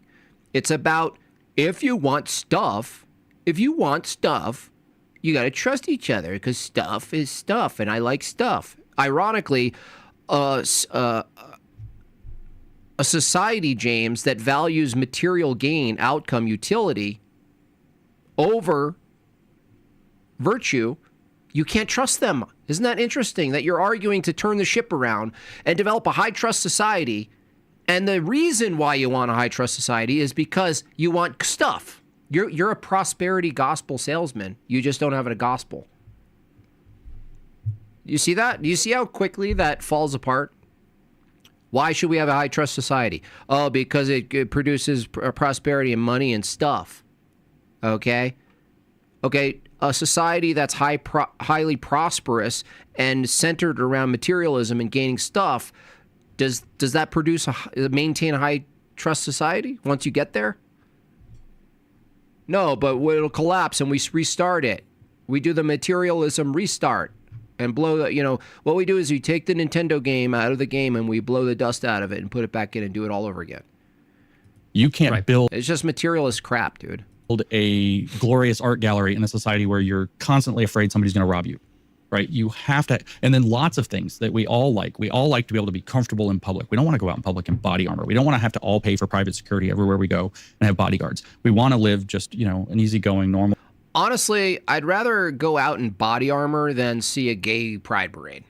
Convenient life that only exists when you have a high trust society. So we also have to have enough law and order on a structural side to help provide that. But we also have to have kind of that internal disposition to where antisocial such a nonsense behavior is rare and something that has to be dealt with. You know, other than the sort of Jeffersonian deists, the founders. Yeah, how do you know something's antisocial, James? Right? Would say that something is Christianity. That what gives us the ability for self-government is that there's something in ourself that governs us. Is it possible for a secular society to actually have self-government? Is it possible for a secular society to actually function in the way that you're describing? So this is one of my bugbears, is the word secular. I don't think we use this word with sufficient... Oh, of course. He's going to obfuscate instead of answering the damn question. He's such a little mole rat. Clarity? Okay. What do we... Thing is, what do we mean by that? I'm just going to dodge here and sync you with ambiguity and obfuscate, and I'm going to equivocate on the word secular. It means godless, you godless mole! Oh, these people suck so bad. What do we mean by secular? Do we mean that the government... It means a society comprised of people, whether they are in government or not, that are godless. Isn't choosing a particular sect over any other. In other words, a multi-sect society or he really is. Religiously pluralistic society. He's the same. It's the same being. It's the same demon.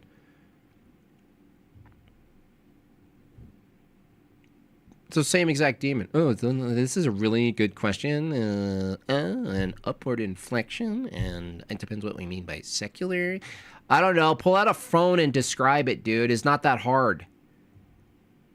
Do we need Claude in the room with you guys? That's what should happen in these interviews, honestly. They should have Claude in the room, at the table. You know, I used to be against this stuff, but now I'm seeing that's important. Someone goes, hey, Claude, what does secular mean? Let's go with that definition. Oh, thanks. I'll tell you what secular means so James doesn't waste 15 minutes trying to obfuscate the question. Well, first of all, just to appeal back to Federalist 51, that's literally the argument that Madison makes there, is that you have to have a pluralistic society in order to compete a sufficient number of factions. In fairness, pluralism in the context of the founding is a denominationally divided Christian society. Yeah, nice try, Mole. Nice try, Mole. They did not conceive of even an actualization of what a secular society in regards to rejection of God, that you're a created being. Even in a general deist sense, no. They couldn't imagine what they're seeing now. I mean, if you took one of the founding fathers and transported them today and they saw Hoc Tua, and they asked, what does Hoc Tua mean? They may have burned half of the documents right there and then.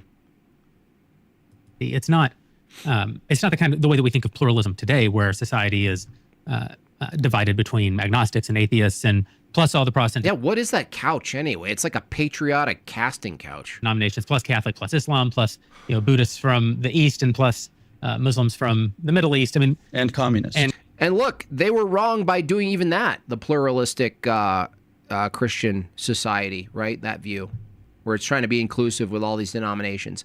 They had a piece, they had tiny pieces of the pie. They had some ingredients, but if you're Orthodox, you got to kind of face the music and be like, you know what, America, technically speaking, being rigid, wasn't actually founded by any true Christian doctrine at all. In fact, maybe the people in America closest to being Orthodox may have been Native Americans. Who the base people were, the Native Americans who were converted. But this is why it's a hard topic, because the right-winger who is properly Christian might want to colloquially argue for Christianity being at the core, the source of the America and its identity and its documents and its assumptions. And it's like, no, it's just there's a borrowed Christian philosophy. There's a couple of borrowed Christian distinctions, but they were ambiguous with who God was, the creator. They were ambiguous, not so ambiguous. Some had to, at the state level, I believe there were tests to, you had to affirm the Trinity and so forth, which is, to me, is obviously more base than not. But I think that it's a failure from the start, that it only takes time for that system to fail because it's rooted in a rejection of a one true church with the rigidity that it actually does have. But they didn't have access to it. So they went with what they had. Which is a religion. The most relevant piece of the story.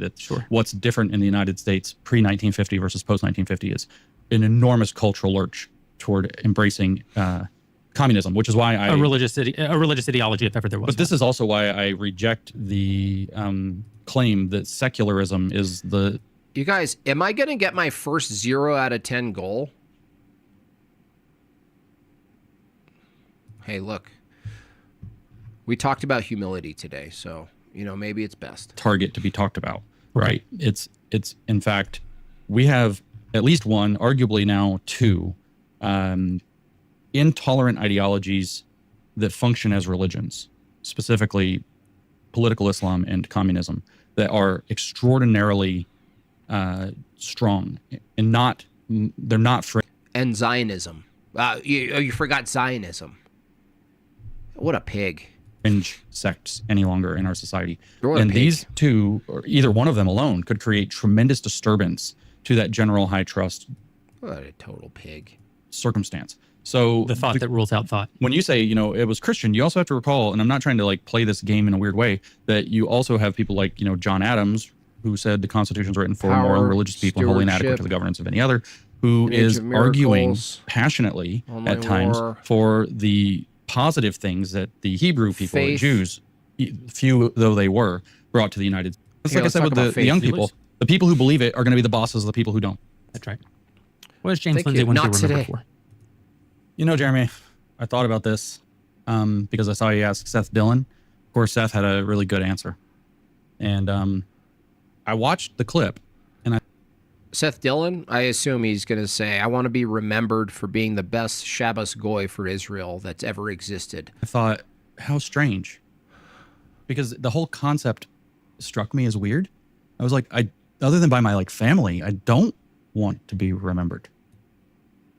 Ugh. Unbelievable. I'm so disgusted right now. I'm truly disgusted. Wow, that's so unique. What a unique take. Wow, you're so non-important, James Lindsay. Wow. Thanks for helping me get to orthodoxy. This past Sunday was my third Divine Liturgy. Awesome, H-Town. I'm glad you're loving it. Keep going. Keep going. Get baptized. It just keeps opening up. It's beautiful. It's difficult. That's awesome, dude. What a big fat liar he is. Oh, I just don't want to be remembered for anything. I mean... And then I started thinking about how really weird that is. Is this nihilism? I need to go read Nietzsche. What's happening? It's because I don't actually care what I'm remembered for. I don't have this drive of infinity or eternity at all. But then I started thinking, and it struck me, when I was in college, a lot of people don't know this about me. I joined a fraternity, one of the social Greek organizations, and I was the chaplain, which is... You were the chaplain? For 3 years, right? So I was only in college for 4 years. So there's my first year before I could be an officer, and then I was a chaplain for the rest of the time. Thank you, former ex. So I was the chaplain. And among other things, the chaplain is in charge of, the fraternity ritual rites or whatever, the initiations. And so I felt it was my responsibility to be vastly steeped in this literature for the fraternity. And the fraternity was actually founded by Baptist ministers. So there's a lot of Bible in it. And so I actually... Were you a believer at the time? Yeah, but in that kind of generic American way that wasn't denomination. I didn't go to church. My roommate was the son of a Presbyterian minister. We did Bible studies kind of regularly. Mm-hmm. I would have said generally yes, but it wasn't like I was practicing properly. I always mention this. The intellectuals always claim that, the commies and the totalitarians, they want to throw the intellectuals in the gulag. And they always say, of course, an intellectual would say it this way. They'd say, well, yeah, and the reason why they go after us, thank you for your taxes, is because we're dangerous. The reason they go after the intellectuals like us is because we can show and expose their intellectual transgressions, and that's dangerous. And it's like, imagine a Viking thinking that. Like, you tell a Viking that. You tell people who just go village to village and pillaging, and that's their reality. They're not intellectualizing anything. Oh, I'm going to undermine your philosophy, Viking. You'll see. That's why you don't like me. No. Now I understand. Now I understand the authoritarian position, the inclination, the proclivity to go after intellectuals. It's not because they're threatening. It's because they're annoying. It's because they don't make anything. They don't offer anything. They don't do anything. Oh, you're just doing this because I'm so smart and scary. You're scared of me. No. It's because you don't know how to change a tire. It's because you can't weld. What are you going to do? Oh, let's split up the work. You, big burly man, you get the logs and chop them up. You over there. What are you good at? I'm good at building. I'm going to build the tent and everything and build a shelter. Great. What are you going to do? Oh, I know how to fish. I know how to make a net even. Okay, James, what are you going to do? I'm actually thinking of studying basically what the collective versus the individual philosophies are in the group. And I'm working on a book on a couple of tablets. I found some rocks that are flat, and I'm going to be chalking them, and I'll give you guys a presentation when you guys are done doing all the work. No. We're going to either eat you or throw you in the ocean. This is that ambiguous American yes of the 1990s, I guess. But anyway, I mean, this is where I learned about the parable of the talents. It was actually part of the thing. But there's this line. Yeah, what's your talent, bro? Speaking of the parable of the talents, don't hide your talents in the dirt. What is yours? That I took from that. Oh, me? I'm just a thinker. I think, and then I articulate my thoughts into sound that you guys hear while you're working. When's dinner? P.S. When's dinner? Dude, I should mog him with an animation like that. Oh, they all show up, right? They all show up ashore from a crash. Hi, I'm James. What are you guys doing? Oh, no, I don't know how to do that. What? And I've thought about it. I bring up the college thing because they would have been 18, 19 years old that I came into contact with this. Yeah, it's more like get rid of the dorks first. Yeah, that's what it is. I used to believe the other alternative. I used to think, oh yeah, no, that does make sense. The smart people who can figure it out and voice it, that's scary. They might make a pamphlet.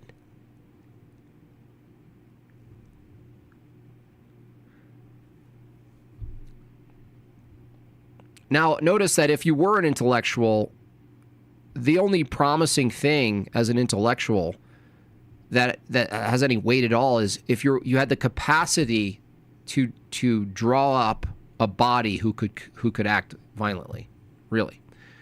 So they get a tiny bit of credit for propaganda or like rhetoric or crafting like sort of like communities and doing that stuff. Intellectuals could play a part there. But it just shows that it's all useless if you don't have any body of force, right? Because what's a rebellion? Was there ever a rebellion where you overcame the oppressive force that had the guns and the will and the bad philosophy, if that's the case? Was it ever overturned because of an essay? Was it ever overturned because of a grievance or a protest with signs or some modern dance interpretation protest on the train? No, never.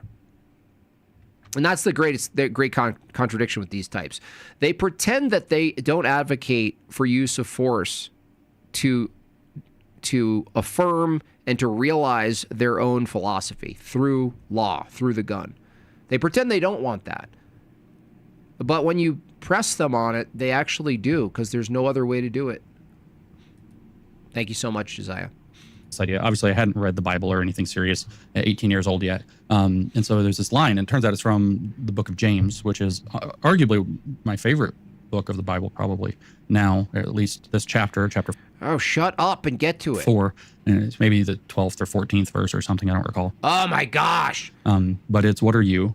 You are but a mist seen for a while and then dispersing. And I see myself, I think that's really always resonated with me, like this memento mori. Like, remember, you will die. You are but a mist that's seen for a while and then dispersing. Ooh, you're a mist. You're not made in God's image, right? Why? The irony of using the Bible, right?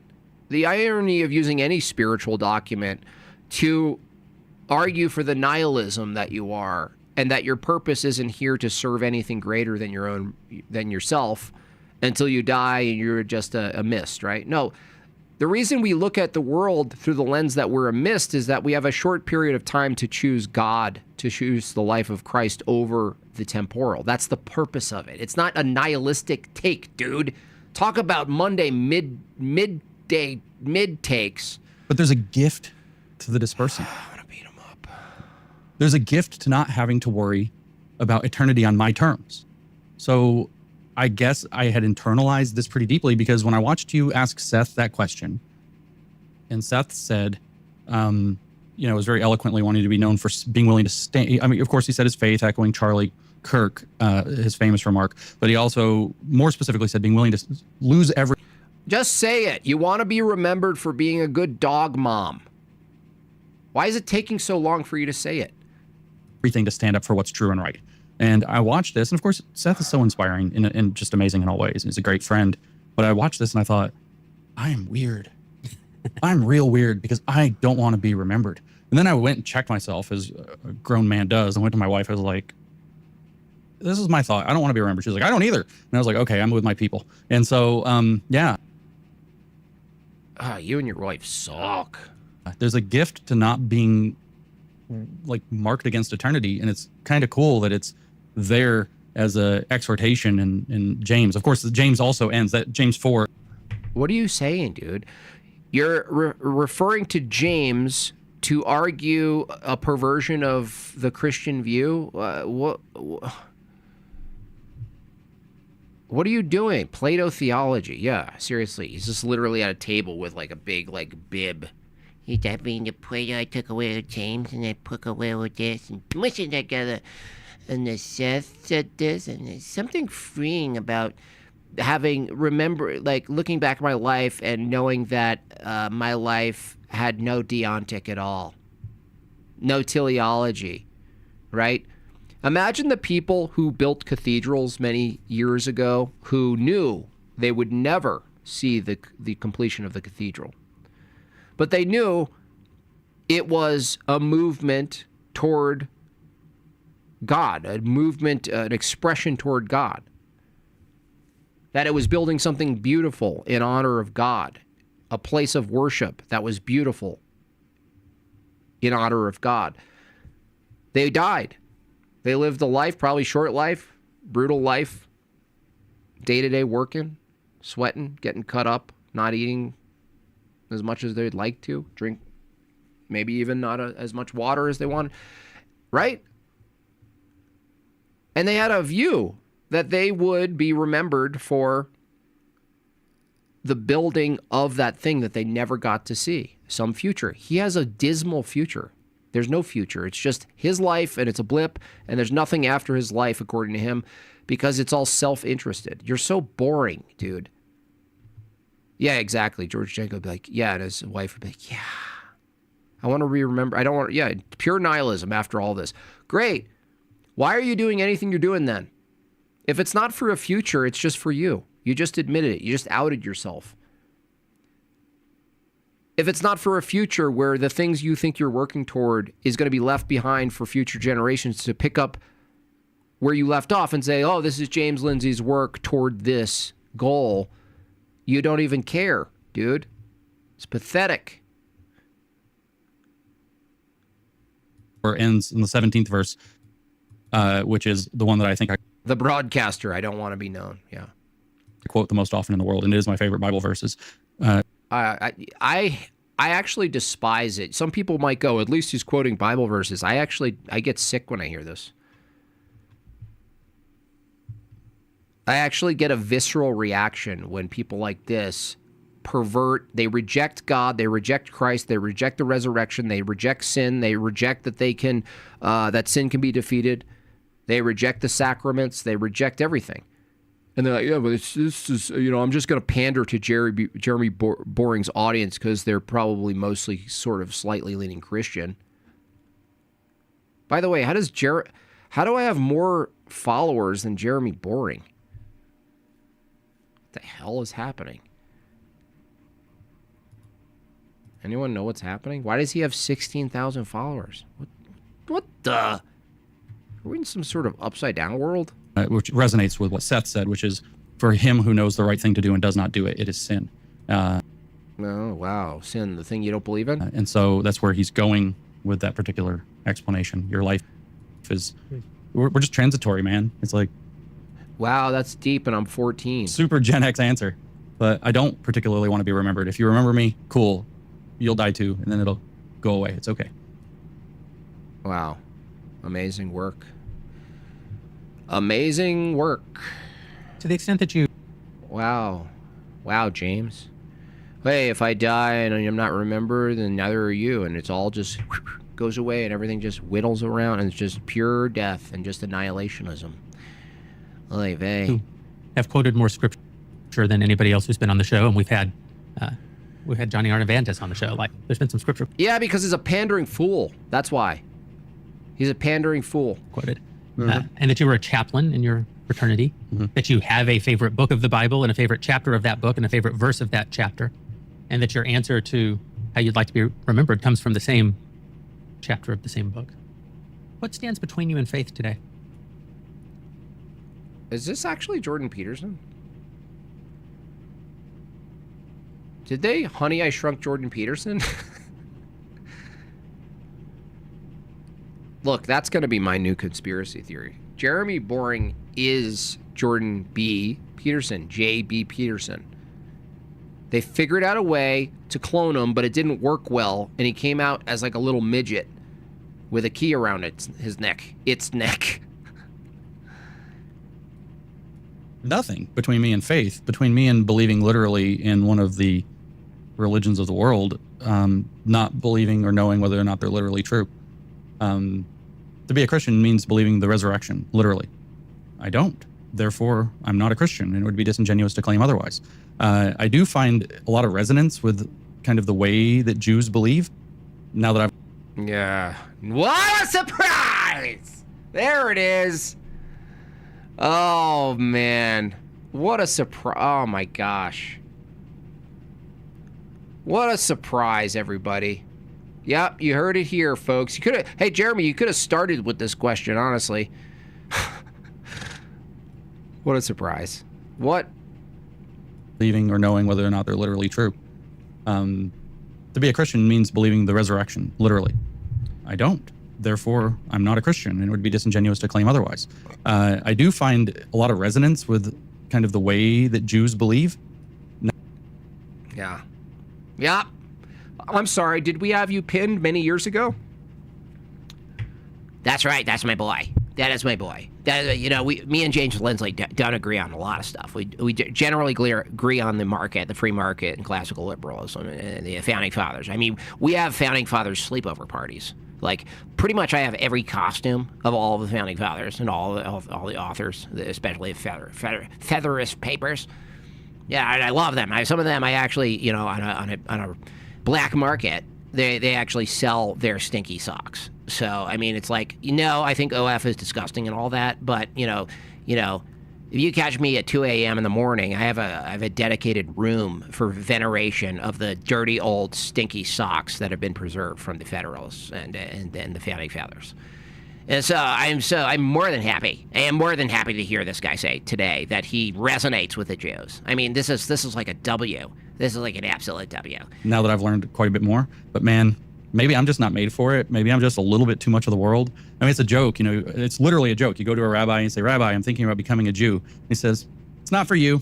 And you're like, no, I really think it is. It isn't, you know? And so, I don't want to keep their mitzvot. I don't want to do it. 630, like some of them, like I don't have any interest in murdering people, or even like, I get it even with hunting, right? You hunt for food, you hunt for sport, but you don't murder. You don't just kill to kill. Like that's psychotic, right? So there's some of them, but like. Wait, what? Are you saying that's one that really pushed you away, is like they don't allow you to just kill to kill? I mean, that really landed the wrong way. I'm not going to stop eating oysters or whatever and think that this somehow brings the light of God into the world. No shade, but I'm just not going to do it. And so nothing, actually. I would say actually. Don't worry. I mean, it's not a big problem. You could be what's called an honorary Shabbos goy, where you do the work for us. You do the work for Israel. You do the work for the Jews. And you're sort of an honorary Jew. You're like a little J.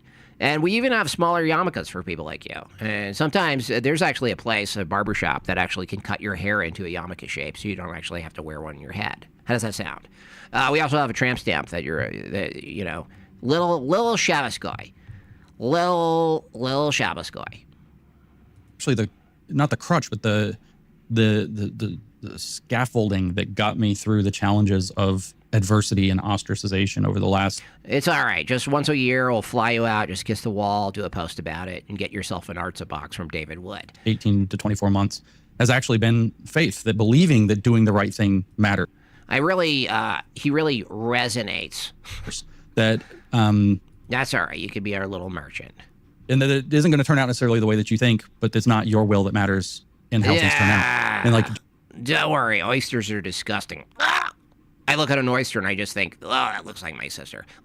Just surrendering to that, but also that it being a confidence in that which is unseen. The unseen, the unknowing, the not knowing, the agnostic part of it is actually crucial to the way that I conceive of faith. But this is why I'm fluid. The substance of things hoped for, things not yet seen. That's right. This is why I'm fluid enough to say that I'm confident. You're fluid enough?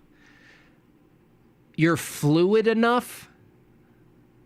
To say I can have faith in liberty, that we keep covenant with liberty and have its blessings. Keep covenant with liberty? Oh, you should be arrested. You know, God forbid I'm ever the king. A covenant with liberty? Okay, yo, dude, you're straight up, you're a satanic Shabbos goy. Who's woke now? A covenant? You're fluid and you want a covenant with liberty? Oh, man. I can't imagine it got worse. That was like an hour. I was like, it can't get worse than that. He ends with the worst. Who's liberty? Who are you in a covenant with? You know what? You know what it means to be in a covenant with liberty? To be in a covenant with yourself. You little mole.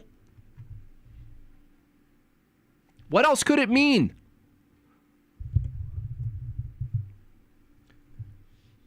And these are the people influencing. These are people, charging the direction of America.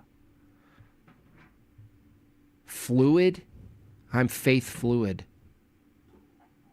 You're the epitome of like the trans, but it's just about intellectual. It's not about sex or gender. It's about philosophy. You're trans philosophy. You're a trans Jew. You're a trans nihilist. You're fluid.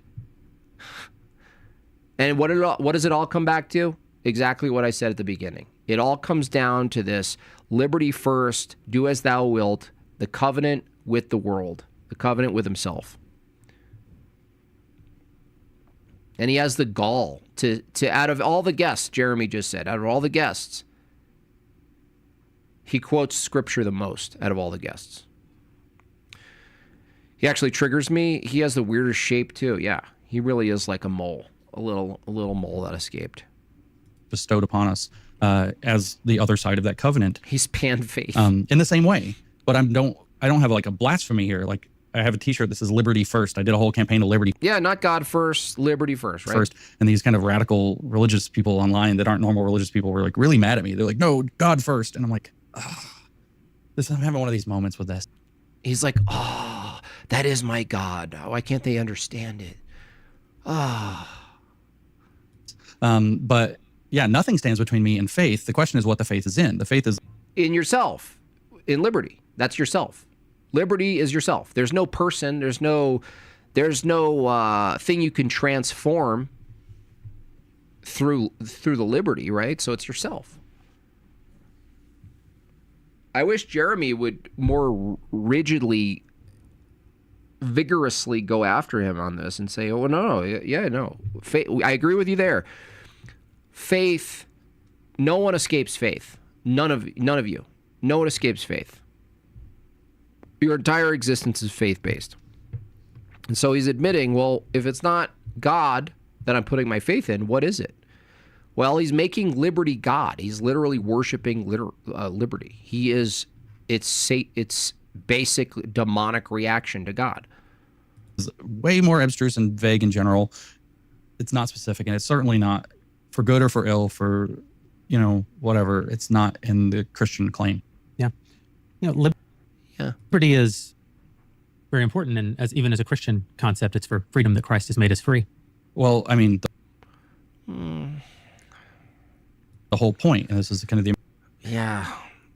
It's also bothersome when people just quote mine and they're never like, well, yeah, no, that applies. Yeah, no, it'll make you free. Even if, this is such a disservice from Jeremy, right? You're pandering and you're not helping correct him, bro. You got a person in there, I don't know if you're friends with him, Jeremy Boring, but he just gave you something that he's saying is his God, and you affirmed it through Scripture. Oh, yeah, well, you know what? I know that word, free, and so I'm going to just quote mine, and there you go. There you go. Yeah, we see that too, even though we're talking about completely different things.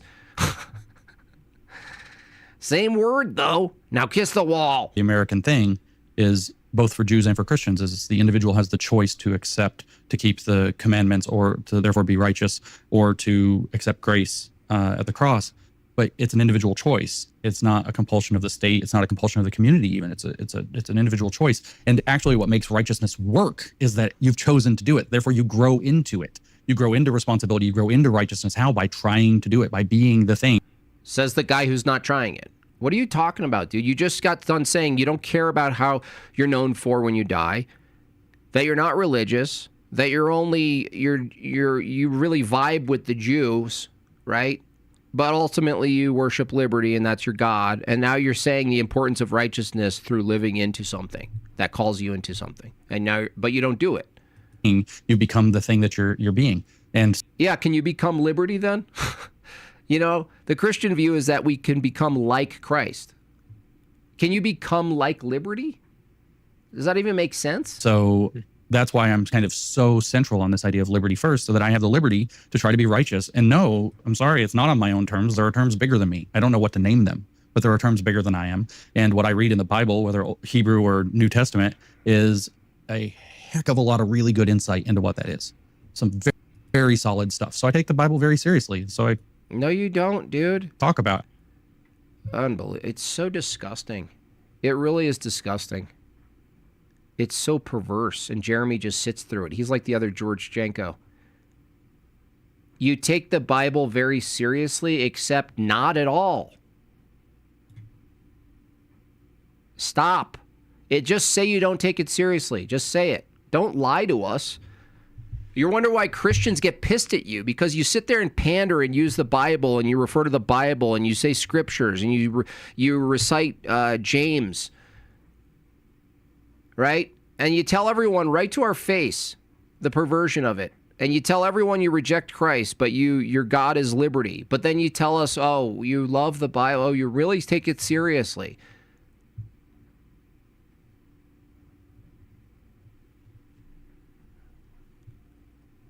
I quote it, I talk about it, I reference it, I make it a part of my life as a regular occurrence. Like, I watch your show, and the next thing you know, I'm thinking, why do I believe this crazy thing that I thought? And the answer turns out to be, oh yeah, well, from college, one of my favorite scriptural references was effectively memento mori.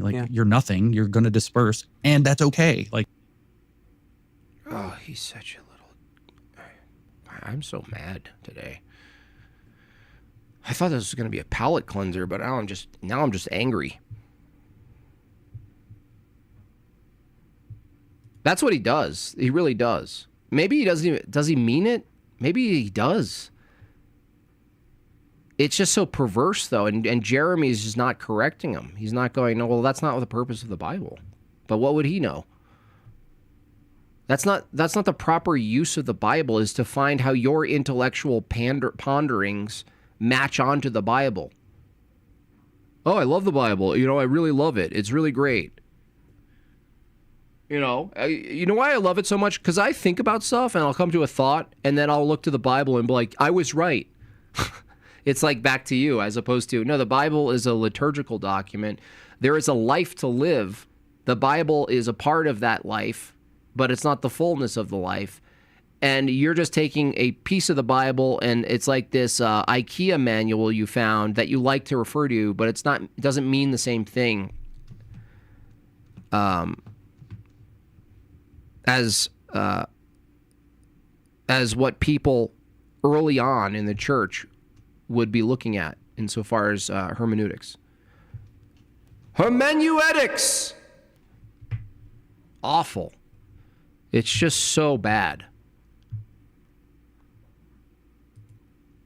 Unfortunate.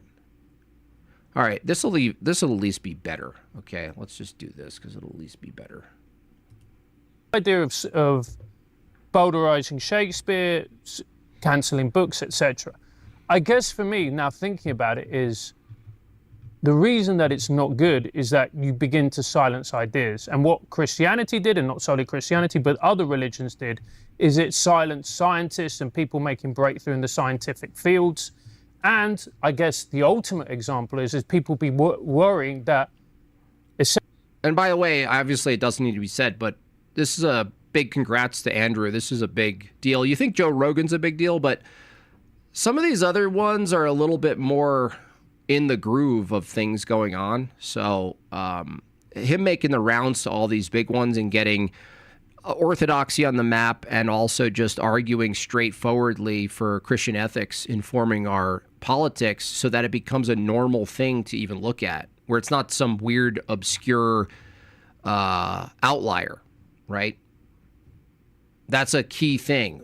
For the future, for people to look not only as orthodoxy, not as something that's just hiding in the shadows, but also the stance that law be informed by Christian ethics, to not be an outlier position, would be key if there is any turning around the West sinking ship. Eventually in schools is we'd be back to teaching creationism, for example. So what? If certain Christians were in charge and presenting creationism as fact. So what? Why couldn't you just have a compromise there where you said, okay, you can learn either, or you can learn neither? Wait, did he say evolution? Hold on. And Hold is on a that second. you begin to silence ideas. And what Christianity did, and not solely Christianity, but other religions did, is it silenced scientists and people making breakthrough in the scientific fields. And I guess the ultimate example is people be worrying that essentially in schools is we'd be back to teaching creationism, for example, if certain Christians were in charge and presenting creationism as fact. Why couldn't you just have a compromise there where you said, okay, you can learn either, or you can learn neither? That should be up to the parents, don't you think? The education standards for their kids. Why should that be up to the state? Do you think the state should have control over that? Now he's pressing, regardless of what Andrew might think of this, he's pressing it back to their view right now, because ultimately they would say, no, I wouldn't. I would say yes. I'd say, hell yeah. I would love it if the state banned teaching a nonsensical, unsupported view that you were a fish. I would love the state to ban basically Dr. Seuss for biology. Absolutely, I would. I would do it. Or do you think the parents should?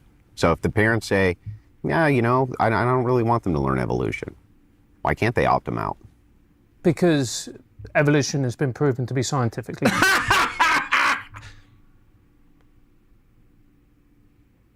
Now it's not Andrew's wheelhouse, and it's not the time. It takes a lot of time. He's not going to divert. No, so don't be upset if he goes, well, no, that's not it.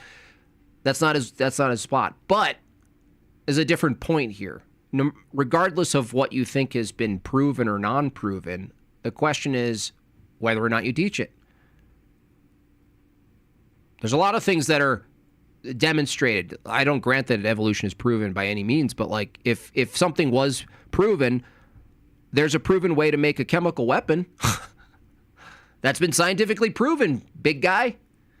Should we teach it because it's been proven? That's not even a good reason. Correct. That's not your business, what people do with their kids' education. That's their business, right? Okay, well then why can't I raise my child to be a jihadist? So you're going to raise your kid to blow people up? No, but I mean, in a sense, that's what it comes down to, right? What it comes down to is that our education system, not just the education system, but even entertainment, free speech, what constitutes art, what constitutes decency in public, what you can wear and not wear. We pretend like these things aren't dictated. Of course they're dictated. They are dictated. By whom? If I'm a Christian, on what basis, according to the current system, on what basis would a Christian not be able to collectivize, populate the government, influence legislation, and ultimately the way laws are judged to determine whatever we wanted? I don't understand. That's what's so funny, is it's completely consistent with secularism. The secular view is consistent with Christian nationalism. That's the ultimate defeater. Isn't that wild?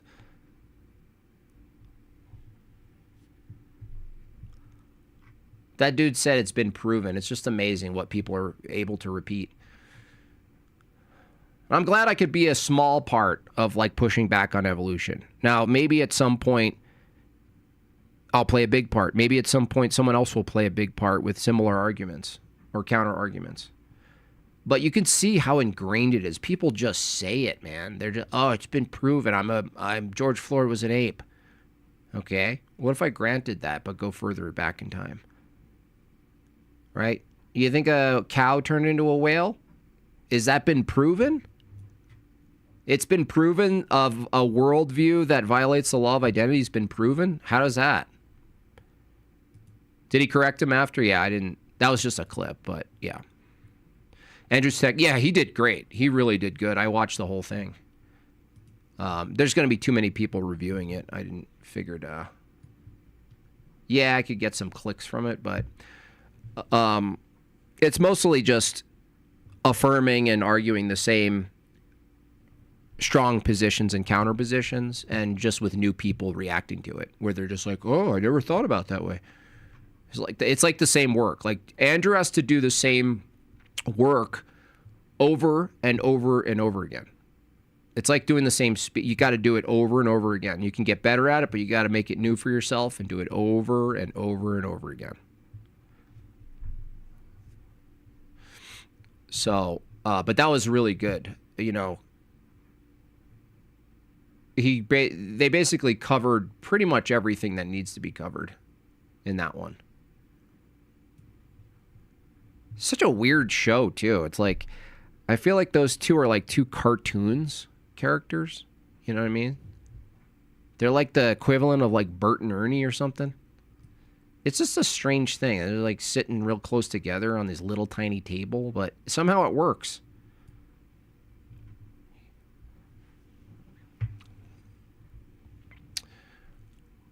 Somehow it just, it works for their show, but.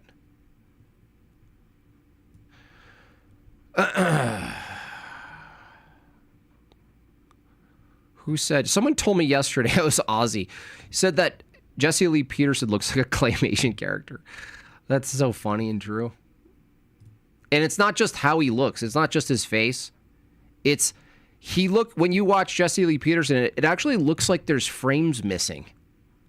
Like, how is that even possible? Yeah, it's like Pinky in the Brain. Yeah, it's not quite Beavis and Butthead. It's more like subtle. It's more like Pinky in the Brain, or Ren and Stimpy maybe. Something like that.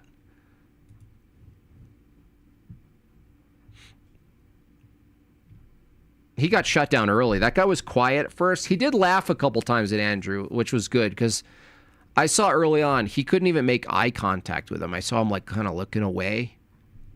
He was like, he did giggle at something Andrew said, which was good.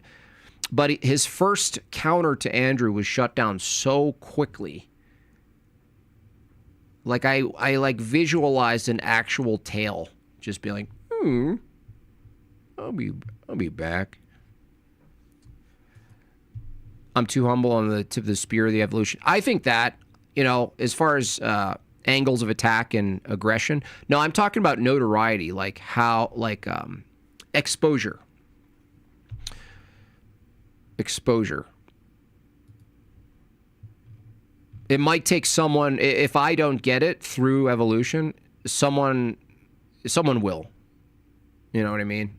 And that's all I can hope for is someone actually does. Because it is just so, people need to see it batted down like hard at large scales though.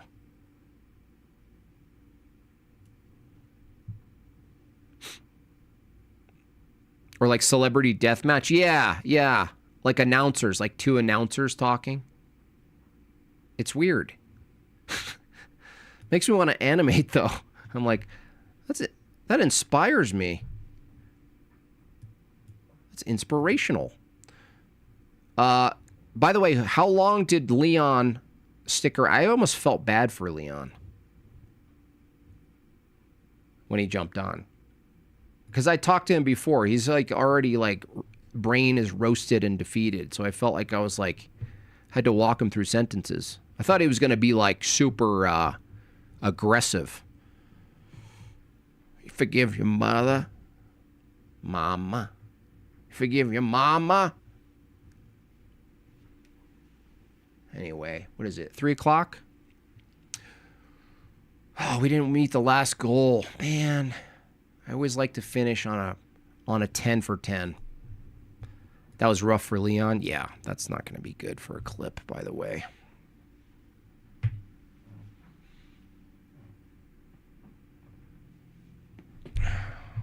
MDB. So who's live? Who's live? Wait, someone's live right now? Didn't say Ken Ham is? Wish you hadn't kicked him. I didn't. I left. I actually, you could have went back and witnessed it.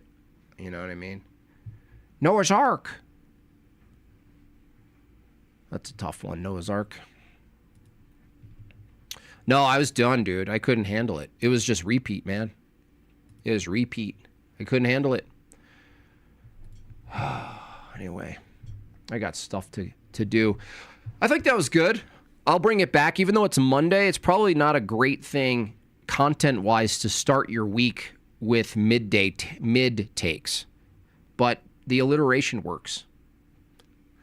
So I'll see if I want to keep it or not. But I like mid-take Mondays. So let's get to that 10 out of 10. Well, a couple things came after, okay? So that's good. All right, don't worry about it. I'm not going to start a new goal. I mean, I could if you guys did it real quick. Look, I'll give it a shot.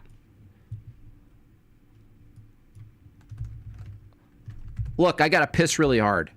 Last goal, so JB can pee. See? Little leverage there. For real, I got to piss myself.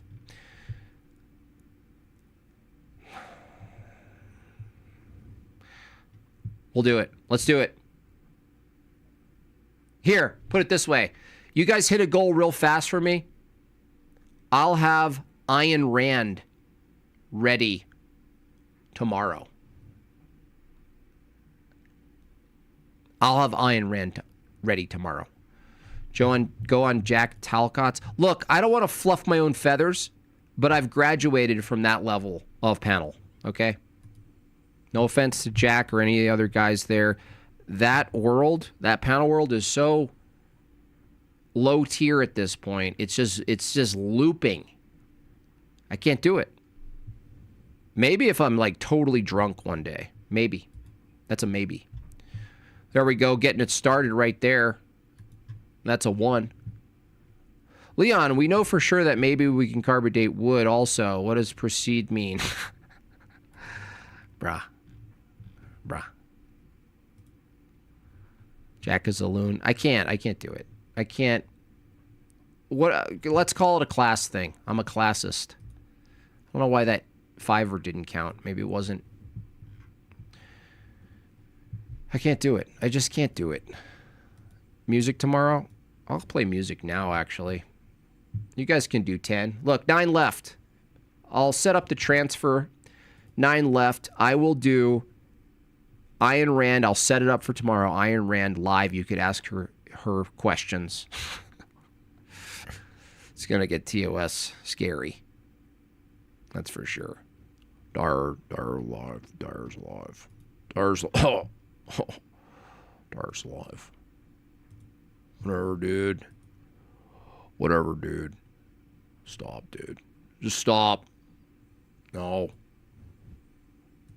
it's dumb. Rand makes me not want to super chat. Yeah, maybe not. Oh, you could pay to not have Rand on. Depending on what the super chat is. Yeah, for my bladder. Seriously holding it in.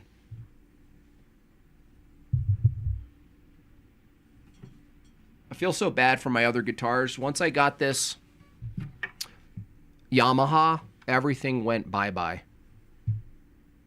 Hey, guys. Sorry about that. You have your mountain? Yeah, let's play a song or two. You guys earned it. You earned it. That's amazing. Posh, yeah, I said hello to Posh. He got back on the internet.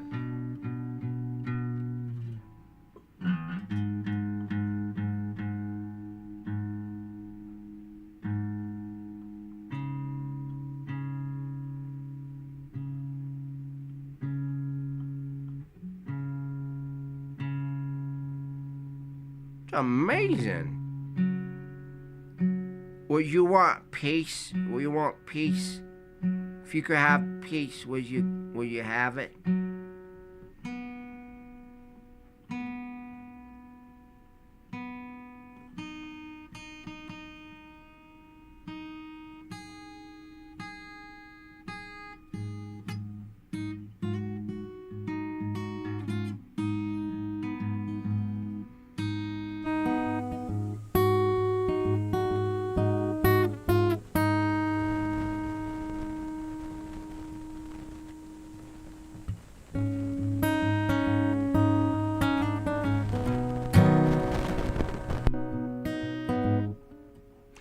Why do you evolve from not needing a bladder to needing one? Yeah. Yeah, what was peeing before a bladder?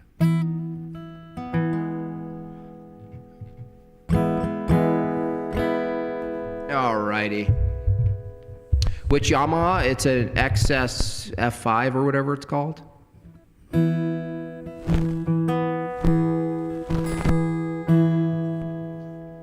Still not totally. It's close, but it's not totally in tune.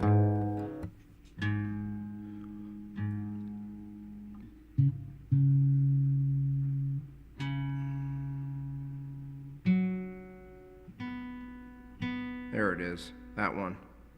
You little bee. You bee. You nasty little bee. I see ya.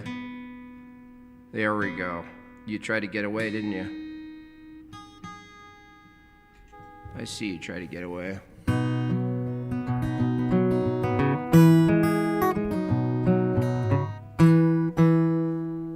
Still sounds off.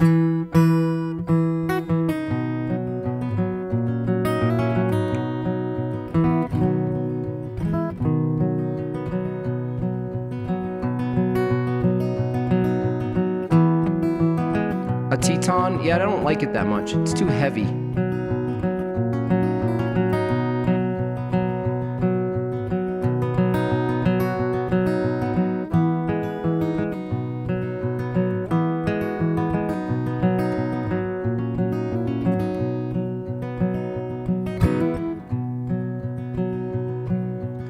Early in the evening, I'm yelling to the sky. Well, I swear I've seen the second sun, I'm telling you no lie. Like a pair of burning eyes staring at me from afar. Thought I'd chase them down, so I hopped on in my car. And as I turned the key, I looked and they were gone. Don't know what I seen, but something's going on.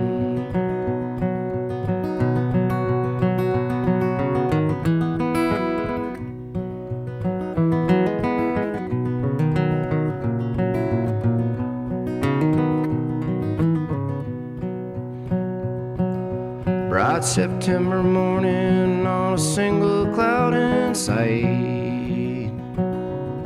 Ground Zero's calling for a non-existent flight. Like a double game of Jenga, they came tumbling to the floor. Something had to justify a 25-year war.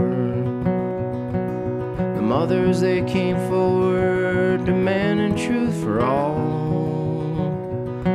Anyone with a half a brain would know that's not how buildings fall. You can lie to me, I got eyes to see. You're playing hide and seek with my mind. You can call me crazy anytime.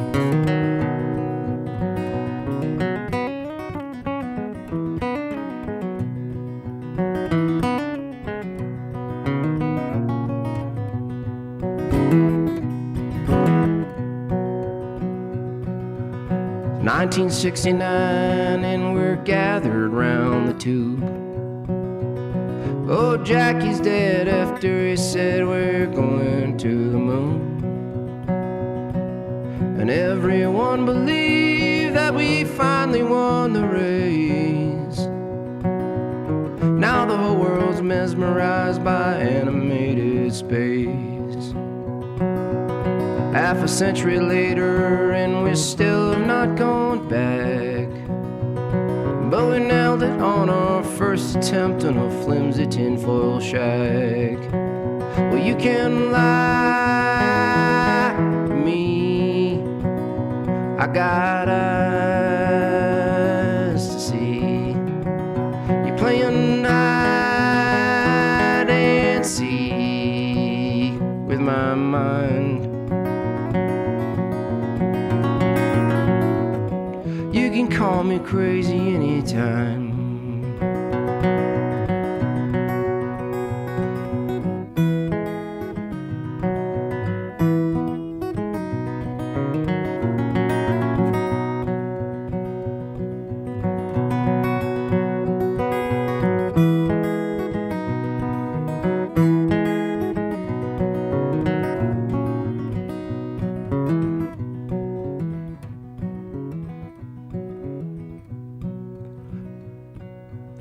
Now I'll go outside and I'll see zombies everywhere,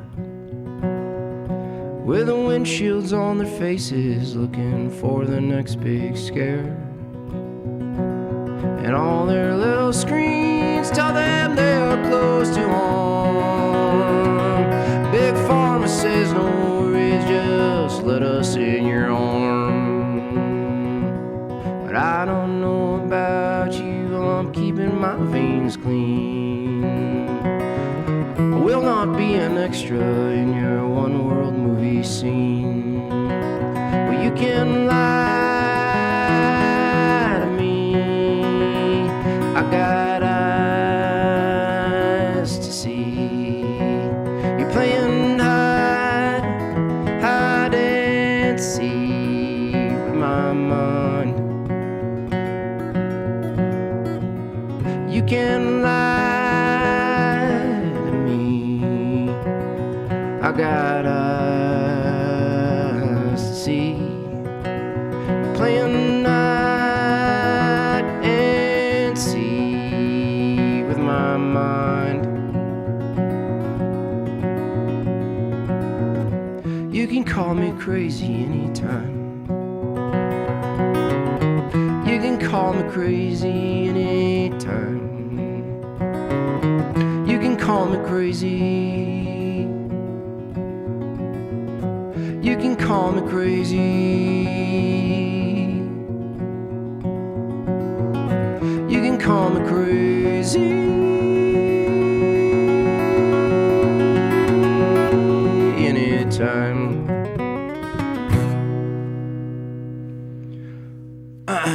You can actually purchase that song somewhere. iTunes? My website?